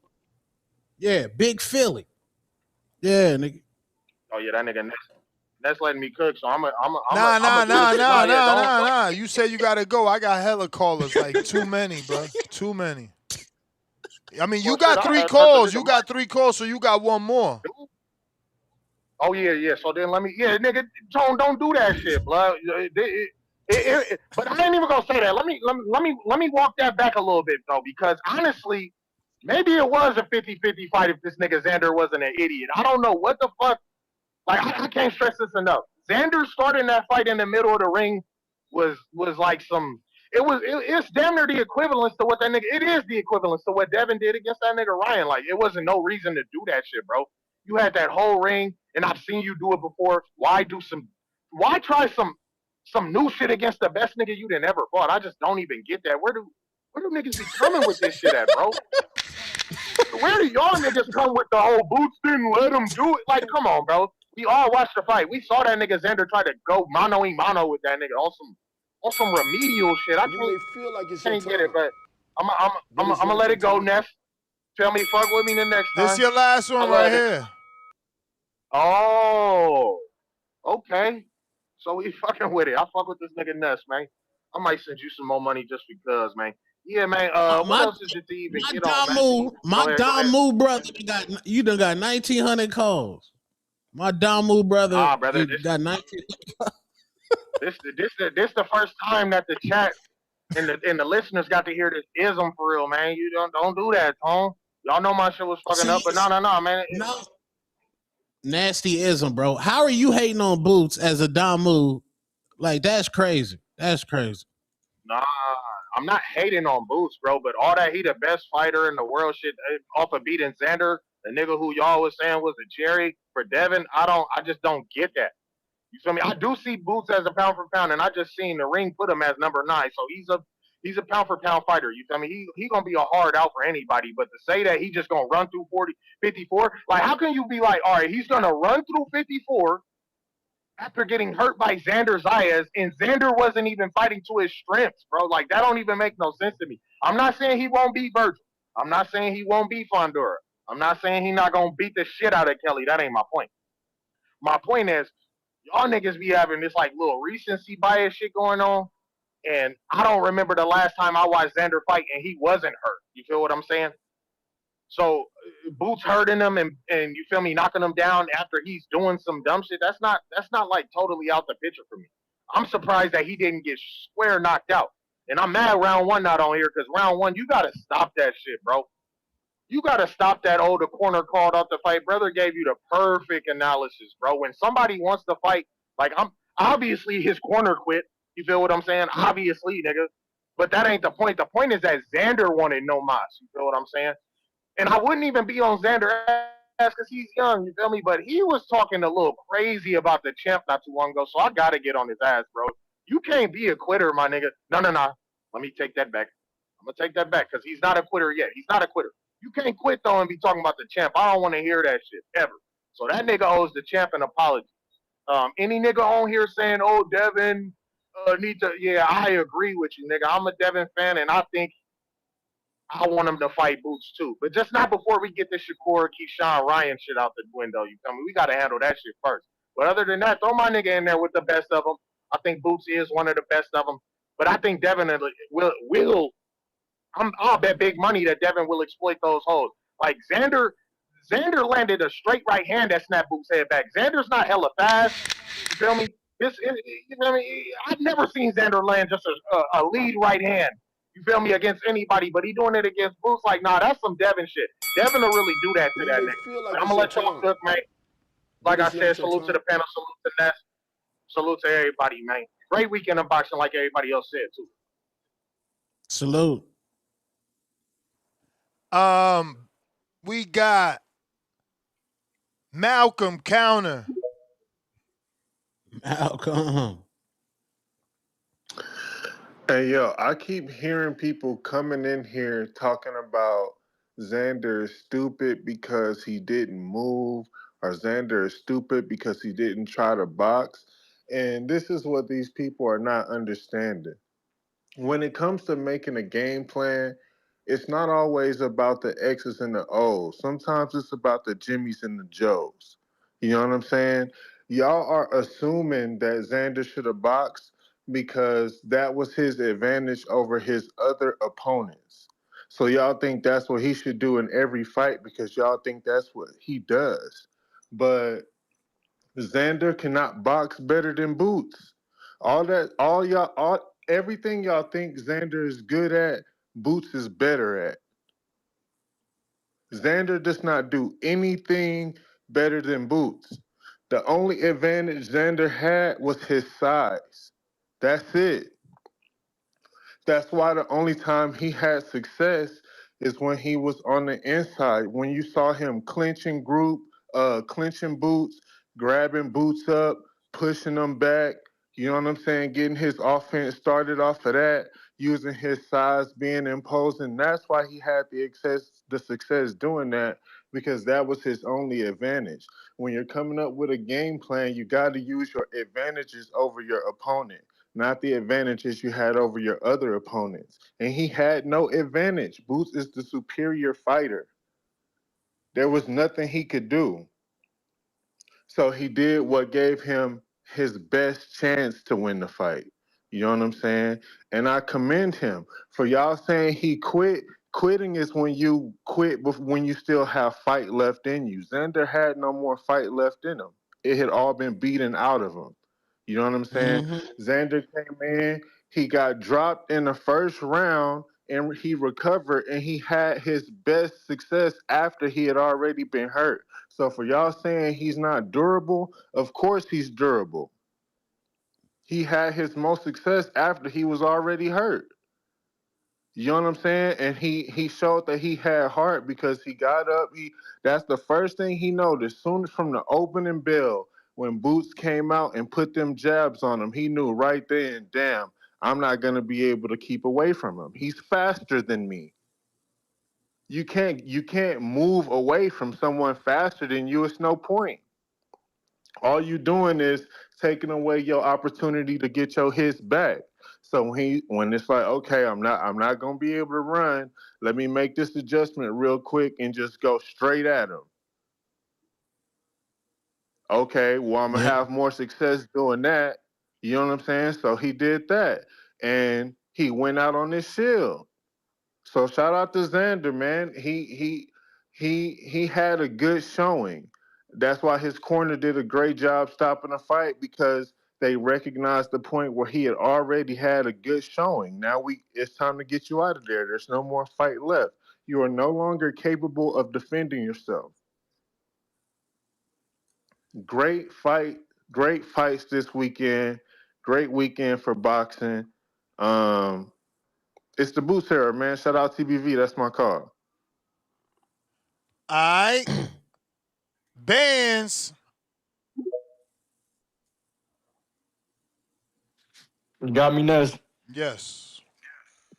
Hey, man, it's no way we just let this nigga, the Rich Dollar, sit here for 3 calls and say the He same paid bullshit for them. over and He over. paid for them, I champ. know, but I'm You talking could about the pay community, to bro. knock They him boots. out. Hey, no, that's what I don't do that. I ain't no weird nigga like that. But other people that do stuff like that, that did it to me. Come on, champ. Hey, So to you the nigga don't that did, do it, but you want somebody else to do it, even though you consider it weird. because they did it to me. I want the energy to be given the same way they did that shit to me, given to other callers that be saying bullshit, bro. Like, they just want to hear this bullshit. Like, it's crazy. You know what I'm saying? But look, that's neither here nor there. Treese in Ohio, your boy's going to get packed up July 4th. Hey, man, he going to end up on the canvas, man. If not, he might be just like Xander Zayas on one fucking knee. You know what I'm saying? We're going to make him quit. Y'all want to bring up all this sparring session? Oh, he got hurt. But nobody don't give a fuck about that, bro. That short Yeah, going nobody, no, viral. oh, I I ain't even promise you, see that it. shit got 3,000 likes, and that was like 4 days ago, yo. That shit crazy how viral that one going. I ain't Yeah, never had nothing like that. you trying to throw that bad juju on my nigga. You think he gonna get touched up, but that shit ain't gonna happen, man. You know what I'm saying? Even if we do get dropped, you know what I'm saying? We know how to get up like your boy, you know what I'm saying? You know what I'm saying? But look, man, hey, first of all, Devin Haney, Bill Haney, y'all need to get that nigga Boots off y'all list. Y'all not gonna entertain that fight. Y'all was in the front row, you know what I'm saying? Looking all spiffy and shit, but I can see in y'all eyes, y'all really don't want that smoke. So, hey, it's best for y'all to get that boy off y'all list. Like one of the callers said, I think yesterday or the day before yesterday, y'all don't want that smoke, man. But yeah, man, we got all these niggas trying to get on the Boots train. You know what I'm saying? We've been on the train, so when you niggas try to get in, we're gonna kick y'all ass out. We don't want y'all over here, bro. We been told y'all he's the best fighter in the motherfucking world. We been knew this. You know what I'm saying? I feel it in my blood, in my dad genes. You know what I'm saying? I been knew about Boots, man. You know, he just ain't had that notoriety. I know he had 30 and some odd fights, 0 wins, or 30 wins and 0 losses, and he didn't really have big names, but his time is now. Even Bud Crawford said it's his era. Like, it ain't no Devin Haney era. Like, they right there together, Bill. So all that Devin Haney era is not his era, bro. You got someone right in front of you. You got someone right behind you that's higher in the top in the pound. Well, no, he's not higher right now. He's number 9, but I think he should be above Devin.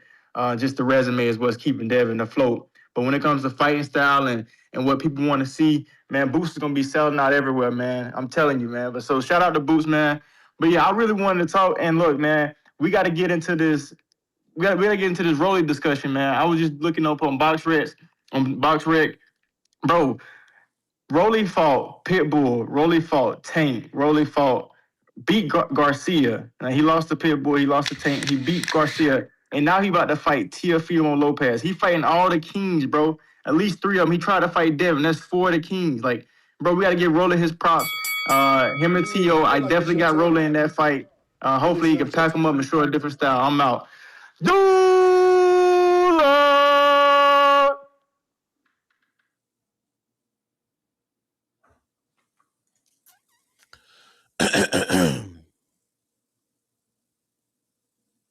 Boots landed 42% of his punches. Xander landed 29% of his punches.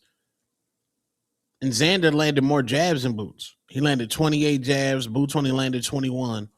The discrepancies in power punches. Boots landed 99 power punches to 61 of Xander. So yeah, Boots, he just bullied that nigga, man. Just bullied that nigga. And do you think... Man, he's good like that, bro.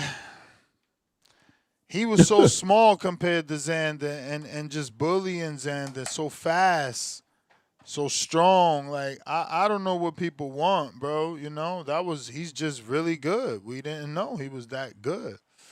And then I guess, you know, for guys like you, even though you at least see the light and that's mature of you, I appreciate that. But for some, you know, Xander was a lick, right? For Devin, so they won't give Boots the credit, but man, I seen fucking immense skill in that ring, bro. He showed skill. Yeah. Damn, Rich, you sent more money? Rich probably mad. Yeah, he sure did. Just because Ban said that, but you gotta wait because this hella counters. Lord of mercy. We got Danny counterpunch from Peace to God. We got to that. That is Barrel City E. He is there. Is that? I mean, I think that's you. That's a different name there. Burrow, Thug, Hooligan. Yo. Counter, punch. Talk to me. We hear you. Do you hear us? Yeah, man. Yeah, I got you. Yeah, I ain't gonna lie. Next, like, everything good, man? Need a little something or something? Everything all right? Yeah, what you mean? I ain't mad at you. What happened?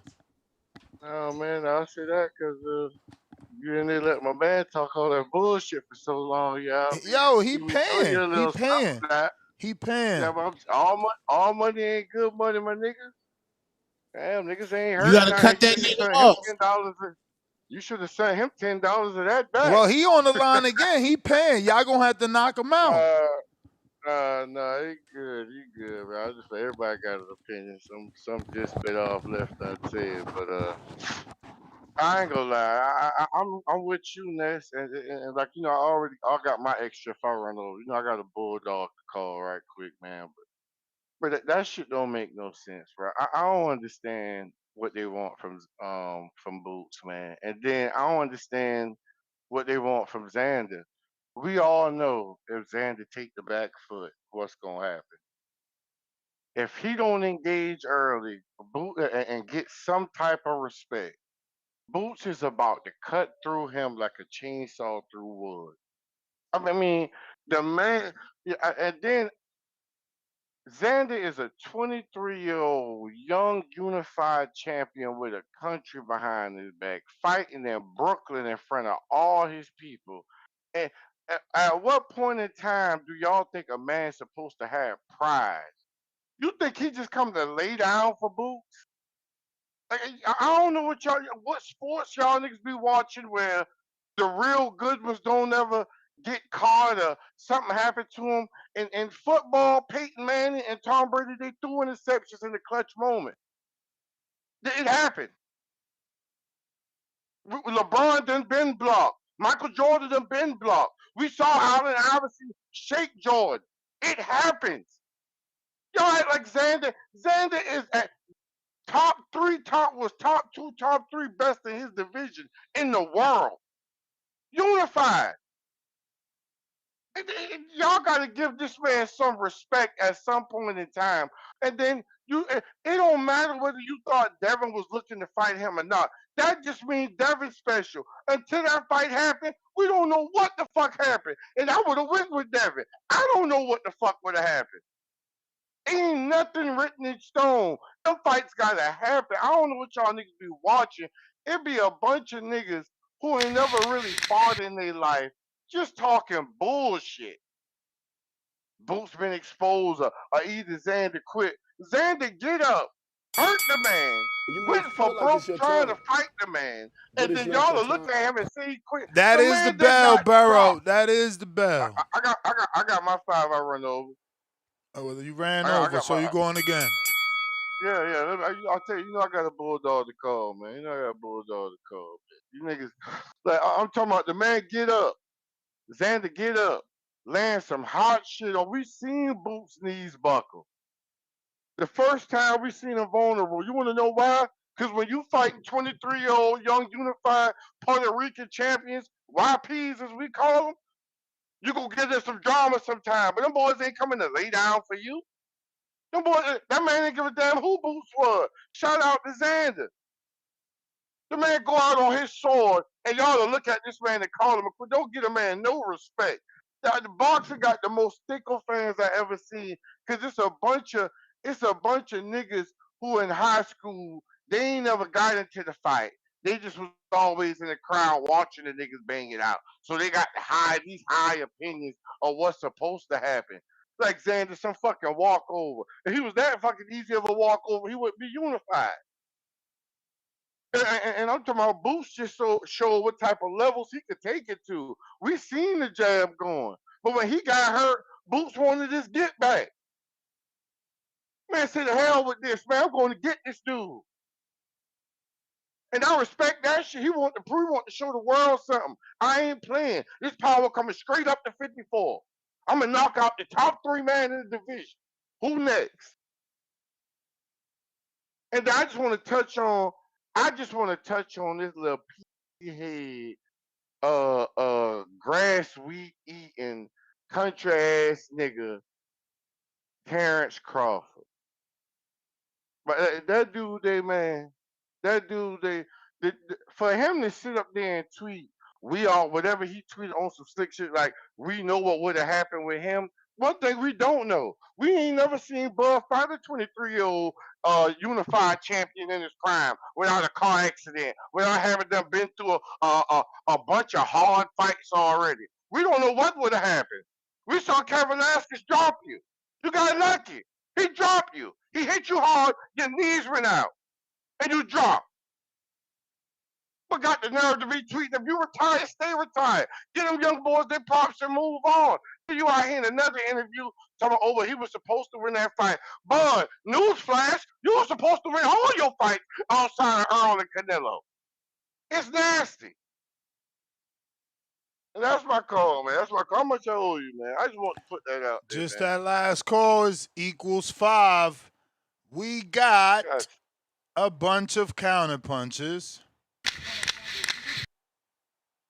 So bear with us. Up next, we got. You may feel like it's your time, That's but it's Jen not your time. Sasi Rant. Vega, what up?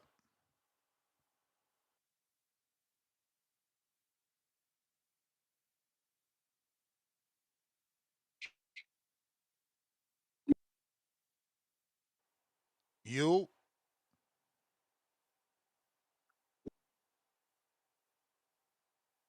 You can't hear me? Yeah, well, now. Okay. All right. Yeah, man. Appreciate it. Tone's still there? Nah, everybody's gone. Oh, okay. All right. Nah, man, I just wanted to, I agree with his point about, like, yeah, we can give Xander credit, but it's Boots time, man. We got to applaud him. And it's just absolutely disgusting. Listen, these people waste all this time and energy to bring this man down. Like, this is why boxing, I think this is a huge reason why boxing where it's at. Because when we have moments like this, you can say, well, it's because the guy didn't follow the game plan. He was too young, blah, blah, blah. You got to enjoy these moments, man. This is what help makes the sports You broke up. great, man. Like, You breaking up. Boots getting the We got Jin You. Sasi. I'm sorry, bro. I got hella counters. Oh well, he dropped off. Hold on. Rich Dollar, excuse me.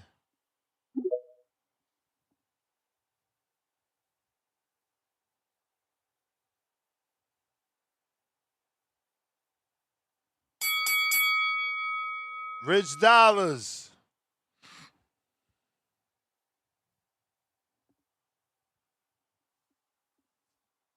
All right. Fats. Yo. Yeah. Yo, yeah. Nah, that was a good fight card, man. That was a good fight card, bro. From the Jahi Tucker fight, Emiliano fight, it was exciting. He knocked dude out. Shit. Whatever. They put Boots on the list. Oh yeah, he should have been. He should have been. Pound for pound, yeah, he should be. He should be well deserved. Yeah, when people talk about, bro, it be tripping me out when people say, "Well, Xander should have did that. He should have ran." And look, man, Do I think he should have pivoted more in the pocket and the inside? Yeah. But you know, that's credit to Boots from taking all that shit away from him. Like he stood behind a jab. Xander, like I said, don't get his head off the line. He don't. Like he do not move that head, bro. He don't move that head. He'll step to the side on you to get out the way, but moving, bobbing, and weaving that big ass head, no, he don't do that, man. He don't do that. That's why I favor Boots. It's just like Boots just had more ways to beat him, but I didn't think Boots was going to stop him. I thought it was going to go the distance. But like people gotta realize, bro, like when you get hurt in a fight, bro, y'all talking about moving, all that. Like a nigga said, like his legs probably he have his legs on him at a certain point. Like you can't expect him to do that, bro. You can't expect him to do that, bro. Like all that shit go out the window when you get hit. You try and gain some respect. Like yeah, like okay, nigga hit me with a good shot, but I can't just be backing up, and he just walking me down. First of all, that's wasting hella energy, and I gotta make this motherfucker respect me. You get what I'm saying? So I mean, it was disappointing in Xander not to be able to adjust to the style of fight. But hey, I mean, he just was overmatched. Bro. And when people talk about the Bozy Ennis shit was weak in the corner, like Xander had the corner advantage, they was saying that. I heard a lot of callers during the week and last couple weeks were saying that. And I'm kind of looking like, damn, I didn't think Bozy was that bad in the corner. And he was giving Boots some good instructions, like telling him don't let him get too close, keep working the jab, dig to the body. I mean, he was giving him some good shit. I like Jahi Tucker trainer too. He was giving him some good instruction because I'm like, bro, you don't gotta stand in front of this slow ass dude, Cedeno. I'm like, he too slow. You can see his punches coming from a mile away. Just box his ears off. But that was a good card, man. And I don't like that neither. We want to move Emiliano Vargas all slow. Nah, fuck that. Time for him to get in the fire and get a title shot. I appreciate the card. But it's not your turn. God damn, title shot. What the hell? It's too soon for a title shot. That is way too soon. He ain't ready. He ain't even have one former champ. And what has he shown to say to us that he could skip the former champs and go straight to a current champ? You don't think he can beat Dalton Smith right now? Nah. Yo, Dalton just beat Sabril, man. Y'all, Sabril not all that. Yeah, well, let him beat Sabril. Well, let him beat Sabril. That's the perfect fight. Puerto Rico, Mexico. Perfect. Former champ. Okay. I like that. I like that fight. Perfect fucking fight. I got say what again? $5. These dudes watched highlights. Can't take half these callers serious. Philly in the building. They mad. Faced with tears of joy 4 times. And the new two-tone. What up? Peptides. Derek, member for 27 months on a prospect level. We getting tone for the Border Wars commentary? Not this time, man. We ain't getting no sponsors, man. No sponsors. We got only Tito La Voz and Fight Book. It just ain't enough, man. Tone, I told y'all before, Tone flight and hotel is, anywhere between $1,200 to $1,800, depending on the season. And this is the season. That shit just ain't in the books. We got Say It Again. Was that Floyd Schofield Sr. on the phone, crying out loud 4 times? Can't take these dudes serious. It's easier said than done. How about you get in there with Boots, laugh out loud, or just get in there in Border Wars? Son of Michael, $5. Timing beats speed. Marco, reflexes and speed are 2 different things. You move the goalposts, bringing up reflexes. The Butcher, $2. Can Boots beat Canelo? Two-Tone and Marco? People already was saying that yesterday. Like, oh, Crawford did it, he could do it. It's like, whoa. Leonard Sterling, 5-pounder. FYI, caller 5 champions. Boots has faced Van Heerden, Lipinets, Avanesian, Stanionis, Zayas. 4 wins, 4 TKOs, 1 no contest. Yep, I'm giving him an IBO champion in Van Heerden. Uncle Tim, $5. What's up with this soft attitude? He was too strong. He was too fast. He has fast reflexes. What happened to figuring it out? That's what made Bud great. Leonard Sterling back with another 2. Ring updated the Boots. Ring update. Boots number 9 on the pound for pound. Number 1 at 54 division. Kenyo Teller, counterpunch, Cliff, Jaleel, $2. Boots, Fundora are in negotiations. Hey, I said that. I told y'all they announced that shit on the telecast, man. The Zone ain't playing. These guys are all on the same network. That's it. They got to make these fights. We got Jin Sasi, you got a counter, you ain't collect. We got Vega with the counter.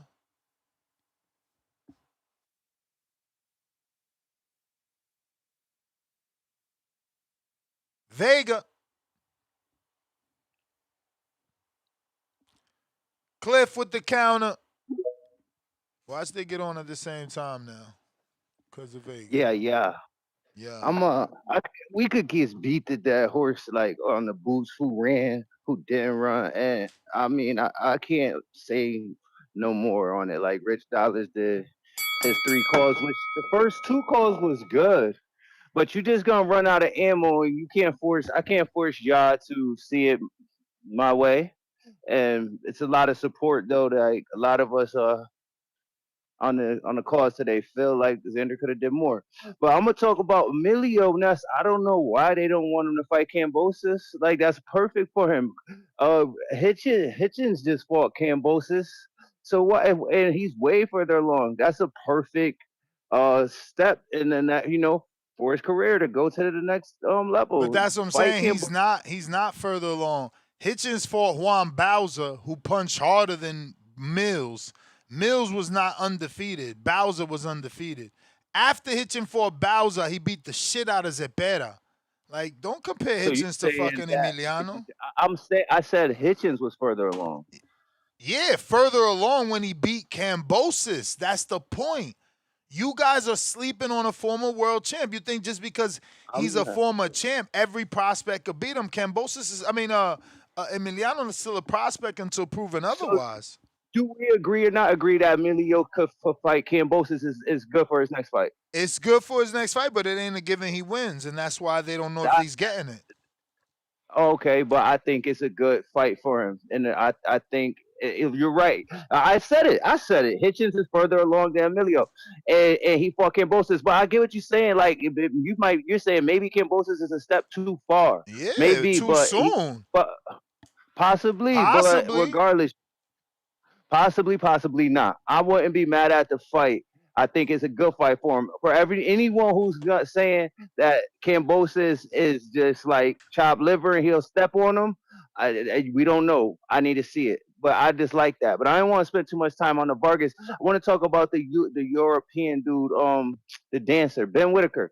Yo, see, that's what all these athletes, they move too fast, Ness. They too impatient. Because if David Benavidez just stays at 75 and dominates that division, they could manufacture him a big fight that he wants, and it could be Whittaker. Even though we know Whittaker is probably not as good, but the way you move him, put him in there with the right people, make him look good.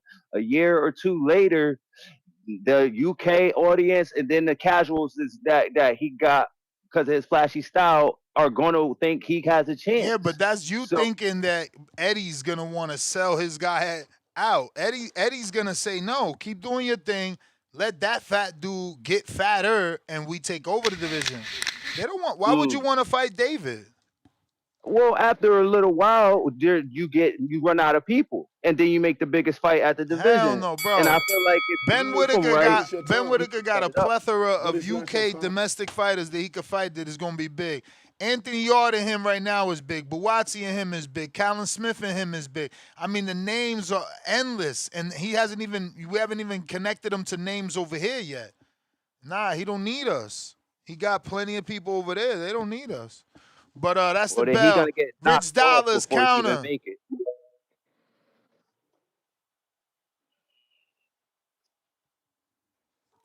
Yo, what's up with niggas being tender and shit? I don't remember hating on the nigga Boots, bro. And I don't remember hating on Zayas either. I don't think it's crazy for a motherfucker to say, hey yo, Xander, you shouldn't have started the fight that way, bro. Y'all being emotional. Oh, hey Ness, kick me off. I gotta come back on. Yeah, hey yo, I need a load out. Shout out to my truck drivers. Vega counter. Yo, can you hear me? We do. All right, yeah. I guess my phone was overheating, but yeah, man, this should be a time we should be celebrating something within boxing, and just to hear all this bitching and crying and complaining, this is why we can't have nice things in boxing. You know, I just feel like, yo, if this was Virgil, bro, for whatever reason, this shit would have been like, oh, Virgil's the best, pound for pound, woohoo, fucking clap, celebrate. But for some reason, people like Boots, they just get so discredited, dog. Like, I don't get it, man. I was amazed. Yeah, could Xander have fought differently in the first round? Yeah, probably. Could he have moved more? He said he couldn't. Do I think he should have? Absolutely. The result probably would have been the same. He probably would have had less success and took it less of a beating and still got stuck. Okay, cool.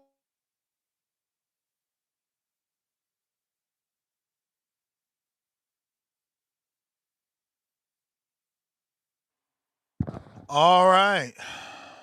Poor Vega. Ant, Cincinnati. Yo. What up? Yo, I was busy today. Boy, everybody on this motherfucker today.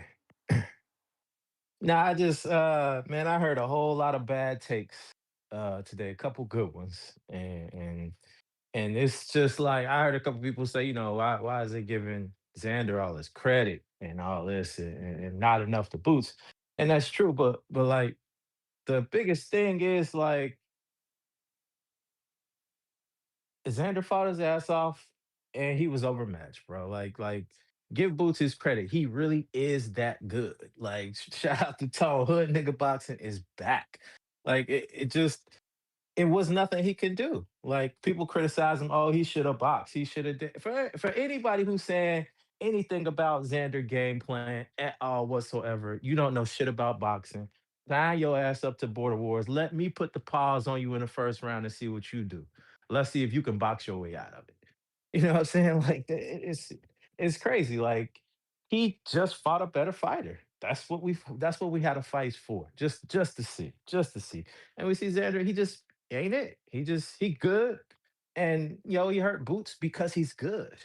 It ain't because Boots is vulnerable. It ain't because his chin is suspect. No, it's because they was fighting in the pocket. Xander's a big dude, and he threw everything he had in the kitchen sink at Boots, and Boots still didn't fall. It ain't no, oh, if Xander would have did this. It ain't no, oh, if Crawford would have did that. Oh, it ain't no, if whoever would have did whatever. It's just simple fact. He hit him with everything he could. It wasn't enough, and he packed him up. That's it. So now we got to start looking at Boots for who most of us thought he was, the heir apparent. He really is that dude. So the folks was talking about Xander was this, Xander was that after, before all this, and yeah, he is. Like still believe he is. He's good. But at the end of the day, Boost is back, and Boost is gonna be the number one. If he go fight, what's the name, Tower Inferno, he gonna pack him up. He gonna pack him up because he ain't about to do all the little goofy shit all these other dudes did. Yeah, this dude tall, but he gonna pack him up. What's his face, the Mexican? He gonna pack him up too. Mister, I've been in 3 divisions, but I still ain't a champ. We're gonna pack his ass up too. That'd be a fun fight though. I really do want to see that. So yeah, I mean, it is what it is. It was a great fight, and the better guy won in the story. That's all it is. And for that Zuffa boxing though, Rayo Ice De Los Santos. Now I think that's an indictment on Shakur. Like the last year or so, I've been kind of soft on Shakur. Like I really don't. I'm starting to You may drop feel him like it's your as time, pound for pound. I really don't but think it's he not that your time. good. I really don't think he that good. Who? Cause Shakur, I'm Mm. starting to. He might be, but I'm questioning that. Like I see Rayo go in there, ice De Los Santos, who De Los Santos went in there and beat the brakes off of Shakur. Shakur ran his ass off for Whoa, 12 whoa, rounds. whoa. That was the bell, but I don't know about beat the brakes. And I'm not no Shakur fan. But Rich Dollars counter.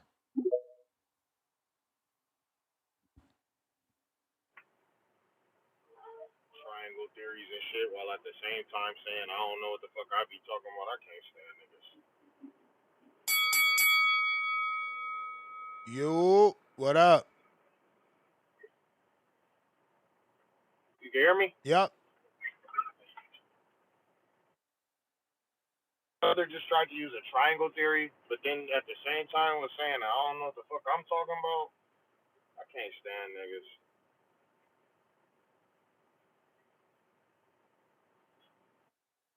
What the fuck is wrong with my shit? Hello? What up? Okay. You know how bro just tried to use a triangle theory to discredit Shakur, but then tried to say that I didn't know shit about boxing. I can't. I don't even understand where niggas get off even talking like that. I actually know ball, bro. Like I don't even want to hear that shit from niggas. But but, but what was I finna say? Oh yeah, dude said I wanted to respond to Malcolm, bro, and the nigga that came right after him. They was talking all this. Oh, they still won't say it. I came out and made a clear statement, bro, that Xander started the fight off wrong and he was destined to get knocked out. They said Boots didn't let him use the whole ring. Like first, all right, so when did Boots ever have to even cut the ring off? That's my whole point. Boots never, Because we already seen it with the Karen Chukazan shit. Like, all that cutting the ring off shit, Boots is not good at that. Straight up, he's just not good at it. If he was, he would have showed us. And it ain't like Karen Chukazan is like just some world beater. He ain't Lomachenko or Usyk on the feet. I don't want to hear that shit, bro. So my whole point was that I've seen Xander do something different. He didn't do it. He didn't even attempt to. I can see if Xander started off the first round, which I'm already saying he didn't. Xander did not start the first round off on his bike, using the whole ring, trying to make Boots chase him. I can see if he did, though, and then it didn't work, and then now you got to fight. But no, that's not how it went, bro. So all you niggas on here talking about some, oh, niggas don't know nothing, and niggas, no, it's not no hate, bro. It's simple. I think that Xander did some dumb shit. Now, mind you, I think Xander was going to get knocked out regardless. You feel me? I thought he was getting stopped in round 10 because I thought he was going to come out and do something different, bro. But all that, oh, niggas don't know nothing because I'm disagreeing. Like, I don't want to hear that shit, bro. And all you niggas on this bullshit, stop bringing up Bud Crawford. Based off the other day, that nigga would destroy that dude, bro. And actually, based off of everything that we've ever seen from both of them niggas, that nigga Boots is not fucking with that nigga. And I'm not saying he got to be because they was never finna fight because Boots turned it down. But damn, I can't even remember. It be just too much gay shit on here. Oh, motherfuckers, this is why boxing is trash. Cause nobody was discrediting Boots, bro. He got his dub type shit, bro. But all this world beater shit from beating somebody who none of y'all thought he was gonna lose to, it just doesn't equate. I don't see how that equates. You feel what I'm saying? You may feel But I like already it's your told time, y'all that Boots was a hell of a but it's fighter not type your shit, time. man. That is the Stop crying, bell. motherfucker. Rich Dollars. Salute. You the man. Champ. Jin Sasai. Counter. There, you got my counterpunch, right? I sent it in. Yes, I did. Okay. I have to agree with Rich on that as well. What was the odds? You know what the odds was in this fight? I know. I remember Ness? Boots was like 4-1. Thank you. So I appreciate you confirming that. Also, do you remember when Tone and a few others was talking about, Xander being a cherry pick for Devin Haney? Remember that? Yeah, Tone just walked that back. He said, "Man, Yeah. you know." Yeah, he got to walk it back. I know he got to walk it back. Tone is the king of narratives, so I don't put too much stock in what Tone say. Here is the reality. This is the reason why rematches are important, right? Because the problem with the lack of rematches, it allows certain fighters to kind of get away. So my question to you is this: the Charles Conwell fight. Do you believe that Charles Conwell would have lost the second fight if he would have rematched that guy that Xander ended up taking the belt from? Hard to say, but I'm gonna lean no. I would have definitely picked Conwell to, adjust and win. I kind of agree as well. Do you think the Bachram and Josh Kelly fight, you think if there was a rematch, do you think Josh Kelly would have beat Bachram again? Yeah, but that one is different, and actually they're both identical. You can't ask for rematches on vacants and on mandatories. So yeah, they might be important, but you want Bachram to get a rematch. That's his mandatory. You don't deserve a rematch. You can't beat your mandatory. No, I'm agreeing with you on the technicalities. You're right. I'm just saying, just looking at it just from a boxing standpoint. Bachram coming off of a year layoff and fighting Josh Kelly. Josh Kelly beat him, hands down. Yeah, but again, that's his fault for putting off the mandatory for a year, trying to make other fights. Remember, you're leaving out the details that are important. Had he not put off his mandatory for trying to make these big fights with other people, trying to get that turkey money, he would have been active. He would have took care of Josh Kelly, and then he would have, maybe sat out trying to get the big fight. But he tried to do it backwards and was forced to cram in a mandatory, and that fucked him over. I'm agreeing with you. His fault. No, I'm agreeing. No, I'm agreeing with you. I'm just talking purely skill for skill, fight for fight, right? Yeah, but you included the time off though. No, I got you. The time off, which then gives people more sympathy towards a rematch.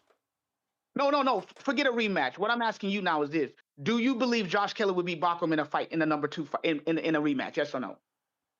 Tough to say, Bram, because honestly, I counted him out in the first one, and he really did well. He even dropped him, bro. None of that was expected. Yeah, but Bachram dropped him too, though. Supposed to. He's the puncher. You get it? Correct. No, I'm with you. I'm not disagreeing with you, Ness. what I'm saying is No, this. I'm not saying you know. I'm just saying like that's why I Okay. can't give you a solid answer. Like I might No, lean Kentley. Remember, Nestor I, Gibbs favors boxers. Thurman, I'm Devin, I, Shakur. I I'm with favor you. boxers, so I I'm might lean Kelly because A, he fought better than expected. B, he surprised me. C, he got a knockdown. So yeah, he could probably win a second fight. I'm with you. The point that I was trying to make, though, to be honest, is this. A lot of time, listen, all credit to Xander, much respect. Even though I'm personally disappointed in his game plan, I can get why people, whatever. The bottom line is this: he was an underdog, a heavy underdog. Okay, we before the fight, majority of people knew Boots was going to beat Xander. There were a small handful of people who were picking Xander based on culture, country, i.e., round one. Okay, but anybody with a technical eye understood that the best chance that Xander would have, even competing with a Boots, would be to be on the bicycle, which we've seen fighters be on bicycles. I.e., we've seen Devin Haney be on bicycle in the Ramirez fight. We've seen Shakur be on a bicycle in certain fights. So the point I'm trying to make is this: I wasn't asking Xander to be on a bicycle from 12 rounds, but Jesus Christ, dude, why are you not leaning into your You may best feel like it's your asset? time, Okay, but I it's got not to your time. say no more, man. All Yeah, right, you got other brother. callers. Go ahead. You the man. You No the problem. man. You the man. We got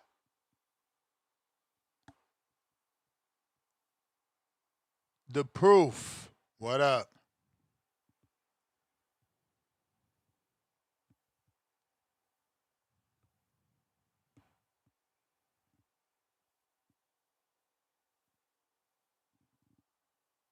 Ooh, can you hear me? Oh shit, the proof. Hold on, bro. My bad. Big If was there. I'm my bad. Damn, if you didn't let me get to like 5 callers. Just mute up. Can you Yeah, can you Big can you you not listening, is he? Big If, what up? Yo, what's good? What's the word, man? You hear me? Yeah. Yo, what's good? But now it's so good, man. I was working at the same time, man. So I'm passing time listening and all that, man. Salute to you, man. Great show, pack show. I want to salute my Queen's brother, Jahi Tucker. You know, he didn't let the referee, you know what I mean, like stop him. He went prick for prick, dick for dick, pause, if you may. But he was like, yo, if you get me and ref don't say nothing, I'm getting you back. I love that. Entertaining fight, entertaining cards from top to bottom, man. I enjoyed it. Salute, man. I want to salute Jaron Boots Ennis, man. Like he did his thing. Yo, they came with a dope game plan, solid game plan. Because for me, before the fight, I thought it's either Xander if he boxes decision or Boots if Xander engages in the close range by knockout. And Boots came with a great solid. I don't know if a lot of so there's a difference between critique or like just observing what you watch. And some of the I agree with some of the callers that called previously. But some people are calling and they're just like, I don't know if they're boxing. We're boxing fans here, man. If you want to do the whole great good, that's it. Celebrate Boots win and all that. We're critical fight. We're critical. We're trying to learn about the sport better. And apply whatever we see when we watch into our games and all that. So Boots came out and decided to box a boxer in round one. He came out jabbing but moving laterally. So maybe some people thought Boots was coming forward, but wasn't coming forward at first. He was moving laterally, which made the bigger, longer guy in 154 and Zayas decide, okay, if he wants to box, I'm a punch, which was the wrong game plan for him to do in the beginning. We're not saying that the outcome might have been different or not different. We're saying that because I'm chucking it up to him being inexperienced and just being young, and he decided to fight the other guy's game, which was the dopest game plan he came out with. Like let's punch boxer, and make him feel like he has to fight our game. We lure him into our game, and then we switch the game plan on, which was brilliant, which they did brilliantly. For the guys who are saying whatever they see about Boots, it's not a critique. It's not taken away from his game plan or whatever or his fight. Is that we saw him get clipped in round three. A lot of people talk about round three, but round four too. The same thing happened in round four when his within range, his switching stance within range, that got him clipped. In the post fight, not the post fight, but in other post fight interviews on YouTube, his pops was like, yo, he was disappointed because he was like, yo, why you playing around? You playing around in round three and four, which is what he was doing. He was switching stances. So when people are critiquing that, they're not saying Boots is trash. That's not what they're saying. They're not saying Boots would probably lose a rematch. They're saying he did certain things that Devin Haney, win or lose, will be able to take advantage of. And in round one, Devin Haney is not going to be reckless like that. You know what I mean? So win or lose, Boots could win the fight versus Devin Haney, but we wanted to see that with Zayas. because we know Zayas has those attributes to do those particular things. But all credit to Boots, all credit to Zayas. There was no quit in Zayas.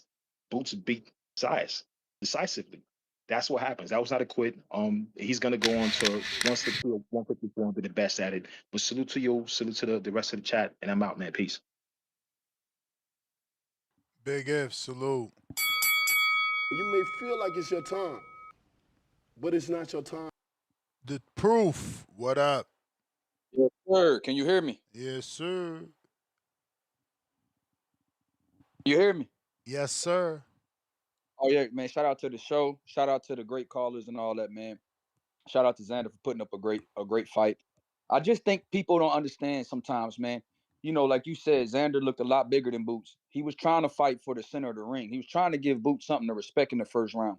He started off jabbing. Boots was beating him to the punch because a lot of people don't realize that Boots, when he uses it, has a pretty good jab, has a good jab in both stances. So when Boots was moving laterally, he was doubling up, tripling up the jab, and Xander couldn't do nothing about it. So, and then in the first round when Xander was trying to establish himself and give Boots something to respect, he got caught early. And after the fight, he said, I didn't have my legs. So like you were saying, once you get hit in the mouth, sometimes your plan changes. And Xander, if he would have overmoved and moved the whole fight, he's a big guy making that weight. Who's to say that his body and he would have been able to hold up moving that much? He probably would have got fatigued later in the fight and got beat worse. He was trying to give Boots something to think about. You can't just have the smaller man pushing you to the ropes and walk you into the ropes and loading up on shots and putting all the power behind it. So usually when you're the bigger guy and the stronger guy, if a guy can outpunch you, a lot of times you want to push him back so that you could take some of the steam off those shots. Because a lot of guys don't punch as hard going backwards. So he was trying to push Boots back. And like you said, I do think Boots has defensive lapses in there. He's obviously one of the top talents in the sport. It's not even an argument. He's box office. Benavidez is box office. Bam is box office. The Killer Bees of the under 30 club. Those are box office fighters. And you don't know what you're going to get with them, but you know you're going to get a sensational fight. And so a star was born, and Xander didn't lose any fans, in my opinion. He came out more popular than he did when he entered the ring. But yeah, I mean, it was really nothing Xander can do. He got outgunned, and he tried to fight. He tried to box in the first round. People don't understand. You don't have to overmove or be super on the back foot if you leading off with the jab and you're trying to establish range. It's just Boots has the same reach as Xander. So Xander had to be in range to take some of those shots. And when he jabbed, Boots was coming over the top of his. He was quicker. And so they time and beat speed, but what if Boots had better timing too? Now, I will say I agree with Boots about giving himself a C plus because his offense was an A, but his defense was a D. He got lax in there. He got lackadaisical. He thought he had Xander. He thought he had Xander in trouble in the first and second. So he got kind of lax in there in the third. He got caught right on the chin while he was throwing a shot with his chin in the air, squared up. And to me, I know people say if that was somebody else, he would have, but who's to say he would have fought somebody else like that? Who's to say he would have dropped Virgil or Bud or these other guys, Fundora in the first round and got loose, got laxed in there. So I mean, every fight is his own fight. We seen some of the greats. We seen Ward get dropped by Darnell Boone. We seen Andre down. We seen Ray Leonard down early in his career. I mean, in one of his fights. We seen a lot of greats. We seen Floyd Mayweather hurt against Chop Chop, and he's one of the best defensive fighters we've ever seen. So I just mean, Bud Crawford got hurt against Gamboa, and people said when he moves up in weight, can he take those shots from bigger guys? And what did he do? Retire undefeated. So I just think this was a good test. I'm glad Boots showed he can take a punch, survive, and hurt Xander at the end of that round. So he showed that he has dog in him that people wanted to see if he could do that against a bigger guy. So he answered questions. He answered that he has a jab. He answered that he can still dog it out with a bigger guy and break somebody because Xander had confidence out this world. He had to break that young boy, that young man. So I just think that going forward, Fundora and Virgil. Now, if Boots tightens up some things, them guys are in trouble. And I'm not saying Virgil can't beat him. I'm not saying Fundora can't beat him. But if they think it's going to be sweet, I, I can't wait to see those fights, man. In any instance, win, lose, or draw is going to be box office. And I know people are saying Haney and all that, man. Haney needs to get the Shakur fight. He needs to stay at 47 right now. And before he fights somebody like Boots, get up there and acclimate. But right now, 154 is Boots' division, in my opinion. Now, they have a lot of good guys in that division. 154 is very deep. So if he can run the table and become undisputed there, boxing has a new superstar in his hands. Because I heard that Boots and Xander did a better gate than Devin and Ryan, than Shakur and Tio in New York. So you got to think about that. And now he just cracked the pound for pound list. And I believe Xander's going to come up to 160 and be a 2-division champion. I am not writing Xander off. This kid was a child prodigy, man. He was the youngest signee ever for Top Rank in their long history. So I'm not going to disrespect Xander. I'm not going to downgrade Xander. Boots just showed he is what we say he is. He is what he has been saying he is. And I expect the better the competition, the better Boots to be. So yeah, man, that's my call. Don't shit on the kid. Don't shit on Xander. Both of them get credit in this fight. And I can't wait to see what's next for Xander. I can't wait to see what test is next for Boots. But I guarantee you, he won't be turning them down. And now that people believe he's vulnerable, Virgil and Fundora will be taking those fights. And he'll be getting the fights that people want to see. So now we get a chance to see how great he really is. And thank you, Ness, for the call, man. Shout out to everybody in the chat. Shout out to my boy Tim Boski. Let me answer it. All right, man. Thank you. All right, Marty, what up? What up, man? From what I've seen, if you look at the first minute 30 seconds of the first round, when I watch boxing, I like to break it down to a microscopic level of things. So when you look at the first minute 30 seconds, I'm looking at Xander. Xander got like a step back game. Mind you, the first minute and 30 seconds, right? The step back game was working. The only time Xander got hit was when he stopped stepping back. That's how he got knocked down. He had a step back in the first minute, 30 seconds. He stopped stepping back. Xander, I don't know what that little setup was with the whole lead hand above the face, whatever. He got clipped. When he got clipped, that's when he got knocked down. So I'm thinking like common knowledge, right? Common knowledge. I'm thinking like, okay, the step back game working. He gonna continue with the step back game. He did not continue with the step back game. He got knocked down. He started trying to fight. I didn't think that made no sense. I was like, whatever. Maybe he knows something I don't know. He did not know nothing I didn't know. He got clipped again. So in my mind, I'm like, Xander could have made this. Xander could have made stuff slightly more competitive in my mind. And this is why, like, when people talk about Shakur and his step back game, how they say all he do is leap back and shit like that, I'd be like, you gotta understand that negates everything in boxing. If I step back out of your range, you can't hit me with nothing. That's just what it is. That's life. So in my mind, I'm like, okay, Xander can do it. He just didn't do it. Then Xander can counterpunch for sure. Xander is a decent counterpuncher.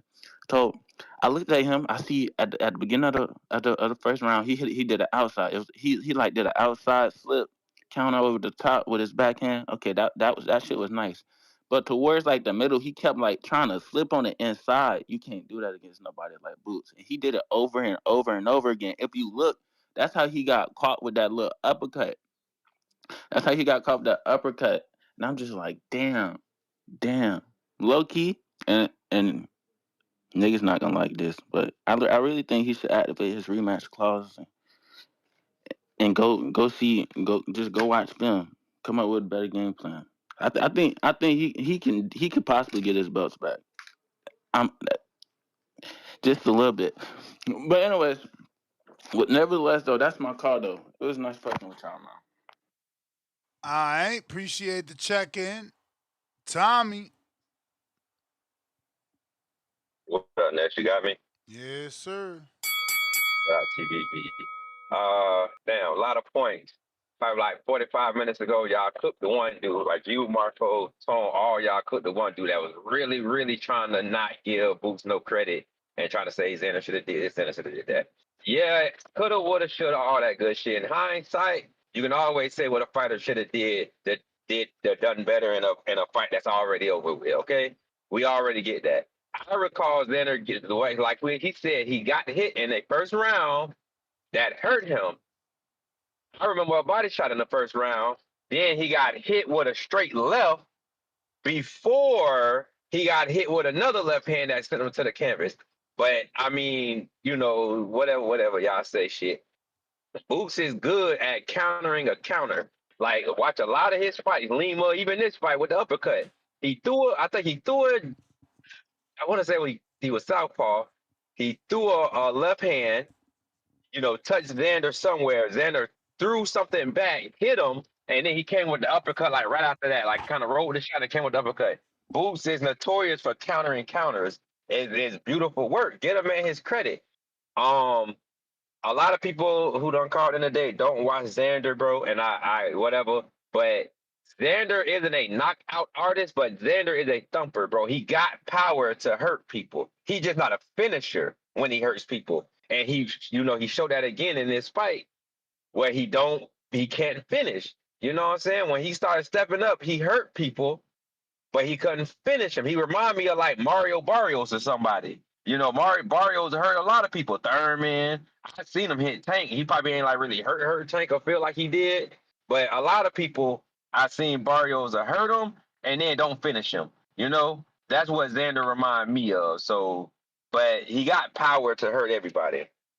Everybody gets hurt, I see a lot of people on the internet talk about Virgil this, Virgil that. Bro, Virgil, you lost the boy check, bro. Like, they gave you the dub, and that's cool, and you still a good ass fighter. Nothing. You got dropped twice. So everybody talking about, oh, if Virgil hit Boots like that, blah blah blah. Okay, cool. If Boots put Virgil down on the canvas twice, what's gonna happen then? Like, it's always this and that, and everybody talking about power. My man, hey, next, let me ask you, do you think, what's my man name, man? Y'all took the dude, he had a fight the other day, but he got hurt or sick or something. That beat Boychek twice. Fuck, what's his name, Ness? Help me out for my time over. They Go beat ahead. Belichick twice. Oh, Brandon Adams. Do you think Brandon Adams got more power than Virgil Ortiz? The stacks will say yes, right? Yeah. Like the paperwork will say yes. So It why would the say fuck Virgil got more stop power. Boychuk? It'll say Virgil got more power. So why the fuck he couldn't stop Boychuk, but Brandon Adams did? But that's why, like, people try to do that pyramid boxing. This happened, he did this, they did this, blah blah blah. That's the Long bell, story Tommy. short, yes sir. Boom, boom. Oh, you can hear me now? Yes, sir. Man, what's good, man? What up? Man, listen, bro. What's next for Boots, man? Let's see how Spence do against Zoo, and then let's make it happen. Let's see Yeah, the Spence and winner. Boots, I man. put that as one of the Yeah, options. The winner of Spencer Zoo. yeah, yeah. It's just let's go ahead and put that out on the horizon. You know who? You know who else I'm thinking about as well is man, I want to say Charlo, right? But where's his mind at? Where's his focus at? You get what I'm saying? I just don't know. But I would like to see Boots and Spence. Um, just cause that sells, that puts butts in the seat. And yeah, man, I would like to see Boots and Spence, man. Why not? Um, for Xander, bro, he's not a disappointment. He didn't shit the bed. He's a young kid. He took on a tough challenge. He went out to be great. You can't shit on him, bro. You can't hate on him. Um, I agree with you about Virgil. He did grow some balls after watching that fight. You know what I'm saying? But he didn't have a pair before that fight, right? So I don't know what to believe with Virgil. Do he even got his contracts together? Do he got all his shit together? No. Uh, exactly. So he shouldn't even be on Twitter talking, bro. Um, yeah, man. I would like to see Boots and Spence though, and then Xander. I want to see him climb up 160, become a champion there, and do his thing there. And yeah, man. I think that's about it. Hey, yes, did you see Dennis Thompson fight over the weekend Yeah. on the undercard? What you think of him? How you feel about him? I don't hear you talk about him too much. What you thinking of him, bro? Because you know he young, he up and coming. You know. He looked all right. He got the Yeah, win. That was the light yeah. skinned dude, right? Yeah, with the little afro, whatever Yeah, he yeah. got He going got on. tired though. Yeah, Yeah, he got to work on that tank. Yeah, for sure. Who's the other one that I liked on the card this week? Jahi Tucker, man. Hey, man, what's up with his defensive game, man? You know what I mean? He's got a little bit of work to do defensively sound, but he looked good this upcoming weekend. I mean, this past weekend, and so You did may feel like Emiliano. it's your But time, appreciate the call, but it's Ness. not your time. I'm out. Shout out to chat. Shout out to caller. Shout out to back call. Let's go, man. All Boxing is on right. fire, baby. JP, what up? Shit, calling in to nitpick and complain and hate as I do. You hear me now? Yup. Yeah. So I don't know, man. Over the years, I made a few calls here and there complaining about Xander. Complaining about Xander. I'm tired of seeing this motherfucker on these top ranked cards fighting these showcase fights. So ideally, I should have got what I want here. He finally fought someone who I thought was a competitive fight.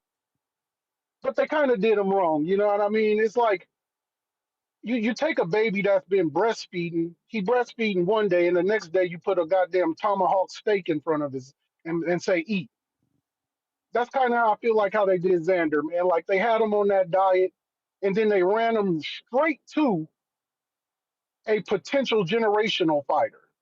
You know, I just felt like the step up was way too fast. Usually, when you have these blue chip fighters, there's a gradual progression until you get to a Boots Ennis. And here they just took Xander from 0 to 100. And so I think and you got people calling in saying, why didn't he stick to the script? I think it's because of experience. He really doesn't have a lot to go off of. You know, he was in smaller fights where he was by far the favorite.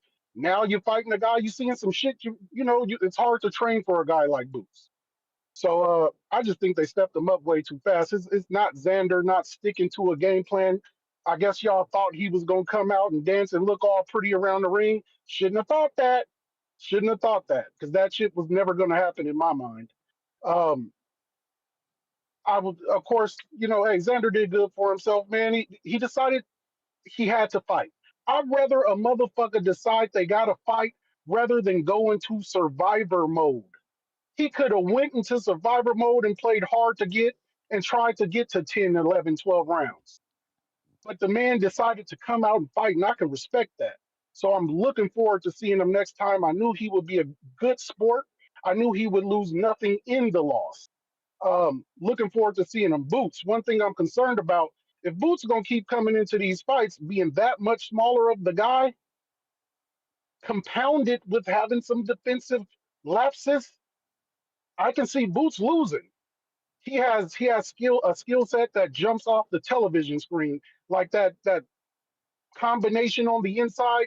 Shit was like karate or something. I don't know if I've ever. And then the power on those short shots. I don't know if I've ever seen it. It's like he's not even fully cocked back and punching position. It's like a 6-inch punch, but it got enough power on it to drop a big man. So the skill sets, he does things that we may have never seen this jumping off the screen, but also some of the things that he's not doing well, it's also jumping off the screen. So I'm a little worried about Boots if he has to keep fighting guys that big. But again, he like I think Marco You may said feel earlier. like it's your Hey, time, I know I got you. but it's not I'm your doing what time. I want to you. I'm out though, Ness. All right. Khaled, Indiana. What up? Yo, Ness, What up? man, this bitch been cracking. Shout out to Boost and Xander, got this bitch jumping. Mm-hmm. Uh, Yeah, all right, bro. I'm gonna start from the bottom, work up to the top. All right, shout out my man, Jahi Tucker, got the victory. He's in there boxing his ears off.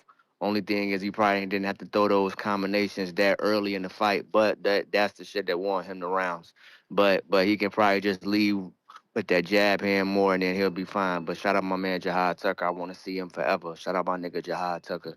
Buddy in there, he was with, he didn't know what the fuck he was doing. He was in there loading up shots, no jab, no head movement, just kind of banking on his power. He wasn't really ready for the skill set, talking all that shit. Now you take the loss, go sit down. Shout out my man Jahi Tucker. Uh, who else? It was my man from Europe, Ben Whittaker. That was a solid little win. He looked fast. He looked strong in there. Buddy had no business being in there with him, and he got him the fuck up out of there. It's really hard to gauge him until he in there with like a real body. But shout out to him. He wasn't in there playing, and he got bro up out of there. You know what I'm saying? He had a good, fast, hard spear jab. Caught him over the check hook. Took his head off the line. He was in there sharp. Shout out to him. Shout out my man Emiliano Vargas, white boy, had no business being in there with him, got him up out of there. I knew off rip. I knew once Emilio touched him with the first jab to that body and the speed, and my man couldn't react. I knew, yeah, it's slow. It's only gonna be a matter of time. Shout out to him for like showing that level of skill and all that, and then showing that level of skill, and then by just saying in southpaw, just kind of, and then like stopping a guy from that stance, not necessarily switching throughout the fight, but just staying in one stance, and then he was able to stop him. He showed a great deal of skill set. I think what's next for Vargas, he need like a former champ or somebody high in the rankings because he kind of 13, 12, 13, and like all the sanctioning bodies. He need like a guy that's high ranking or like a former champ that's gonna give him some resistance. But he not ready for no title shot yet. I don't want to see that. We ain't got to do all that. We ain't got to rush him.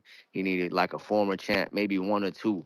You know what I'm saying? Maybe some high-ranking guys, but he did a good job in there. I think the fight for him is him and Mason later on down the line. Those guys is going to be the fight. Lastly, main event. Let me start with Boots Ennis first. I'm gonna start with the winner first. Shout out my man Boots Ennis. Like my man Sean Tell said, he's one of the top five. I think him, and then I totally agree with this point. Him, Jaron Ennis, David Benavidez, and Bam Rodriguez and Inoue are the most exciting guys in boxing. But they also talented, skillful enough, and just overall great fighters to be on that pound for pound list. And then those guys are the guys that I'm gonna consistently pay for, want to go see in person because they coming in there to stop you with skill. They're not coming in there playing. They looking to break you down. Like they might have some flaws as far as getting hit, but they defense is still good enough and they skillful enough to where you just not finna beat their ass, but they gonna come in there and stop you. And then that's what he did in there. It was clear off the first round when he was hitting him with the jab in the first 10 seconds, doubling up that jab, touching that big ass head. Damn. Fuck, Ness, I ain't even hear the bell. Hey, Ness, just run me, Ness. I'm going to just send you 10. I got to go. I'm going to send you 10. You know what I'm saying? I got to go with it. You may feel like it's your time. Yeah, bro. So I knew in the first couple rounds that it was gonna be over with. You know what I'm saying? And then so yeah, he looked great in there. Like I thought that he got away from the jab a little. My only critiques from his spectacular showing was he got away from the jab a little bit. Could have been on it just a little bit more. You know what I'm saying? I think he got away from it once he seen how consistent and like how easy he was able to hit Xander. He kind of moved away from it, and he could have got on it like a little bit more. And then I think the defense was good, but I just kind of want you to keep your hands up when you slip in and all that. Just kind of just be a little tighter. You know what I'm saying? Like, granted, I'm not faulting for getting hit and getting hurt, because hey yo, when you're on that level, guys hit you, we gonna get hit. These is high level guys. He like bounced back, he didn't go down, but you could still be just a little tighter as far as slipping the shots and things like that. It could have been a little more fundamental, but hey, that's what come with it. He a little loose and slick and all that type of shit. I just wanted it to be like a little bit tighter. But shout out to Boots Ennis, pound for pound, number 9, paying to see you, guy we can really get behind, coming in there, stopping shit brutally, not playing with you, not fucking talking on Twitter like fucking Tank Davis, going there Stephen Foden and all that silly shit. We not doing any of that. We just coming in here beating ass. Now, next, Xander Zayas is my mans. I love you.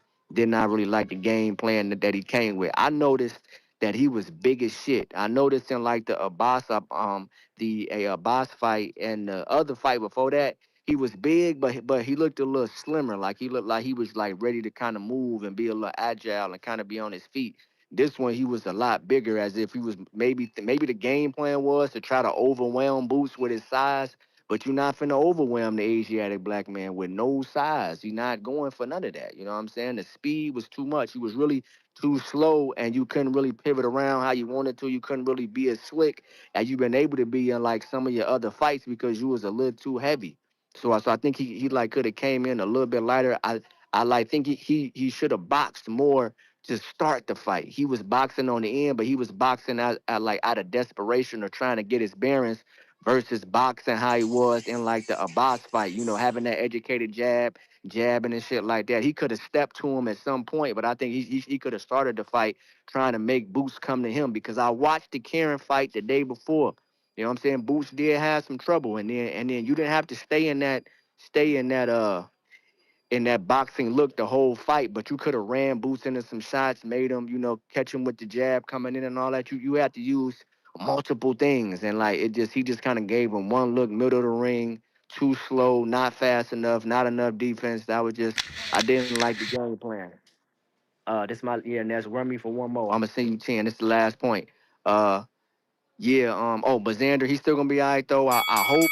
You may feel like We it's your hope time, that he's that but he's it's that not your he's young time. enough to where he's not ruined and shit like that. Like he's not ruined. Like hopefully like the beating wasn't too bad to where he's not ruined. He can like come back and he'll still be himself. You know what I'm saying? Like the corner probably stopped it in like enough time.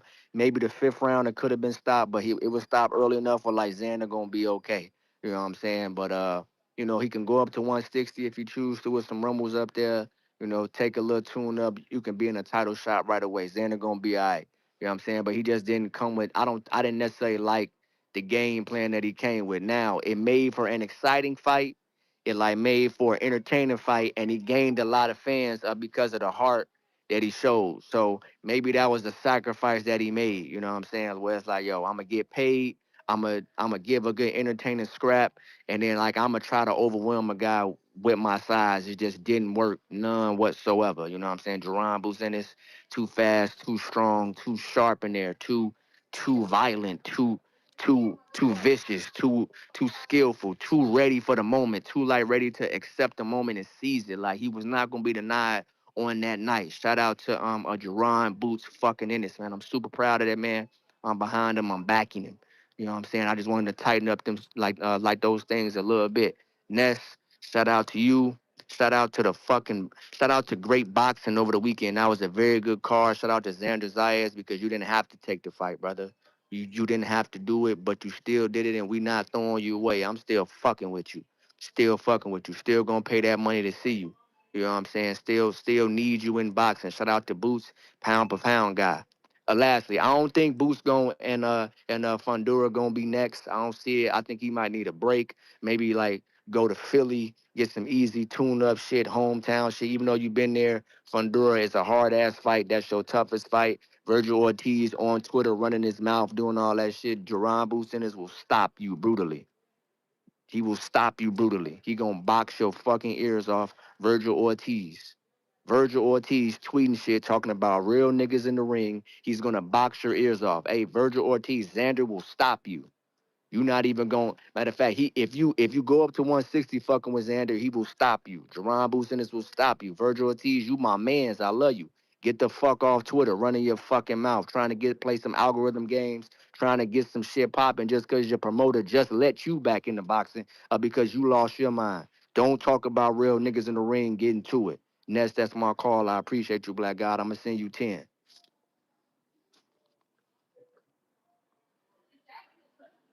You the man, champ. Appreciate you.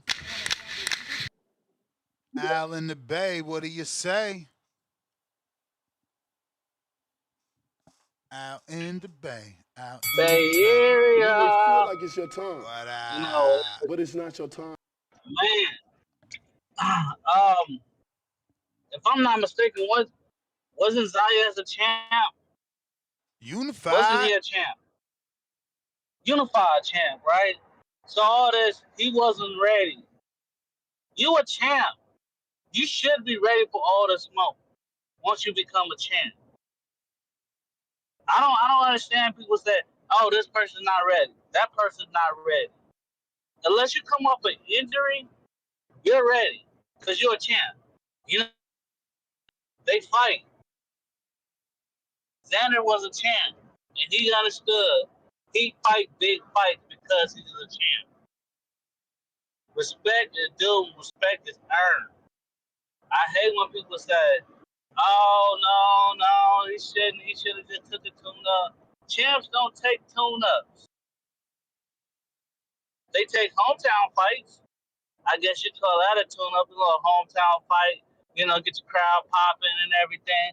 But after that, you take big fights. So I don't get it. I don't get it. Xander do not fight on the back foot. When he slips in front of you and he slips to the side of you. He couldn't do that with Boots. Know why? Because Boots kept switching. Boots kept switching on him. If you think about it, when you watch the fight over again, soon as Zayas got comfortable in the style Boots was in, guess what Boots did? He switched over. He went from start off southpaw, and then he was tagging Zayas. Then Zayas kept ducking, and he kept slipping his punches. So you know what he did? He switched to orthodox. And then Zayas started getting on him, so he switched back to southpaw. And then he kept switching. That's what a real boxer do. That's IQ right there. That's how you outthink your opponent. You know what best your opponent do. He knows Zayas kind of switches in front of his fighter. So he switched. And that's the thing that beats Zayas. You may feel like it's So your all time, this, he wasn't ready. but He it's not was your ready. time. Boots just had the skills to beat him. That's the Bell Alley out in the Bay Area. We got Dragon Testico. Shout out for the health stuff. Inspired me. Got abs now. Let's go, champ. That's all we trying to do. Inspire, man. Why we want fat people in the community feeling depressed? Nah. Come out here and look your best, man. July 4th is going down. 5 days from Border Wars, fireworks, barbecue, good fights, amateur boxing. Get with us. Get with us. Yo, Nest GTO, Instagram, and Twitter. Until the next one, tonight, 7 p.m. Eastern Time. That's going to be tough. This just puts my gym session back, bro. By the time I get back from the gym, it's going to be time to do the show and eat at the same time. So hopefully we could get it done at 7:15-ish, 7:30-ish. But yeah, we back at it like we ain't never left. Peace.